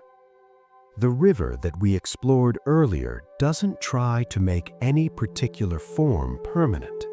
It flows, constantly changing, taking different shapes as the terrain requires, becoming larger or smaller as tributaries join or branch off.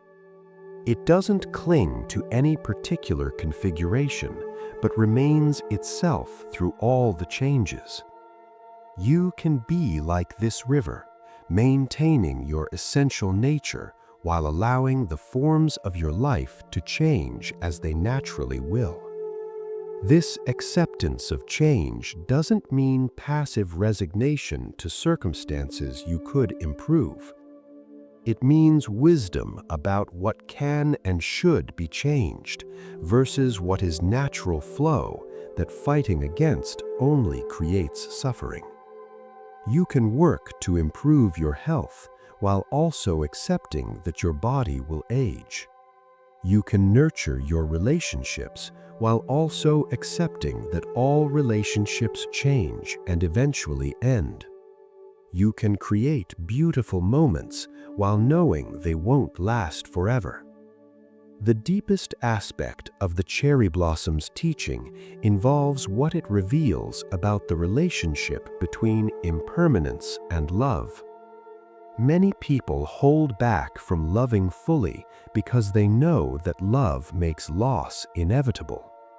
If you don't get attached, they reason, you won't be hurt when things end. But this protective strategy creates a half-lived life where you're never fully present, never fully connected, never fully alive. The cherry tree doesn't hold back from blooming because the blossoms will fall. It bursts forth in full glory, giving everything it has to this brief display of beauty. And when the petals fall, the tree doesn't regret having bloomed. The blooming was worth it precisely because it was temporary.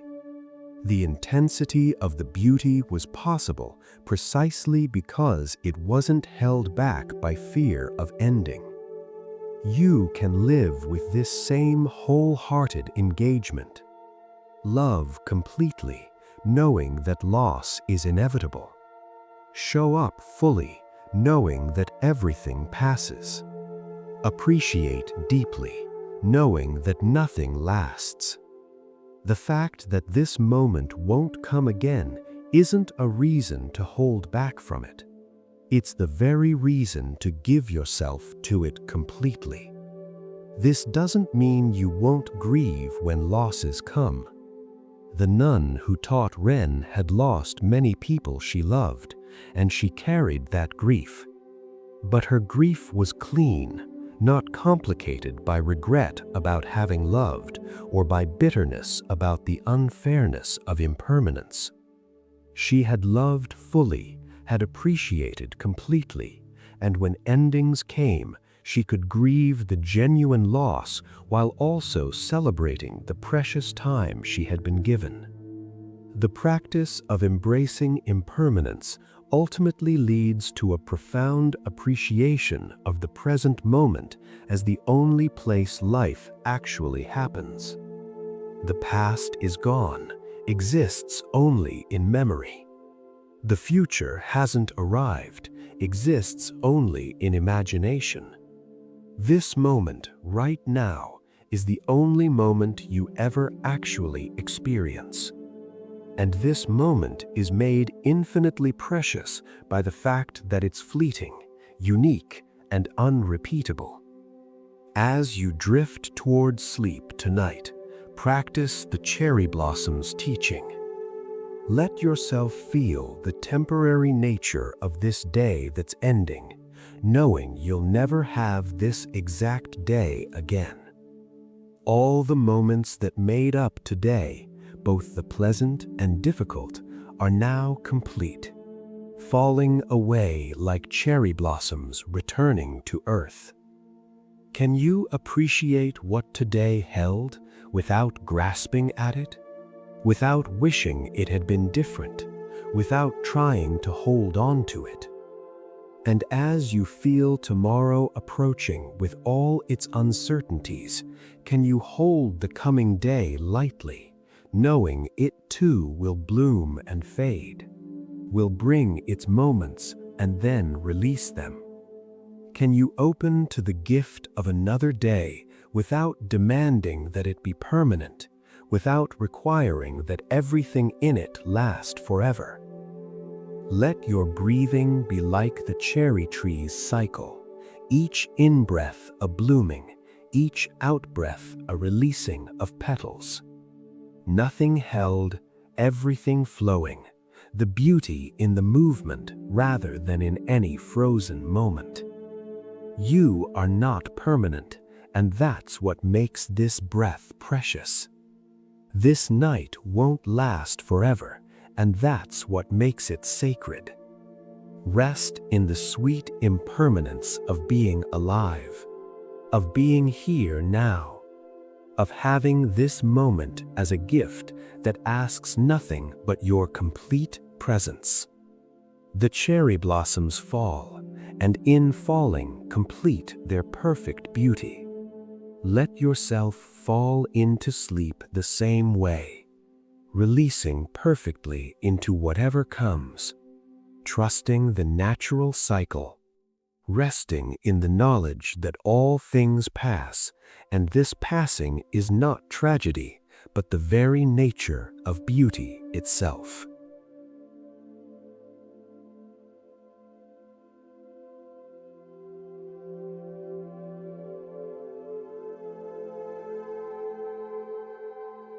As these stories settle into the quiet chambers of your heart, as these teachings dissolve like sugar into water, know that you've touched something ancient and always new. The garden of peace, the empty cup, the bridge between mountains, the silent monk's gift, the fisherman's net, the bowing mountain, the garden of forgiveness, the lantern's light, the river's patient flow, the cherry blossom's brief perfection, all of these have been pointing you home to yourself.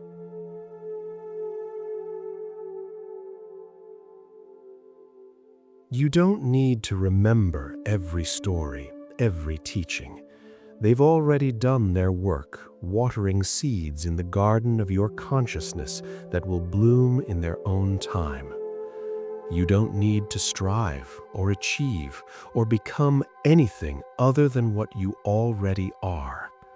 You only need to recognize the peace that's been waiting inside you all along.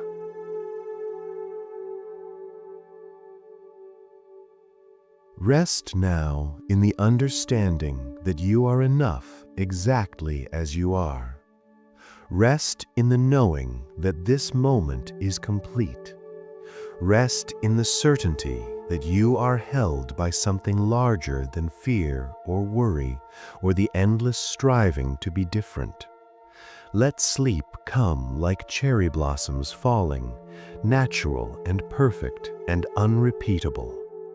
Let your breathing be your meditation, your body your temple, this night your sanctuary.